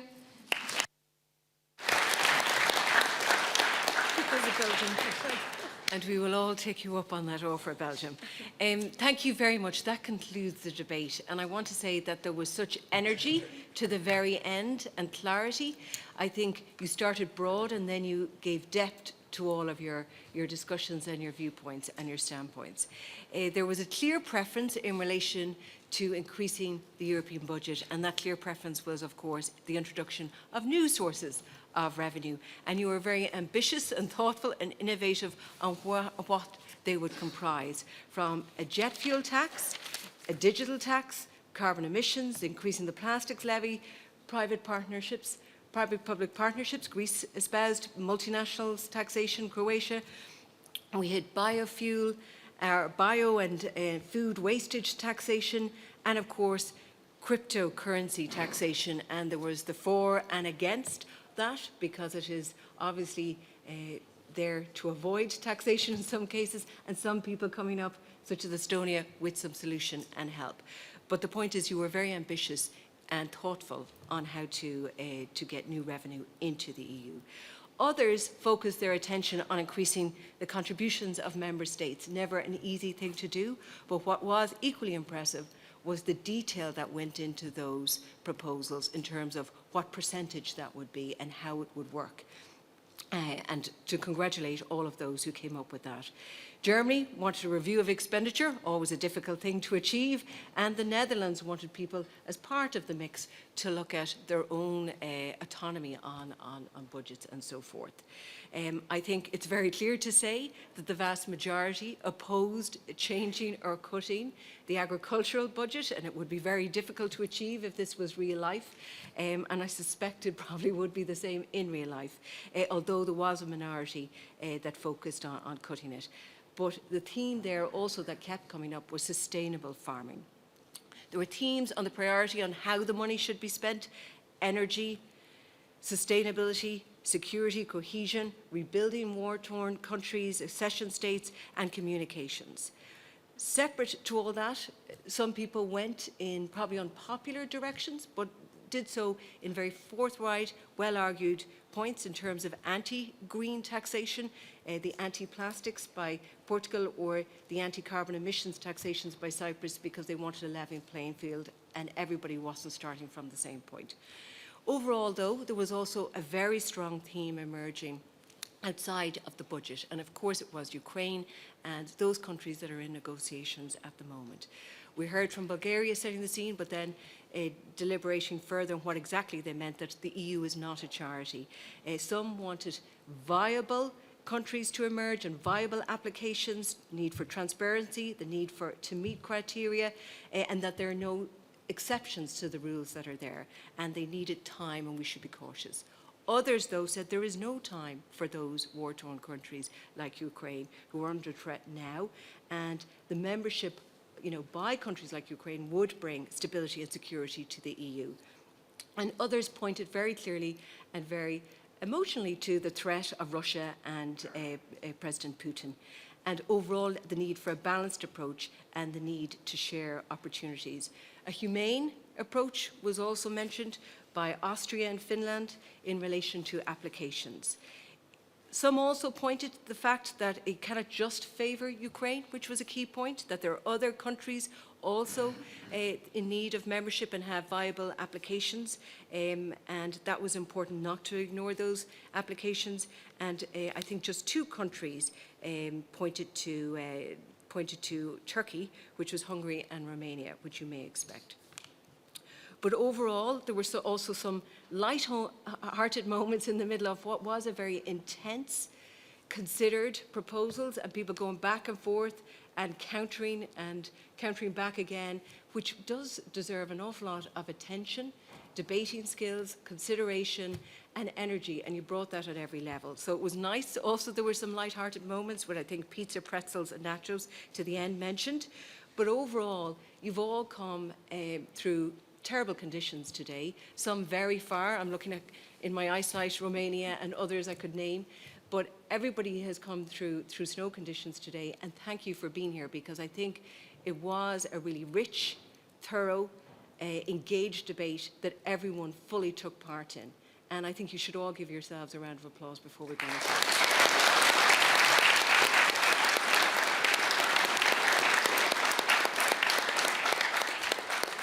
And I think that's why I'm here every year and everybody else is here. This really is inspiring for everybody listening and watching, not just for you. Now, I'm now going to move to the stage shortly to introduce the final stages, and I would also like to invite MEP Barry Andrews, our judges, Noel O'Connell, CEO of European Movement Ireland, Mary McCaughey, Head of Communications, European Foundation for the Improvement of Living and Working Conditions, and Petar Natsev, Outreach and Engagement Unit, the Council of EU in Brussels. Can you all move gently to the stage with, of course, the head of the European Commission representation in Ireland, Barbara Nolan, who has brought this all together. Can you please take your seats on the stage for the next section?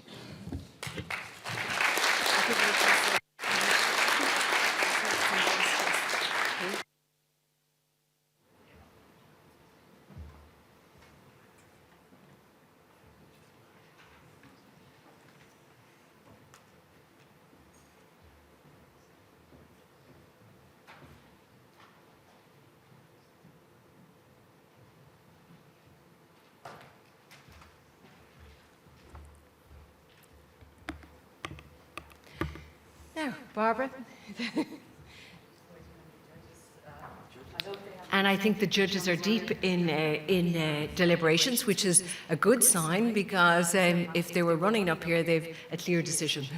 So, not surprisingly. But while we wait for the judges to come to the stage, I am going to introduce our next speaker, because what has happened now is that you're going to see someone who is engaging at a European level. And who is debating, who is working with colleagues in the European Parliament, who is making things happen. And it is really important that we hear that voice of how decisions are made and how you work through long, lengthy, intensive processes, negotiations, speeches, and even weather storms to get to decisions. So will you please give a very, very big round of applause to MEP Barry Andrews.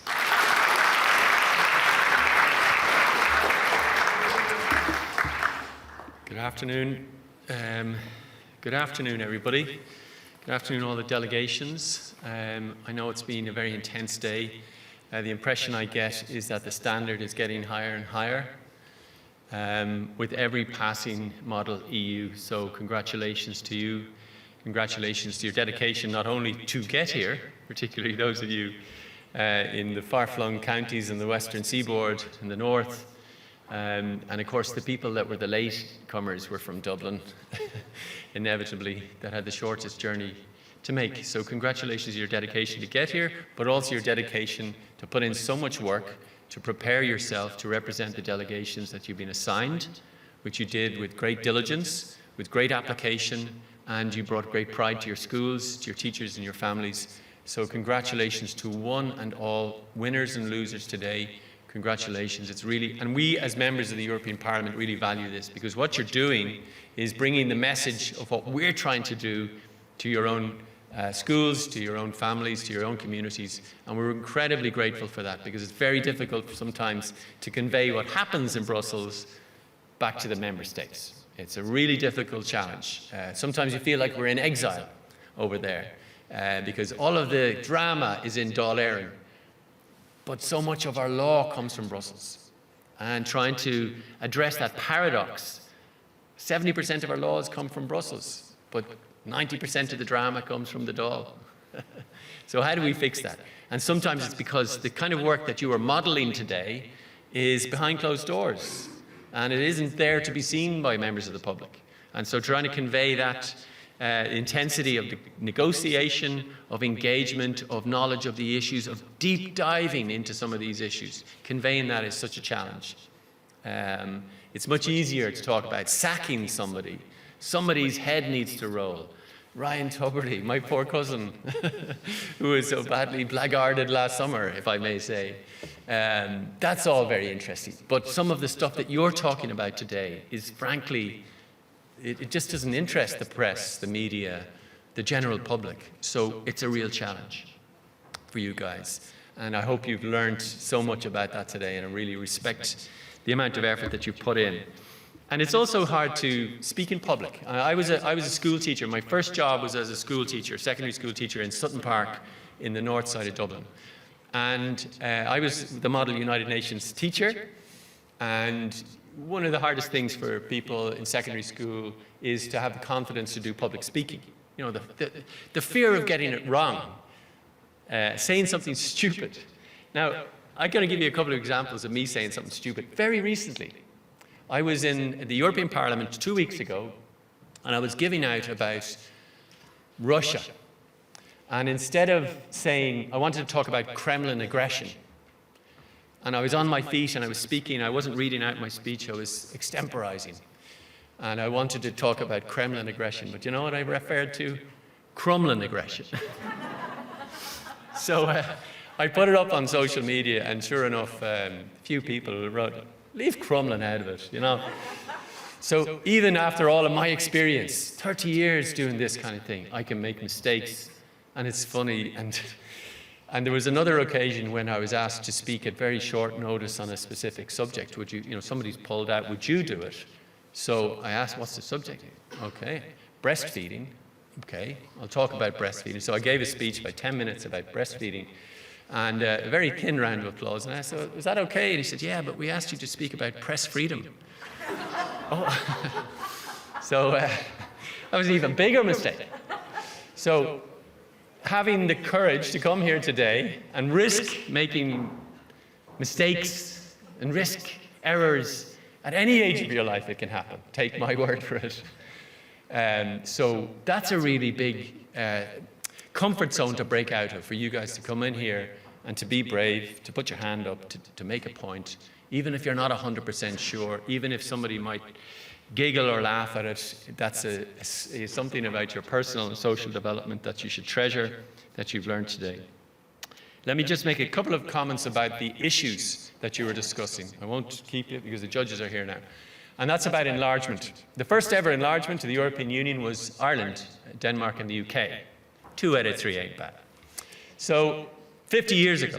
Now the biggest enlargement was around 2004, where a lot of the Eastern European countries came in. And we were told at that time, oh, we're enlarging the European Union now. We have to move away from veto power in the Council. We have to get to qualified majority voting. We have to reform the EU. There's no way the European Union can function with 28 member states, as it became. There's no way we can have 28 commissioners. And these were the arguments that we made 20 years ago in 2004. The EU will collapse with so many member states having a veto, with so many member states having a commissioner. That's what we were told. Now, of course, the sky didn't fall in. And in fact, the European Union has continued to develop and evolve and expand its powers in that 20 years in remarkable ways, if I may say. The response to the Ukraine, the Russian aggression in Ukraine itself demonstrated massive unity across the European Union. The response to the pandemic, where we mutualized debt. I know that's a jargony term, but this is unprecedented and completely unforeseen that we would end up with the thing called the Recovery and Resilience Fund. Nobody foresaw that coming.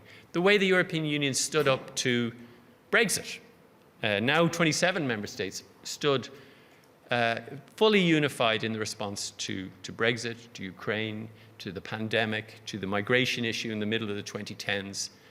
But if you went back to 2004 and listened to the arguments, there's no way the European Union can function. So now we're looking at a new enlargement. But bear in mind, we've lost a member state, not just any member state, a member state of 70 million people. So the population of the European Union has suddenly come down very dramatically.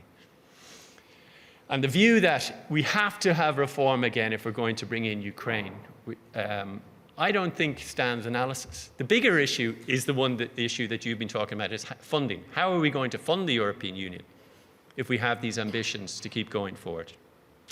And it is my view that we will have to change very fundamentally the way that we raise revenues at the European Union. And just leave you with one factoid, which I wouldn't be surprised if it came up today, which is that the European Union's budget is 1% of the overall member state GNP, 1%.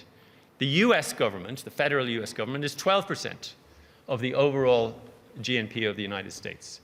So it goes to show how underfunded the European Union is. A lot of enemies of the EU say it's a bureaucratic monster. It's tiny. It is absolutely tiny.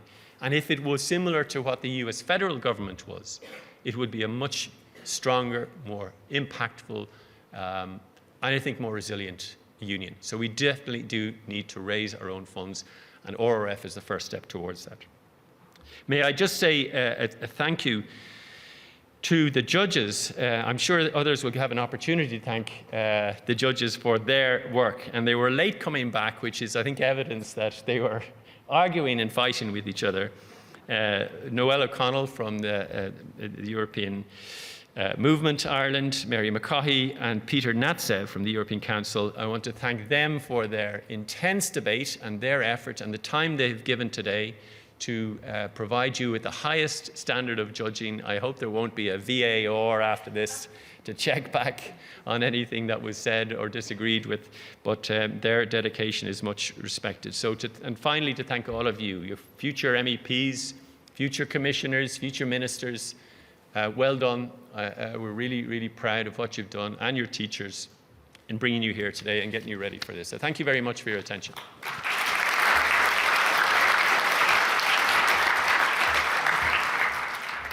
Thank you very much, Barry. And of course, the European Parliament elections are taking place this year.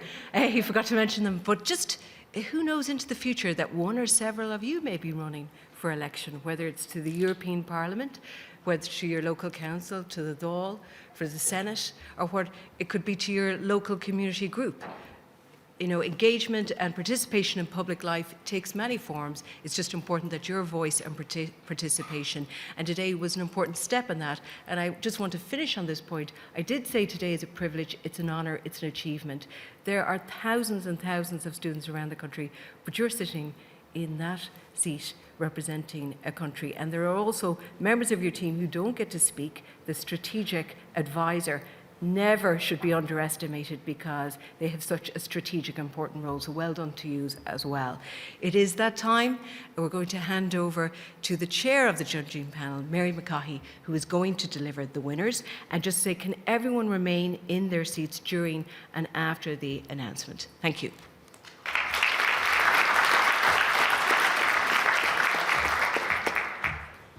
Good afternoon, everybody, and you'll be very glad to know that I am not going to speak about breastfeeding, although I probably would know a little bit more about it than Barry here. I'll take him on later on that one. Wow, what a day. What a day. You know, Martina's talked about it being an honour for you to represent your schools and the countries, indeed, that you represented today, but it's an honour and a privilege for me, for Noel, and for Peter, the other judge, to judge this competition. Noel and I do it nearly every year, I think for maybe about 10 years now, and it really is a privilege to spend the day here with people like you. You have been incredible, inspirational, I would go as far as to say. You've been eloquent, you've been dynamic, you've been respectful of one another, you've been intelligent, and you've been agile. And it's been a pleasure to see it throughout the day as it has all panned out, as you've interacted with one another, and to see you interact with your teams. And I suppose before we even start, you should recognise that what you've done is a powerful achievement. It really is a powerful achievement to do what you've done today. You talked about the budget, you talked about taxation, you talked about cryptocurrency, you talked about Ukraine. These are the issues that are on the agenda of policymakers like Barry, but also at the Commission, in the Parliament, at the Council. A lot of policymakers should sit up and take notice of the input that was provided today by so many of you. And I suppose what I would like to do before we start and get into the nitty-gritty is really, would you just take a moment to say congratulations to each other and to give yourselves a round of applause.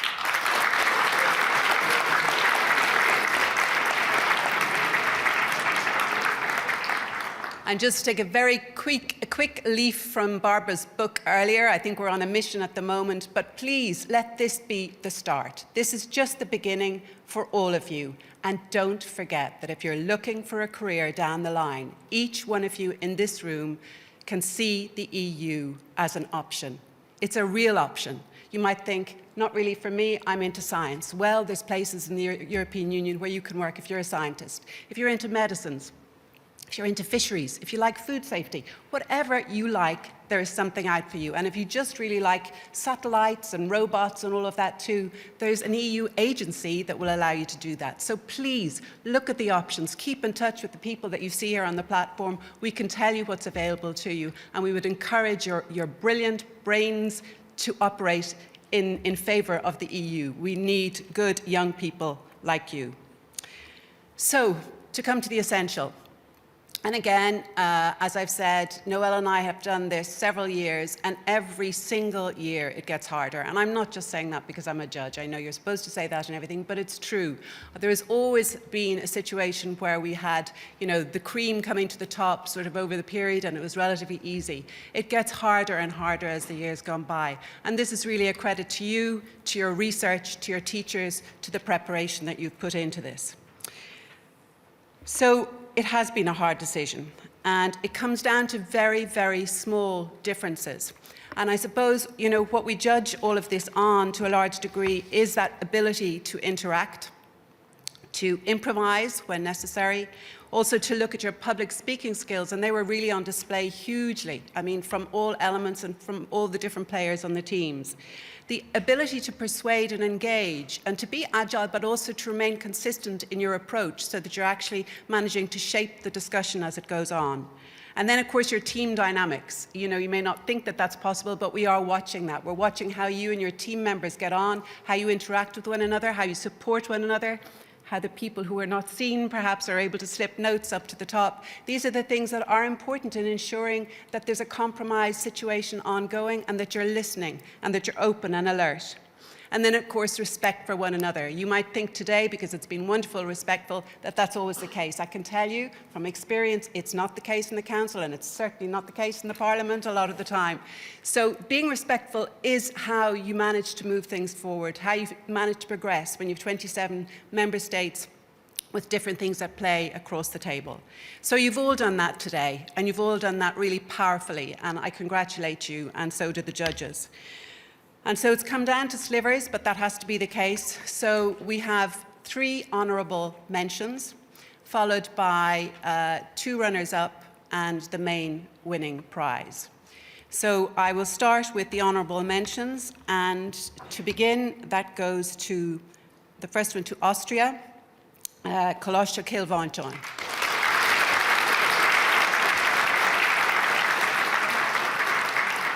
Congratulations to you. The next one is Poland, Loreto from Clonmel.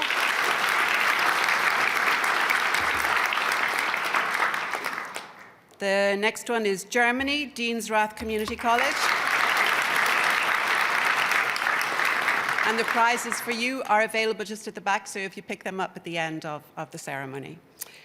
And then we have 2 runners-up because we really couldn't find a difference between them. So whereas it is in the schedule 2nd and 3rd prize, it's actually 2nd and 2nd. So if you don't mind receiving the wrong certificate or tearing it up and sharing the 2nd.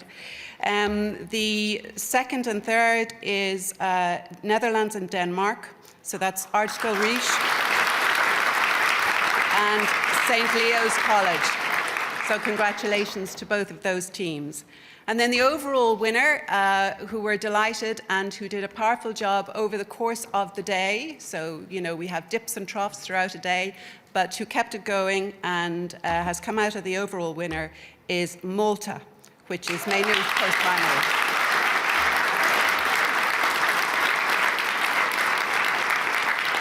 So congratulations to you all, and just take note, be in contact with us when you come knocking on the door for your career future.